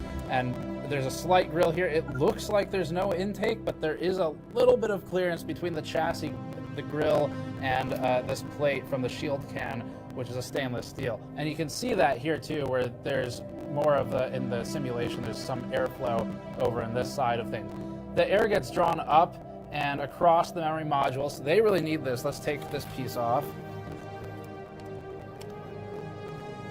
So this is how we wired it up. This is actually really similar to how Valve wired it up. So components that aren't directly heat sinked into this stainless shield can, which doesn't have that much thermal conductivity anyway, they end up getting cooled by direct airflow over them, which is why removing the chassis makes things worse. Very simple in that regard. The components that have a thermal pad contacting them, like this IC down here, end up not being able to use any of that heat capacity of the air. They don't get cooled by the air directly. They get cooled indirectly, which is mostly through air flowing over or under this plate, but that's about it. The last piece here too, and we'll show all of this in our teardown video separately, but you can see this magnesium, there's a magnesium subframe, and you also see this sort of squiggly line here. This serves both for rigidity purposes or for structural integrity, but also for heat sinking, and air flows both under and over this board, which is the motherboard, where you've got all the VRM components, everything else that's hot. So that's really just how the cooling design works. Pretty straightforward. We'll add more thermal pads in a separate piece in the future, just to see if Valve cut corners where maybe they shouldn't have. Overall, it's working okay. The core idea of all of this is that decreasing the flow in an area will increase the pressure and vice versa. So that's what this is designed around, and that's why opening up the chassis in some areas won't help it, even though it maybe seems counterintuitive. Really interesting design though. Showing the fan RPM helps illustrate the previous points. With the backplate on and in the torture workload, the fan oscillated between 0 and 4100 RPM when idle. Successful. This small fan doesn't do much below that, so it does need to spin at that higher speed, but we do think that Valve needs to really steady out this behavior, as the ramp and deramp is noticeable. For the first 2 minutes of gaming, the fan ran at 6,000 RPM, boosting from 4,000 RPM at idle. Now, because it's small, this is expected. The fan eventually ramped one more time to 6,300 RPM and stayed there. This is what allows the battery IC to remain within spec. Abandoning the no backplate test means we have less data, as you'll see here, but you can still see the results. The fan ramped to only 5,000 RPM. It's a level entirely skipped past in the first test, since the APU didn't run at a temperature that matched this lower RPM. So although no backplate makes it quieter and makes the APU cooler, it is obviously untenable for other components. The trouble though is that the fan never increased in speed, and even if it did, the resistance wouldn't have existed from the backplate to force the air to be dragged over other ICs on the board. It would just come from outside of the chassis. It's just like a GPU. If you cool the GPU core passively too much, the memory can overheat just by nature of the fan following the GPU temperature and sitting at 0. Okay, so we're moving on to noise tests. A little bit about the methodology here. For testing this device specifically, we want to test it in a way where it's somewhat comparable to our standard methodology, but we're also considering the use case. Most users will probably have it about like this, or maybe it'll be leaned on something. So the distance is fairly fixed. This is very close to our standardized 20-inch measuring distance that we use for other components. It's maybe more like 16 or 18, but we're going with 20 inches measuring distance. That keeps it the same as our other methodology. And ultimately, that's what matters, is consistency in measurement. The next thing that's important is that the exhaust is not pointed at the dB meter, because then you're just collecting wind noise, which is garbage data. And so we positioned this roughly here. We propped it up from the back. This is a 20-inch distance when it's all set up and going. The dB meter is fixed in this location. We're measuring it in our sound booth. This is our temporary holdover. We'll show you as we get Here's the noise chart. The device sometimes idles without any audible fan spin, but it occasionally oscillates to about 1 to 1.5 dBA above our noise floor. That oscillation you're seeing was confirmed in laser tachometer measurements of the fan and in a conversation with Valve, which noted that the fan speed goes from 0 to 4,100 RPM while idle. The next section of the graph is when we launched Devil May Cry 5, which got stuck and glitched out in a perpetual loading loop. This happens sometimes in current development software. It's a lot of fun to work with, but should be fixed by the launch. The hard dip just before 1,000 seconds is when we restarted the system, which resolves that bug. All device input and human interaction noise in this time was filtered out of the data you're seeing. Now working properly, the DMC menu screen idled at about 31.7 dBA, then ramped to about 36 dBA during gameplay, and obviously there's no audio from the device during this. It remained at this level constantly. We left one operator spike visible at 2460 seconds, where you can see the spike to 38 dBA. That's us plugging in the power cable.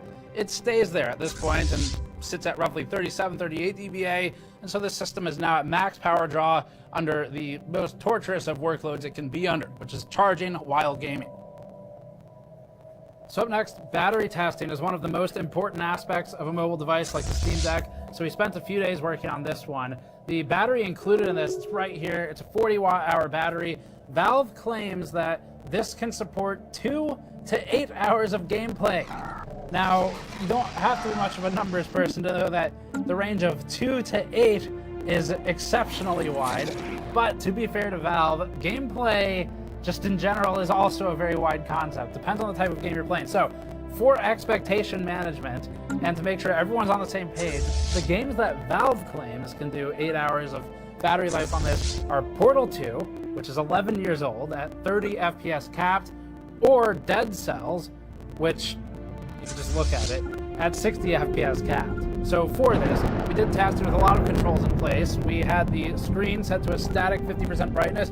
Obviously, the brighter it is, the more battery it will drain. There's one point where we have a major methodological differing of opinions with Valve. Valve did its testing without any input at all. But we tested with active input for the entirety of the test. Now, because we're not going to have anyone sit here and run in a circle in DMC5 for 6 hours or whatever, we invented a proprietary piece of automation technology. We haven't filed the patent on this yet, so hopefully no one steals it. We had active input for the entirety of our test. This means our testing is simulating you actually using the device to see how long it would live if you were actually using it. DMC5 with 60 FPS VSync and high settings didn't fully load the CPU or the GPU, so the battery life was about 2 hours here. With DMC5 uncapped for FPS and on higher settings without VSync, it lived only 87 minutes. Not bad overall, but obviously far less. This just shows that 2 hours isn't a minimum, despite Valve's 2-hour range at the lower end.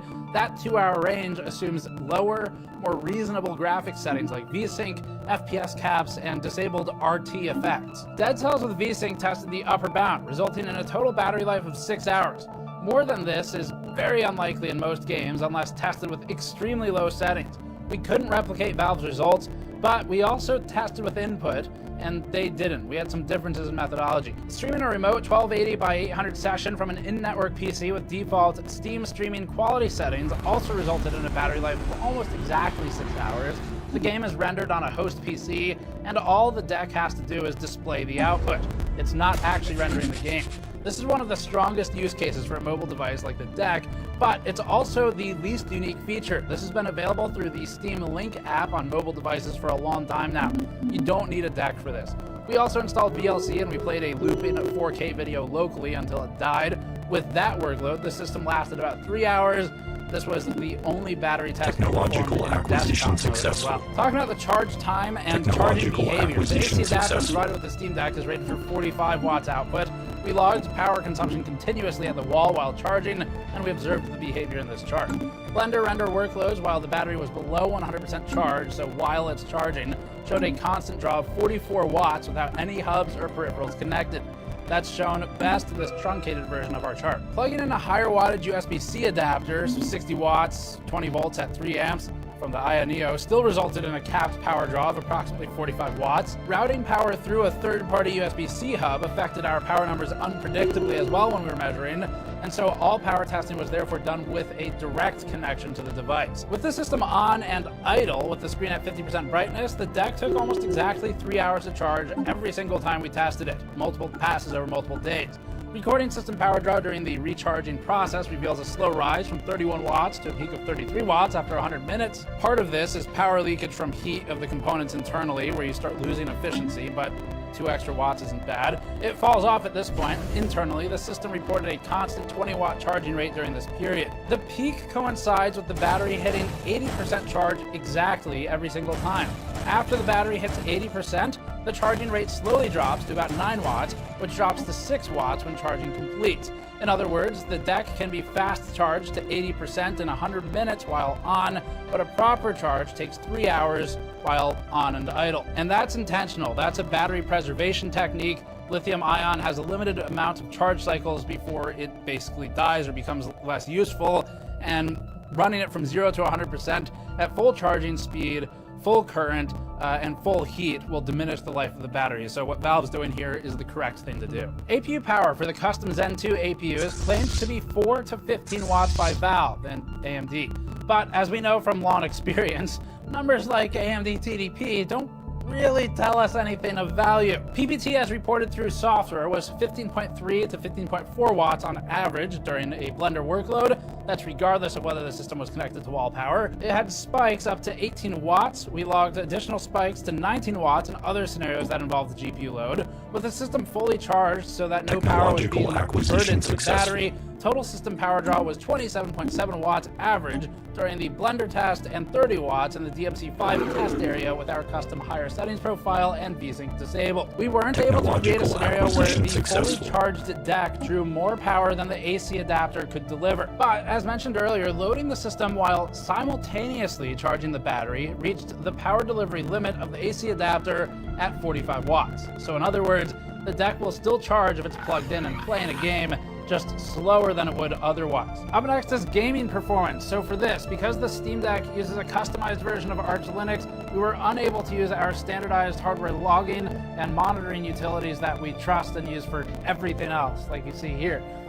But we were able to use some built-in Linux utilities, so we retooled to use those. We also had to rely on Valve's currently in development performance overlay and logger for the Steam Deck. This unfortunately means that we have to put a lot of trust into Valve's utility, and without much validation out there, it's hard to speak on how accurate it is. The numbers it spits out include average FPS, a 97% number, a 1% and a 0.1%. Couple caveats here. One of them is that the summary is not something we use, because the summary is an average of averages.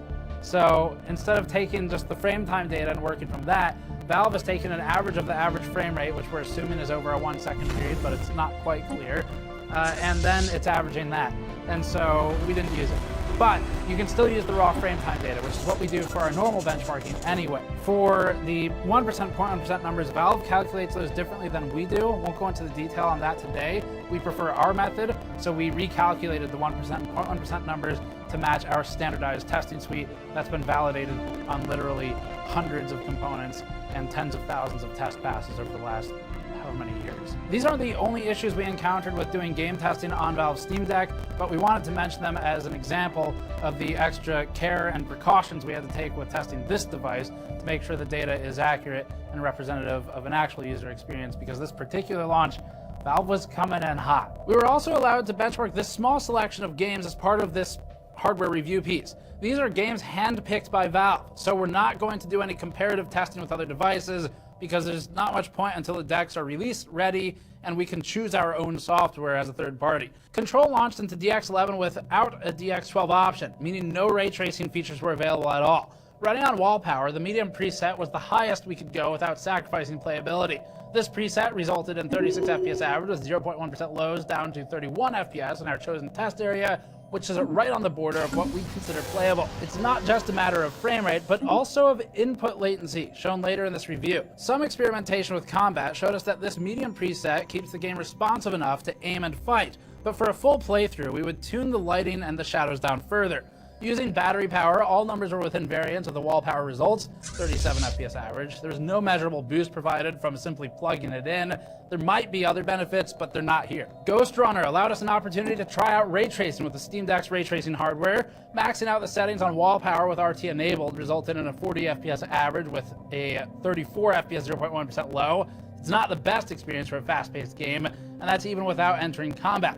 Still, it's impressive to see the Steam Deck running a maxed out title with RT on and maintaining a frame rate that's technically playable. Running on battery had no significant effect on performance, so from here on we'll just talk about the battery-powered results since they're more likely to be used. Using the more modest high settings with Ghost Runner and disabling RT brought the average to 64 FPS, a 49 FPS 0.1% low, and overall an easier time navigating jumps without overcompensating. This is more the territory you'd want to be in for Ghost Runner, so high settings are doable thanks to the relatively low resolution, but RT is too aggressive, or bordering it.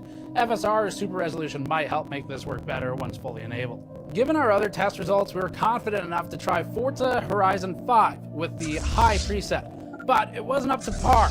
39 FPS average. The 25 FPS 0.1% low might be doable in some games, but in Forza, it makes the steering unplayably sluggish. Bumping the game down to the low preset put us at a much more reasonable 61 FPS average, with lows of 32 FPS that don't affect gameplay. In the future, lowering the render resolution and compensating with features like FSR would allow for higher settings. We've done some testing with DMC5 in the past and found that it's very easy to get high frame rates. It's probably part of the reason why it was one of the earliest games to receive a greater than 60 FPS mode update on current-gen consoles. The chart here shows the frame time plot rather than FPS, but FPS is just derived from frame time anyway. Each point on the plot is 1 frame, so this is the truest representation of the experience. So we're seeing the time in milliseconds required to present the frame to the player each frame. Excursions from frame n-1 greater than 8 to 12 milliseconds are undesirable and become visible as slight hitches. On the deck, we found that we could max out every setting at 1280 by 800 in our test area without any problems. There aren't any graphics presets in DMC5, but we'll call this Ultra for convenience. At Ultra, DMC maintained a 62 FPS average with a 0.1% low of 52, averaged across 4 passes like all the other games. The frame time plot only shows 3 slight deviations from the mean, and none of them are big enough spikes to be noticed here. Frame time consistency looks extremely good here. We're going to do latency testing as well really quick, but we want to be careful about laying the groundwork before we get into the numbers. First of all, latency numbers, as we've shown in previous research pieces, are entirely situational and based on things like FPS. And secondly, they don't mean much without a point of comparison. Since the Steam Deck is essentially a PC and allows full control over graphics settings, that makes it difficult to assign a single latency number Technological acquisition successful. Games the way we could with Stadia. If the latency is high, lowering the settings will make it better. You control the latency. It's a PC. So to say the device has some latency means actually nothing, because that's not how it works. We wanted to make that clear because we had a lot of requests for latency testing on the Steam Deck, and it shows up a bit in streaming from a PC to the deck, and that's valid, or at least more valid. But for just localized testing, it'd be the same as testing input latency on your computer. You're looking at basically devices. Technological acquisition successful. Milliseconds most of the time. Therefore, the most useful thing we can do with these numbers is to use them for comparison between individual components or whole systems, rather than trying to say latency is good or latency is bad. And that's where the streaming test comes in and the INEO comes in. First, with control at minimum settings in 1280 by 800 with VSync disabled, the baseline latency for control running on the Steam Deck was 108 milliseconds click to photon response, while running at 87 FPS average.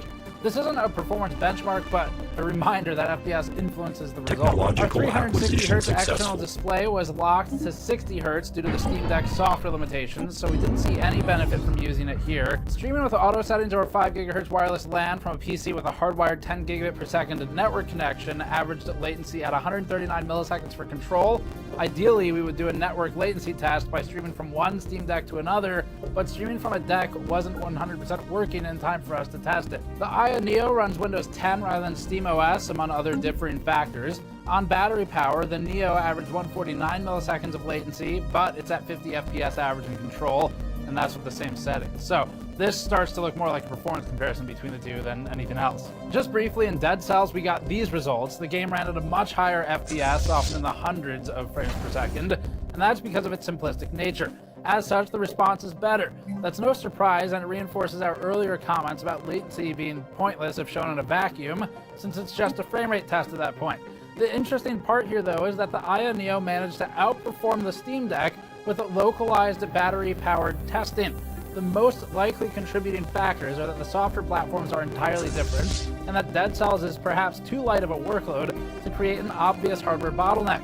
In a heavier workload like Control, the deck's higher-end hardware has the advantage, and this is also where latencies might become large enough to be noticeable. Streaming was about the same as in Control in this game, so we're bound by other factors like the network here. Then as for the display, we got sort of anomalous results for this one, and we're waiting on Valve to finalize its platform before we commit further to evaluating this aspect. So for anyone jumping here, we've time-stamped the video as best we can. We can't possibly boil it all back down into a conclusion again, because there are conclusions for each section. The quick version of this.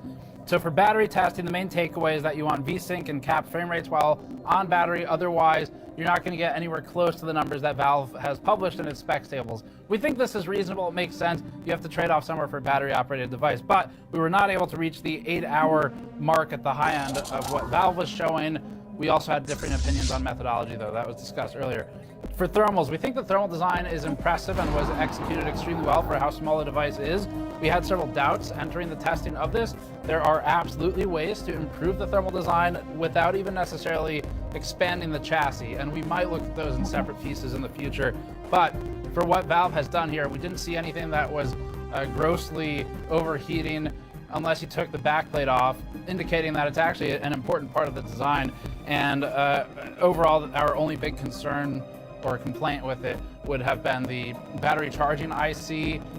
It's okay for the most part, though, and situation log tuning on adjusted. the fan history says it needs a little bit of work there. But Valve is already on that for future updates. We'll talk about the subjective side of things later. The software would love to talk about, but can't right now. It's okay, it's not really ready anyway. And as for the question of is the device worth it, we're not answering that today because we are not able to give you a full picture today because of the software, which is probably the most critical aspect of this. So, all of that stated, the hardware design is very interesting. It's executed fairly well thermally, and now it's down to Valve to execute well on the software, at which point we'll be able to give you a firm conclusion on does it make sense to buy and at what price points. So that's it for this one. This was several weeks in the making. If you want to support this type of work, go to store.gamersnexus.net and back order the coasters. They sold through so fast last time that a lot of you were emailing us for weeks about how you missed out on it. Now's your chance to get it.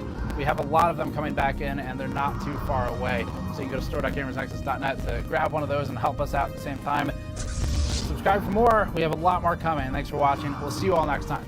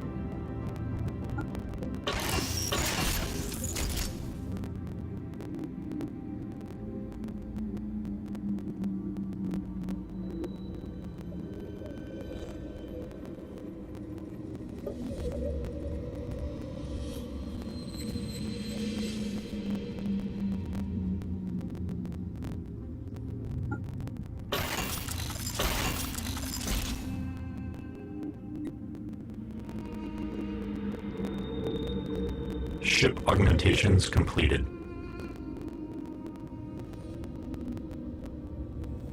Ship augmentations completed. Ship augmentations completed.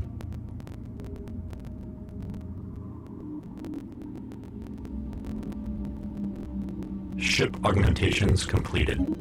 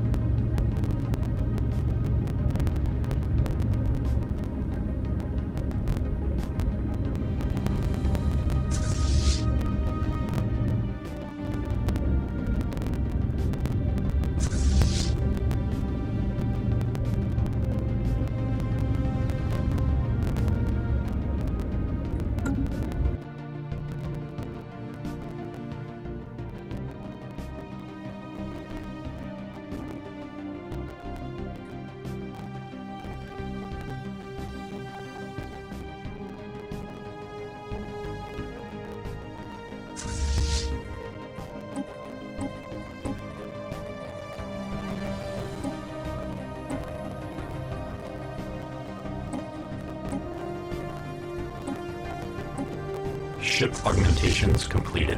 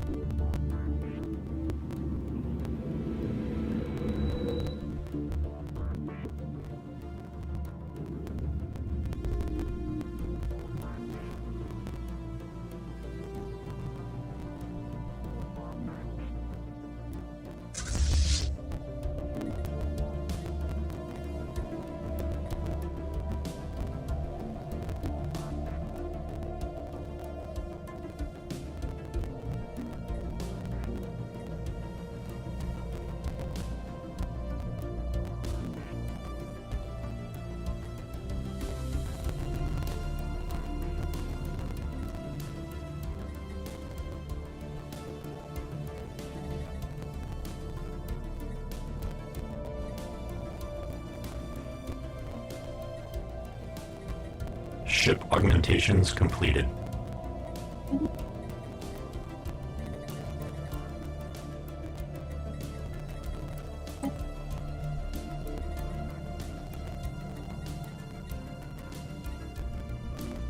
Technological acquisition successful.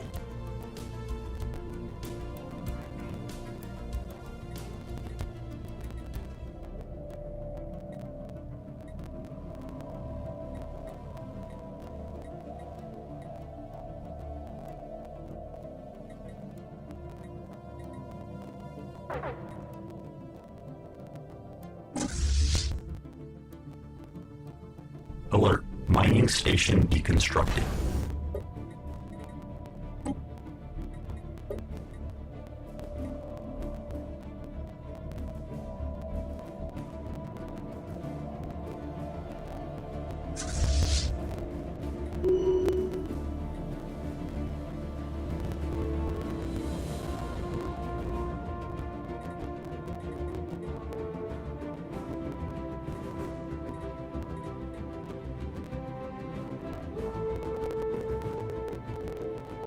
Ship augmentations completed.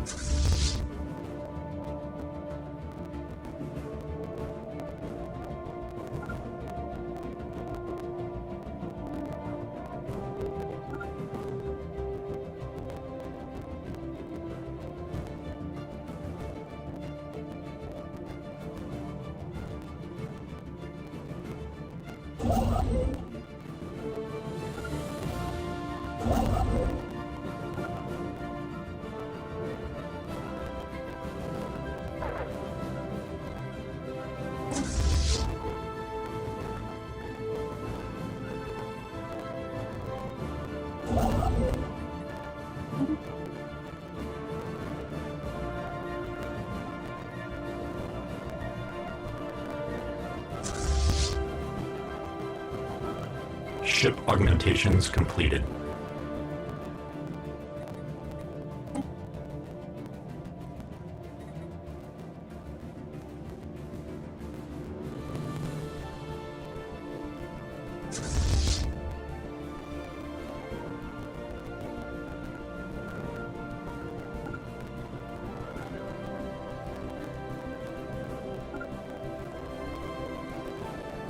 Alert, research station deconstructed.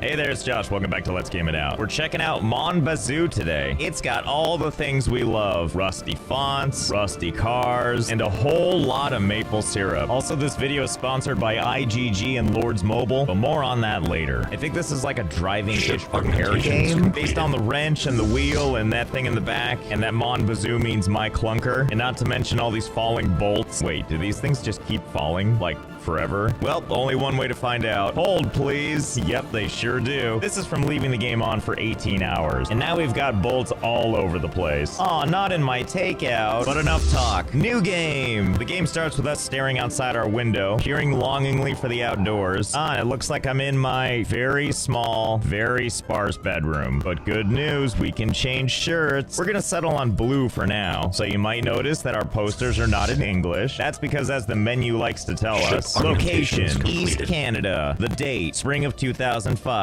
Temperature, I don't know, cause it's Celsius. So that helps to explain this poster and the lovely French language. You can even see from our statuses is up above. We have all the important meters. Maple syrup, poutine, energy, and anxiety. All the things a growing body needs. Anyway, let's check out the rest of our house. Nice, beautiful, starkly even lighting. And it looks like we own a pickup truck for when we want to go out for a rip. We can open the fridge, so let's see. Yes, all the essentials. It's like a gun rack of maple syrup. Oh, and there's more in here. Oh, it's poutine. By the way, if you don't know what poutine is, it's actually great and definitely looks just like that. And over here we have our very fancy, very cutting-edge computer. And again, more importantly, our knockoff Tim Hortons cup. Can I call someone who cares? Sure, you can call someone who cares, but first, can you do something for me? Oh yeah, I got this one. But first, let's talk about our sponsor for this video, IGG and their game, Lords Mobile. And hey, Lords Mobile is collaborating with Kung Fu Panda. Yeah, that one. If you download the game right now, you get an exclusive, limited-time Dragon Warrior Castle skin. Downloading will also give you a chance to potentially win upwards of 10 grand in cash. And then they provided me this overlay to show what cash looks like.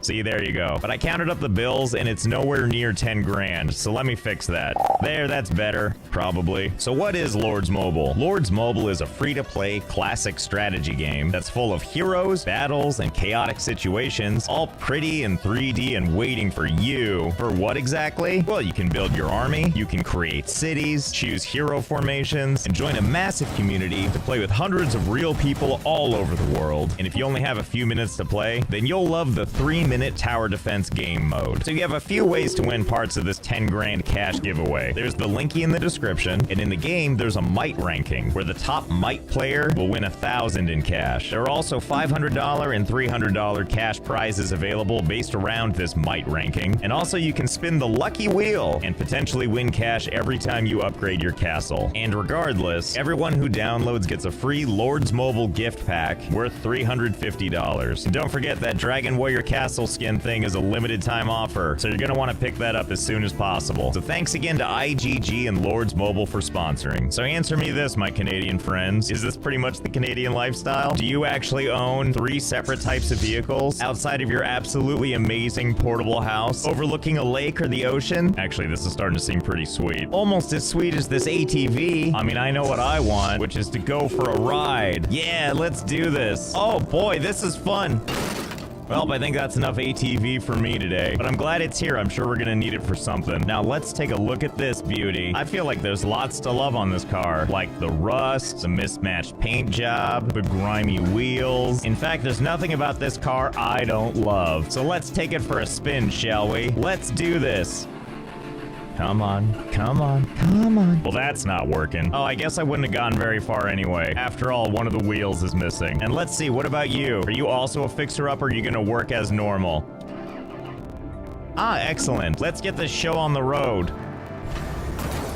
Oh, whoops, I had it in reverse. Whoopsie daisy. Okay, well, that's great. It's nice to know what our vehicles are. And what secrets can we learn from this shed? Hopefully it's filled with more Canadian things I don't understand. What? No bodies? I mean, close enough. We got the chainsaw for carving the bodies, and then we've got the shovel for burying the bodies, and a blowtorch for shed stuff. We also have a bunch of to-do lists, and we all know how much I love guided instruction. Although in this case, this might actually be quite helpful. Install the wheel that's missing off that car, install a valve cover, talk to your brother, and sell firewood. Firewood? Is that where you come in handy, chainsaw? Only one way to find out. Hey, car, think fast. Oh, you can't cut this. You don't know what I can't do. Fine, let's try it on this tree. Hey, tree, think fast. Gasp, and there goes the tree. Can I cut down any tree? Please say yes, please say yes. Aww. I mean, I guess it's fair. I'm pretty sure the game doesn't recognize this as a tree. I don't know if anyone does. But it looks like all the ones on my property can indeed be chopped down. Wait, can I just cut down all these trees? Does my chainsaw ever run out? I think I know how to solve this question. Nope, chainsaw never runs out. Now it's just a tree graveyard, and that means firewood aplenty. But I digress. Let's check out some other shed duties. So we need to install the wheel, the valve cover, and torque the wheels. Well, yeah, who doesn't know how to do that? I don't know how to do this kind of stuff on cars. I don't even know what torque means. I guess we'll start with the wheel. And I love, by the way, that there's no collision on these things. You can even let things go in the car and then not get them back. Thank God there's no locks on this thing. Come here, you. Okay, so I think we can just... There we go. That was easy. Now, I think we're supposed to put bolts on all 5 of these little points here. But I mean, do we really have to? I'm betting not. Let's make sure to turn this game into Crappy Mechanic Simulator, where we half-ass literally everything. Oh boy. And it turns out that's not going to be too hard, because I don't know what any of this means. But we do have this valve cover, and I'm sure we can figure this out together. Also known as Let's Wing It. See, that wasn't so hard. And again, it looks like there's 6 places for bolts. But whatever. Okay, did I miss anything? Use the adjustable spanner to screw a bolt. Do they mean just like give him a twist? Oh, the answer is yes. Does that mean I don't actually have to screw in any of these other ones? Because I sure don't want to. Wait, why is the top one done but the other ones aren't? Are you telling me I actually have to screw these in? Can I just use one of these screws? Oh yeah, I sure can. I mean, listen, installed means installed, right? Since I don't know what these do, I'm sure it's gonna be just fine. Yeah, crisis averted-ish. I guess that means for this we also have to screw in all of these things. Well, I know we have all these bolts in here, but why do that when we have all these perfectly good bolts right here? We'll just borrow a couple from each tire. It's fine. We're basically full-fledged mechanics now. Okay, and now that it's checked off, time to unscrew them all almost all the way. Yep, there we go. Just like a tire's supposed to look. Can the wheels support us now? Also, let's see if the car can start. Oh, yeah. Well, let's take this beaut around the block. Oh, I forgot to close the hood. Can I just do it from in here? Okay, cool. Perfect. Just make sure to watch those fingies. Onward. You know, I couldn't help but notice I'm not going anywhere. What seems to be the problem? Oh, how weird. You know what? I got a better idea. Why don't we just take the truck? We'll just leave the car forever idling in the driveway. The important part is that we get that tire pump at Cali Gas. And let's see, we have a map that should help us out, except for the part where I don't speak French. Oh, wait, I can understand some of this. Like, and vroom. So I think this is us, which I think translates to not pretty but nice. Either way, we're gonna try to make our way over to this blob, since that appears to be the town. Okay, let's do it. Yeehaw! And no, I won't be closing this door. Oh, gotta shift. And now I don't have to shift by looking down at it like this, but I feel like it really adds to the realism for one. You know, when you're driving up a mountain road and you look all the way down to shift. Whoa, no. Oh, dear me. Downshift, downshift. Oh yeah, this seems like everything's going Huh, wonder if things still work. Yep, they sure do. Oh yeah, we're fine. Clearly trucks were built for stuff like this. Well, once again, now we gotta know. Can we just drive away from land like forever? Just into the great unknown? I guess I should secure the vehicle for this. We're in for the long haul. You know, as the sun goes down, leaving skid marks in the ocean. As you do. I couldn't help but notice that our need for maple syrup is also getting dangerously high, and I have no idea what happens next. Now we know what happens. R.I.P. You die of hydration, idiot. Where am I now? Am I in heaven? Nope, just in my house again. Now I have this skull icon counting down. But luckily, it reset my maple syrup, poutine, and energy, but my anxiety is weirdly high. Yeah, I bet dying is pretty stressful. Now it's time to stumble around in the woods and try and retrace our steps and see if we can figure out what happened to our truck. Okay, let's see. This was the mountain. I think this is about right here when the horseplay began, which means that the car... Oh, yeah, there it is. Just hanging out waiting for us. Well, that was easy. All right, let's go get it. Oh my god, is this my top speed in water? Well, here we go. I do need my truck after all. Finally. The truck also changed directions, I think. I don't think it's my imagination. According to the tire tracks, it is indeed slowly turning. Well, I'm not gonna question it. I'm glad it was just idling and waiting for me. I guess we'll head back to, uh-oh. Can't find anything. Oh, thank goodness. We can just follow the tracks back. Okay. And we're back. Okay, where were we? I guess all we need to do is find the... Pardon me. Okay, found the road. Where were we? Yeehaw, new adventures await us. Oh, a sign. That's the town. Sorry about your sign. Well, look at this. We have a nice little seaside village. Ooh, what's this shack right here? I'm glad this truck is so resilient. Let's see, what do we got? Ah, a potato seed. Whatever, it appeared to be free, so I'll take it. Here, you just live in the back of my truck. Let's see, let's take a look at our map. Okay, so according to this, we're probably somewhere right around there. Good thing we can operate the wheel apparently with our knees. I wish I could remember what the thing is that I needed. What was it called, like Cali Gas or something? Huh? Oh, well, that's convenient. There it is, Cali Gas. Hello? Hello? Are you not open? Hours of operation, huh? 8 a.m. to 17:30. Aw, damn it. That's definitely not 17:30. That's fine. I can wait. Oh, or I could die again. No big deal. And by that I mean, maybe I'll take the ATV into town. Can't imagine why I would need to do that. Oh, thank God, the truck is still here. Yeah, that's perfect. Can't even open the door anymore. That's okay, that's a problem for later. Hopefully this works. Excellent. Glad neither of you mannequins are concerned. Hey, dork. Nice denim on denim. Oh, don't look at me like I'm the weird one. You don't even have a face. Okay, let's get this over with. How are you doing? I see your vehicles. You know we have towing services, eh? I'm sorry. What makes you think we would need that? Everything is just fine. You know what? How about I just browse? Alert. Yeah, let's do Hostile that. fleet assets Ooh, detected. look at all this fun stuff. I love spray paint, and I don't care about dent repair kits. Oh, there's what we're looking for. Good old tire pump. Let's take a closer look.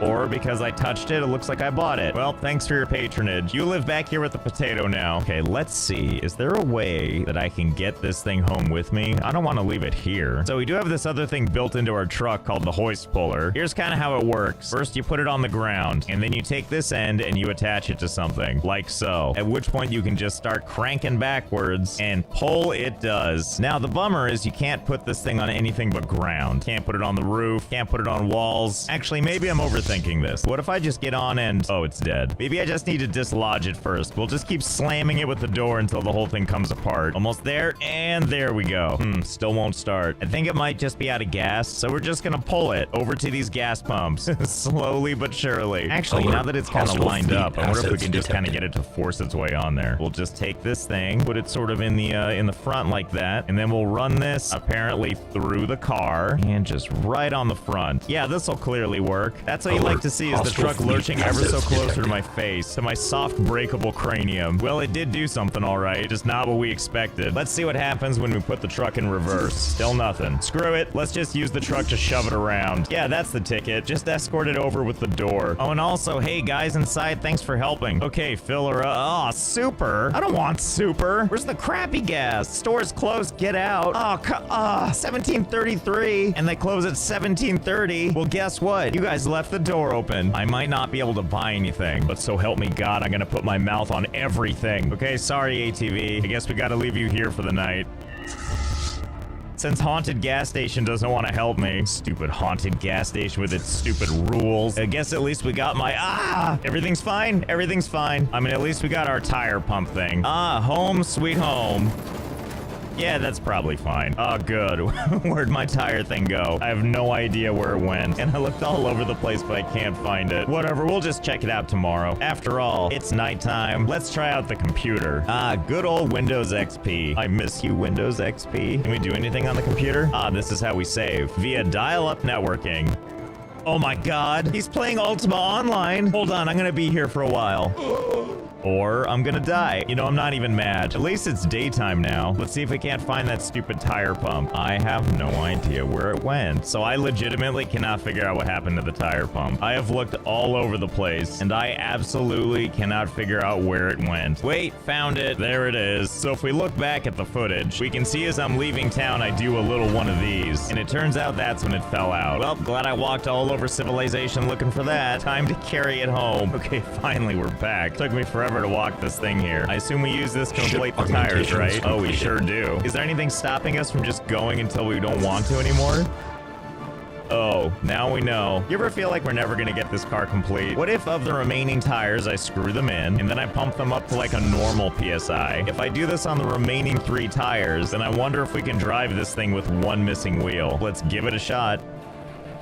Oh, good, we're out of gas. Okay, well, gas can, come with me. We gotta take a little trip, and you're gonna ride shotgun with me. Can't have you trying to escape on me. Almost there. I've arrived. Good God. Just fill this thing up, will you? You disgusting. You can't use peasant fuel. Are you serious? I have to use super? Okay, I've now proceeded to fill up everything I own with gasoline. Okay, let's just put this down, and cap is not on all the way. Alert. Okay, you insist. Don't see why you're being this way, game. Just for that, I'm gonna leave the cap open, and I'm gonna drink deep from this one. Yeah, you two like what you saw? Okay, you know what? Let's try to get this thing on the back again. I think all we need is some sloped ground like this, or maybe this person's porch. Well, let's give it a shot. We'll just put this guy right here like, okay. Yeah, just like that. And now let's go get the truck, just bring it over and back it up. Easy, easy, easy. Nice and secure. And And now all I've got to do is drive like a normal person, and I'm sure everything will be just fine. Now hang in there, ATV. This might get a little bumpy. Oh, losing some traction. Losing the ATV. Oh, God. No, come back. Like, after all this, the next thing I see is the gas can sitting on my lap. You know, maybe I'll just leave it here for now. I'll come back for you, probably, and back. Oh, how I love being in my favorite ditch. Come here, gas can. Let's go have you fill up the car. I'm glad we can fill up all the way from back here. Okay. Oh, yeah, missing one wheel, no problem. You hear that sound? That's progress. Yes, excellent timing. New body, new us. Just gotta shake off those post-death jitters. How you doing, car? Still hanging out? That's cool. Oh, and what's this? I bet you fell out when I was messing with screws earlier. You moved it all. I'm sure it's not a problem. Good morning, pickup truck. No, don't get up. I'm just gonna hobble down the road and go get the ATV. There you are, little guy. Don't you ever leave me again. Yeah, that's definitely how that happened, right? Oh my God, what is this? Oh my God, I have a neighbor just down the road. Hello, neighbor. Actually, you know what? We need to do this the proper way. We're gonna do a little trick that I used to do on my bike when I was young, called hopping off at the last minute. Good morning, neighbor. Hope you're having a fine morning. It's Francis. Glad to see you, little brother. That's it, huh? Okay, that's fine. You won't mind if I take a look around the property, would you? Oh, and look at this beauty. Oh, I can't steal it. How upsetting. Also, what the hell is this? Place firewood here to sell. Oh, firewood. Hey, big brother, I'll be right back. I think we might have some firewood to sell, because I don't know if our big brother knows this, but we're something of firewood connoisseurs ourselves. Okay, is this it? This firewood? Can I hop on this and then pick this up and then drive? Oh yeah, I sure can. Just hold a giant log out in front of you, arms fully extended. It's a Canadian thing. You wouldn't understand. Oh, I can taste the money already. Here you go. What? What's the problem? Is this not firewood enough for you? Hey, Francis, how do you want this firewood prepared? What? Oh, it's 17:30. I guess literally everything, businesses or social, close promptly at 17:30. Well, great talk and thanks for nothing. Stupid town closing everything at stupid 17:30. Also stupid log not counting as stupid firewood. Let's see, we've got all this wood, but what do we do with it? Wait, what the hell is that thing? Still can't tell by looking at it. Oh God, do I have to actually like go on Google and look this up? God, why do I have to do so much learning? Okay, I did some Googling, and this looks to be a firewood cutter. So there you go. Let's try it out. Let's see, we take one of these nice fancy logs, walk it on over to the wood cutter. Well, that did it. Now we have two glorious pieces of firewood, getting beautifully soaked in the rain. So just for funsies, let's take one piece of firewood and see how much it sells for. I'm here to sell you firewood. Stationary asset engaged. There you go. $7? Oh my God. Well, I think I know what we're about to do on this lazy Sunday. Step 1, chainsaw the trunks. Step 2, firewood it. And step 3, hold please. And there you have it, a whole bunch of wood. My favorite part is that it's quivering. I'm gonna find you a great home. I mean, in theory. I actually don't know how I'm gonna get this over there. Presumably the truck is a great way to do it. Josh, feather touch that gas, Jesus. I guess we just have to go one at a time, don't we? Okay. I don't know, I'm not convinced this is gonna work. Everything seems a little shifty. Well, whatever. One of the nice things is you can just shove it right into the middle. Really just make it the physics problem. I think this might be as good as it gets. The longer it sits, the more stuff expands and falls out. So we're on borrowed time here. Let's get going. Oh good, I can't close the door because the wood is slowly creeping into the cockpit. You know, all things considered, it's hanging in there pretty well. Coming in for a landing. Oh, calm down, little brother. Don't you see that it's full? No. I didn't realize you could ever have too much. Well, good. And we have all this extra firewood. Gosh, I hate cutting firewood so much. Well, then boy, do I have great news for you. Here, have some firewood. Okay, bye. Oh, but more good news. If we wanted to sell more firewood, looks like it's open for business again. And you know what? This is good and all. I'm getting really tired of the pile just falling out. So let's go ahead and utilize our other space, especially since we can clip right through doors. Oh yeah, this is working great. Oh my God, I've shoved so much wood in here. It's just everywhere. You might be wondering how I'm gonna drive. That sounds like a 5 minutes from now problem. I wish I could tell you just how much wood I've shoved in here. The answer is almost all of it. Do you remember that big pile that was right here? Well, it's all in there now. Okay, let's see if we can get inside somehow. Oh boy. Oh God, quickly, where's the seat? Stop shoving me away. Don't worry, we'll get this. Oh, I did it, I made it in. Now we just gotta get to the ignition. And now to close the door. Nope, that's not happening. All right, and off we go. It might be nighttime now, but we did make it on the road finally. What matters is that we made it to the pile.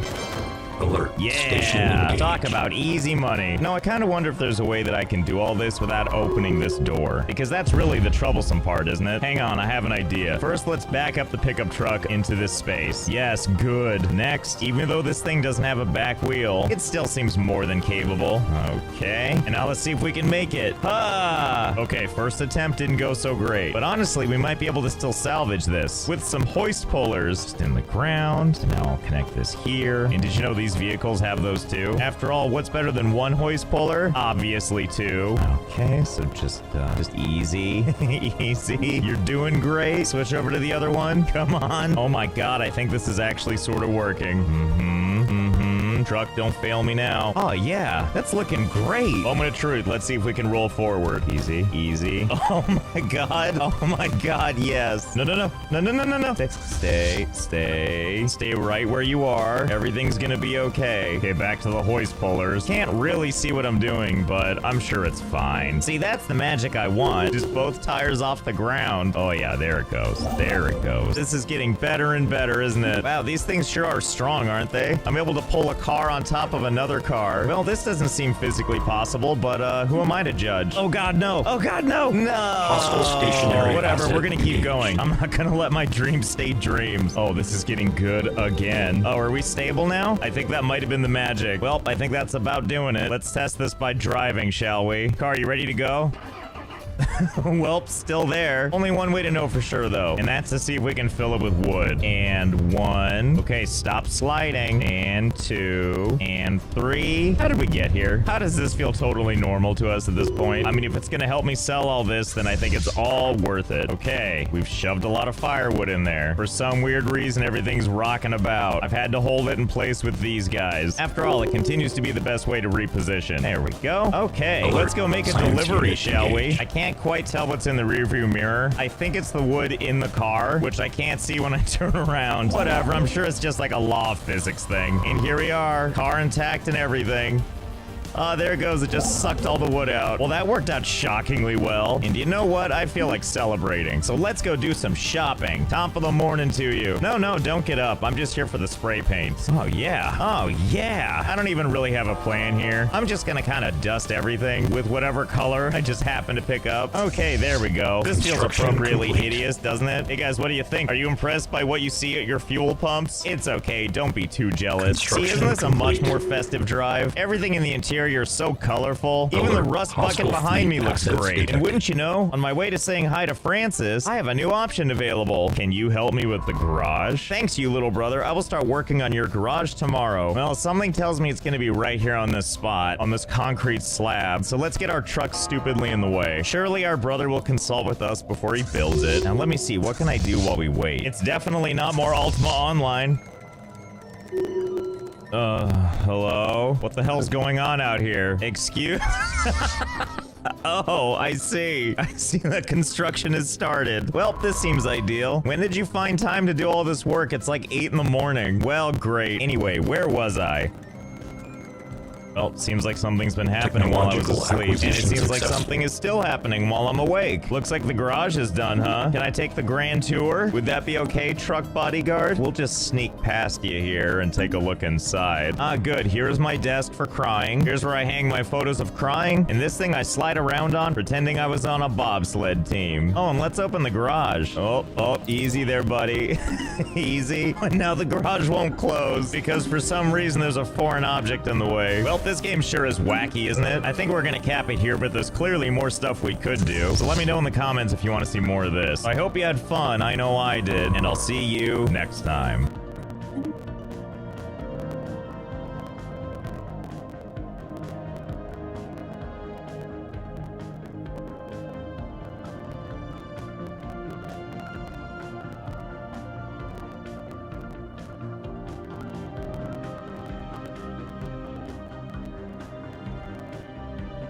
I almost called it a...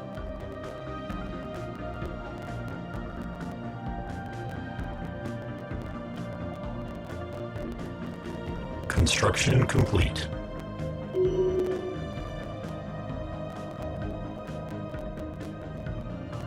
Okay, I've done it, guys. I found the next NFT MMO we're going to look at just for the laughs, just to see what's coming out, what's going to be the next big deal and all that. The new amazing technology that everyone needs to embrace in gaming looks like this. Ateron.game, as you can tell, looks like an amazing project. Collect NFTs, Frostbite and Hellbreaker, partners in technology. I wonder which ones of these are partners and which are just technology, because I doubt very much you partnered with Binance Smart Chain, MetaMask, Unreal Engine. I don't know who Visual Studio is, to be honest, or Nomics, or is that Nebula? Yeah, Nebula. Ateron is an MMORPG where anyone can earn NFTs and tokens through skill, gameplay, crafting, and staking on the ecosystem. And they have a white paper, and they do have some gameplay, which is exactly why I'm covering it, because I love to see gameplay of these things. They have their official announcement trailer. Let's go over this one. It seems like I've missed this. It's not been on my radar. Full screen, please. There we go. Oh man, it looks like every other indie MMO ever made. It's the same graphics, presumably because they're all the same asset packs. This is me from the future, guys, just coming to tell you that I didn't really pay that much attention while I was watching the start of this trailer, and then in editing I came back to it and I was like, oh, okay, they've literally just copied Stormwind 1-to-1. They've just got some pre-made assets and made Stormwind as close as they can, and then they're just like, oh, this is our game. It's totally not World of Warcraft, guys. Definitely buy our stuff, because this is totally original and brand new. And this is probably one of the most shameless things I've seen a cryptocurrency project do, and that's really saying something, considering I've seen them steal music from people, buy a book worth $30,000 for $3-point-something million, use NFTs of dead people like Etika punks and claim that they're selling images of people who commit suicide, you know, beloved YouTubers, and of course having Stanley resurrected come back from the grave and shill some NFTs. And who can forget selling JPEGs of whatever planet they choose, and the very best, of course, Cryptoland selling real plots of land for over $1 million on an island they don't own. There's also been things like private servers where they're just literally taking games like Ragnarok Online or even Minecraft and selling NFTs and rug pulling those. So it's graduated now. They're not just selling ugly pictures of apes, they're copying Hostile fleet assets engaged. And apparently this is the great future of blockchain technology. Just amazing.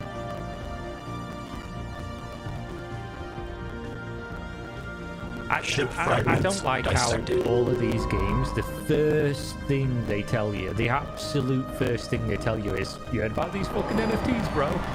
Why can't you tell us about the actual game first? Like, why is it always... Well, I don't know why I'm asking. It's obviously a rhetorical question. I know exactly why that is. Because they don't give a fuck about the game. They care about getting people to buy into this idea. And the idea is, oh, bro, did you know you can get NFTs in this game? And then, you know, maybe in a year's time, you'll be fucking rich, bro. If you heard about this shit, bro, you could be rich in a year just by playing a game. That's crazy.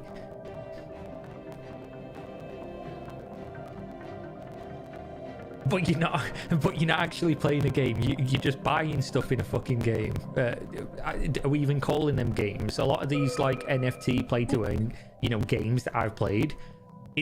I've said this a million times. It's like something that's worse than what you'd play in IT class in the computer room, whatever you want to call it, where you're from. You're playing like slime soccer and mini clip and shit like that when you're supposed to be learning. It says a lot about me and how I am nowadays. But they're like those games, but worse in terms of how many features there are. And then you've got people dropping thousands and thousands of dollars to just buy shit in there so that they can walk around. I mean, to be fair, we do have shit like BDO in the real gaming, so I don't know, bro. I don't know. I'm just talking around in circles about the fact that pay to win in some of these games is just as bad as this shit. Oh wow, it's like an umbrella. Explore vast environments. Oh look, it's literally the fucking farms that you're questing in Elwyn Forest. Identically. That's the same barn, just with a higher texture. The same field with the pigs. Shameless. Shameless. It's even the same bridges. Oh god, that just ripped off WoW. just ripped off WoW. Then again, with how shit WoW is at the moment, maybe they'll do a better job. Those textures look amazing. Choose your class.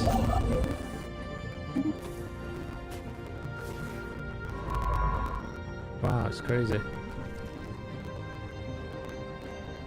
Epic dungeons and raids. How much do those cost? Are these NFTs as well?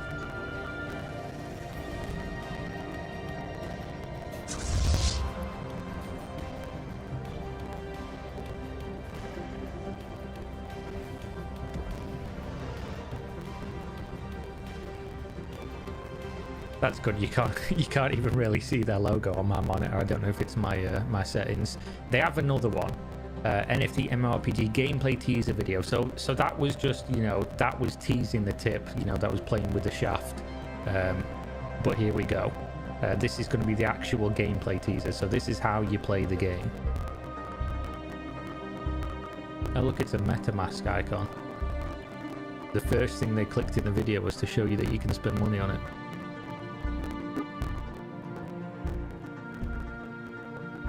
I've seen these UI elements in packs Construction complete on the Unreal Store. And it literally does just look like somebody said to them, "Have you played WoW?" And I said, yeah, I've played WoW before. Alright, make that, but entirely with Unreal Engine Store assets. Which I'm not saying, by the way, because people always get this one twisted. I'm not saying using assets makes your game like a scam or anything. That's what they're there for. But when you're not really showing anything original yourself, like you're showing setups and assets that look like you're playing WoW, but made by vastly less people with worse monetization. Construction complete. Let's be real, it's kind of hard to have worse monetization than WoW in 2022, to be fair. Then when you're using all assets, that's when it becomes a problem, right? Technological acquisition successful. So far. Shall I start doing backflips or something so this video is more entertaining? Here we go. Frostbolt. Lightning bolt. Lightning bolt. Right, let's fucking skip through this. And you've got fireball. Cool. What else have you got? I mean, to be fair, you know, I'm joking a lot through this video, but they have more than pretty much all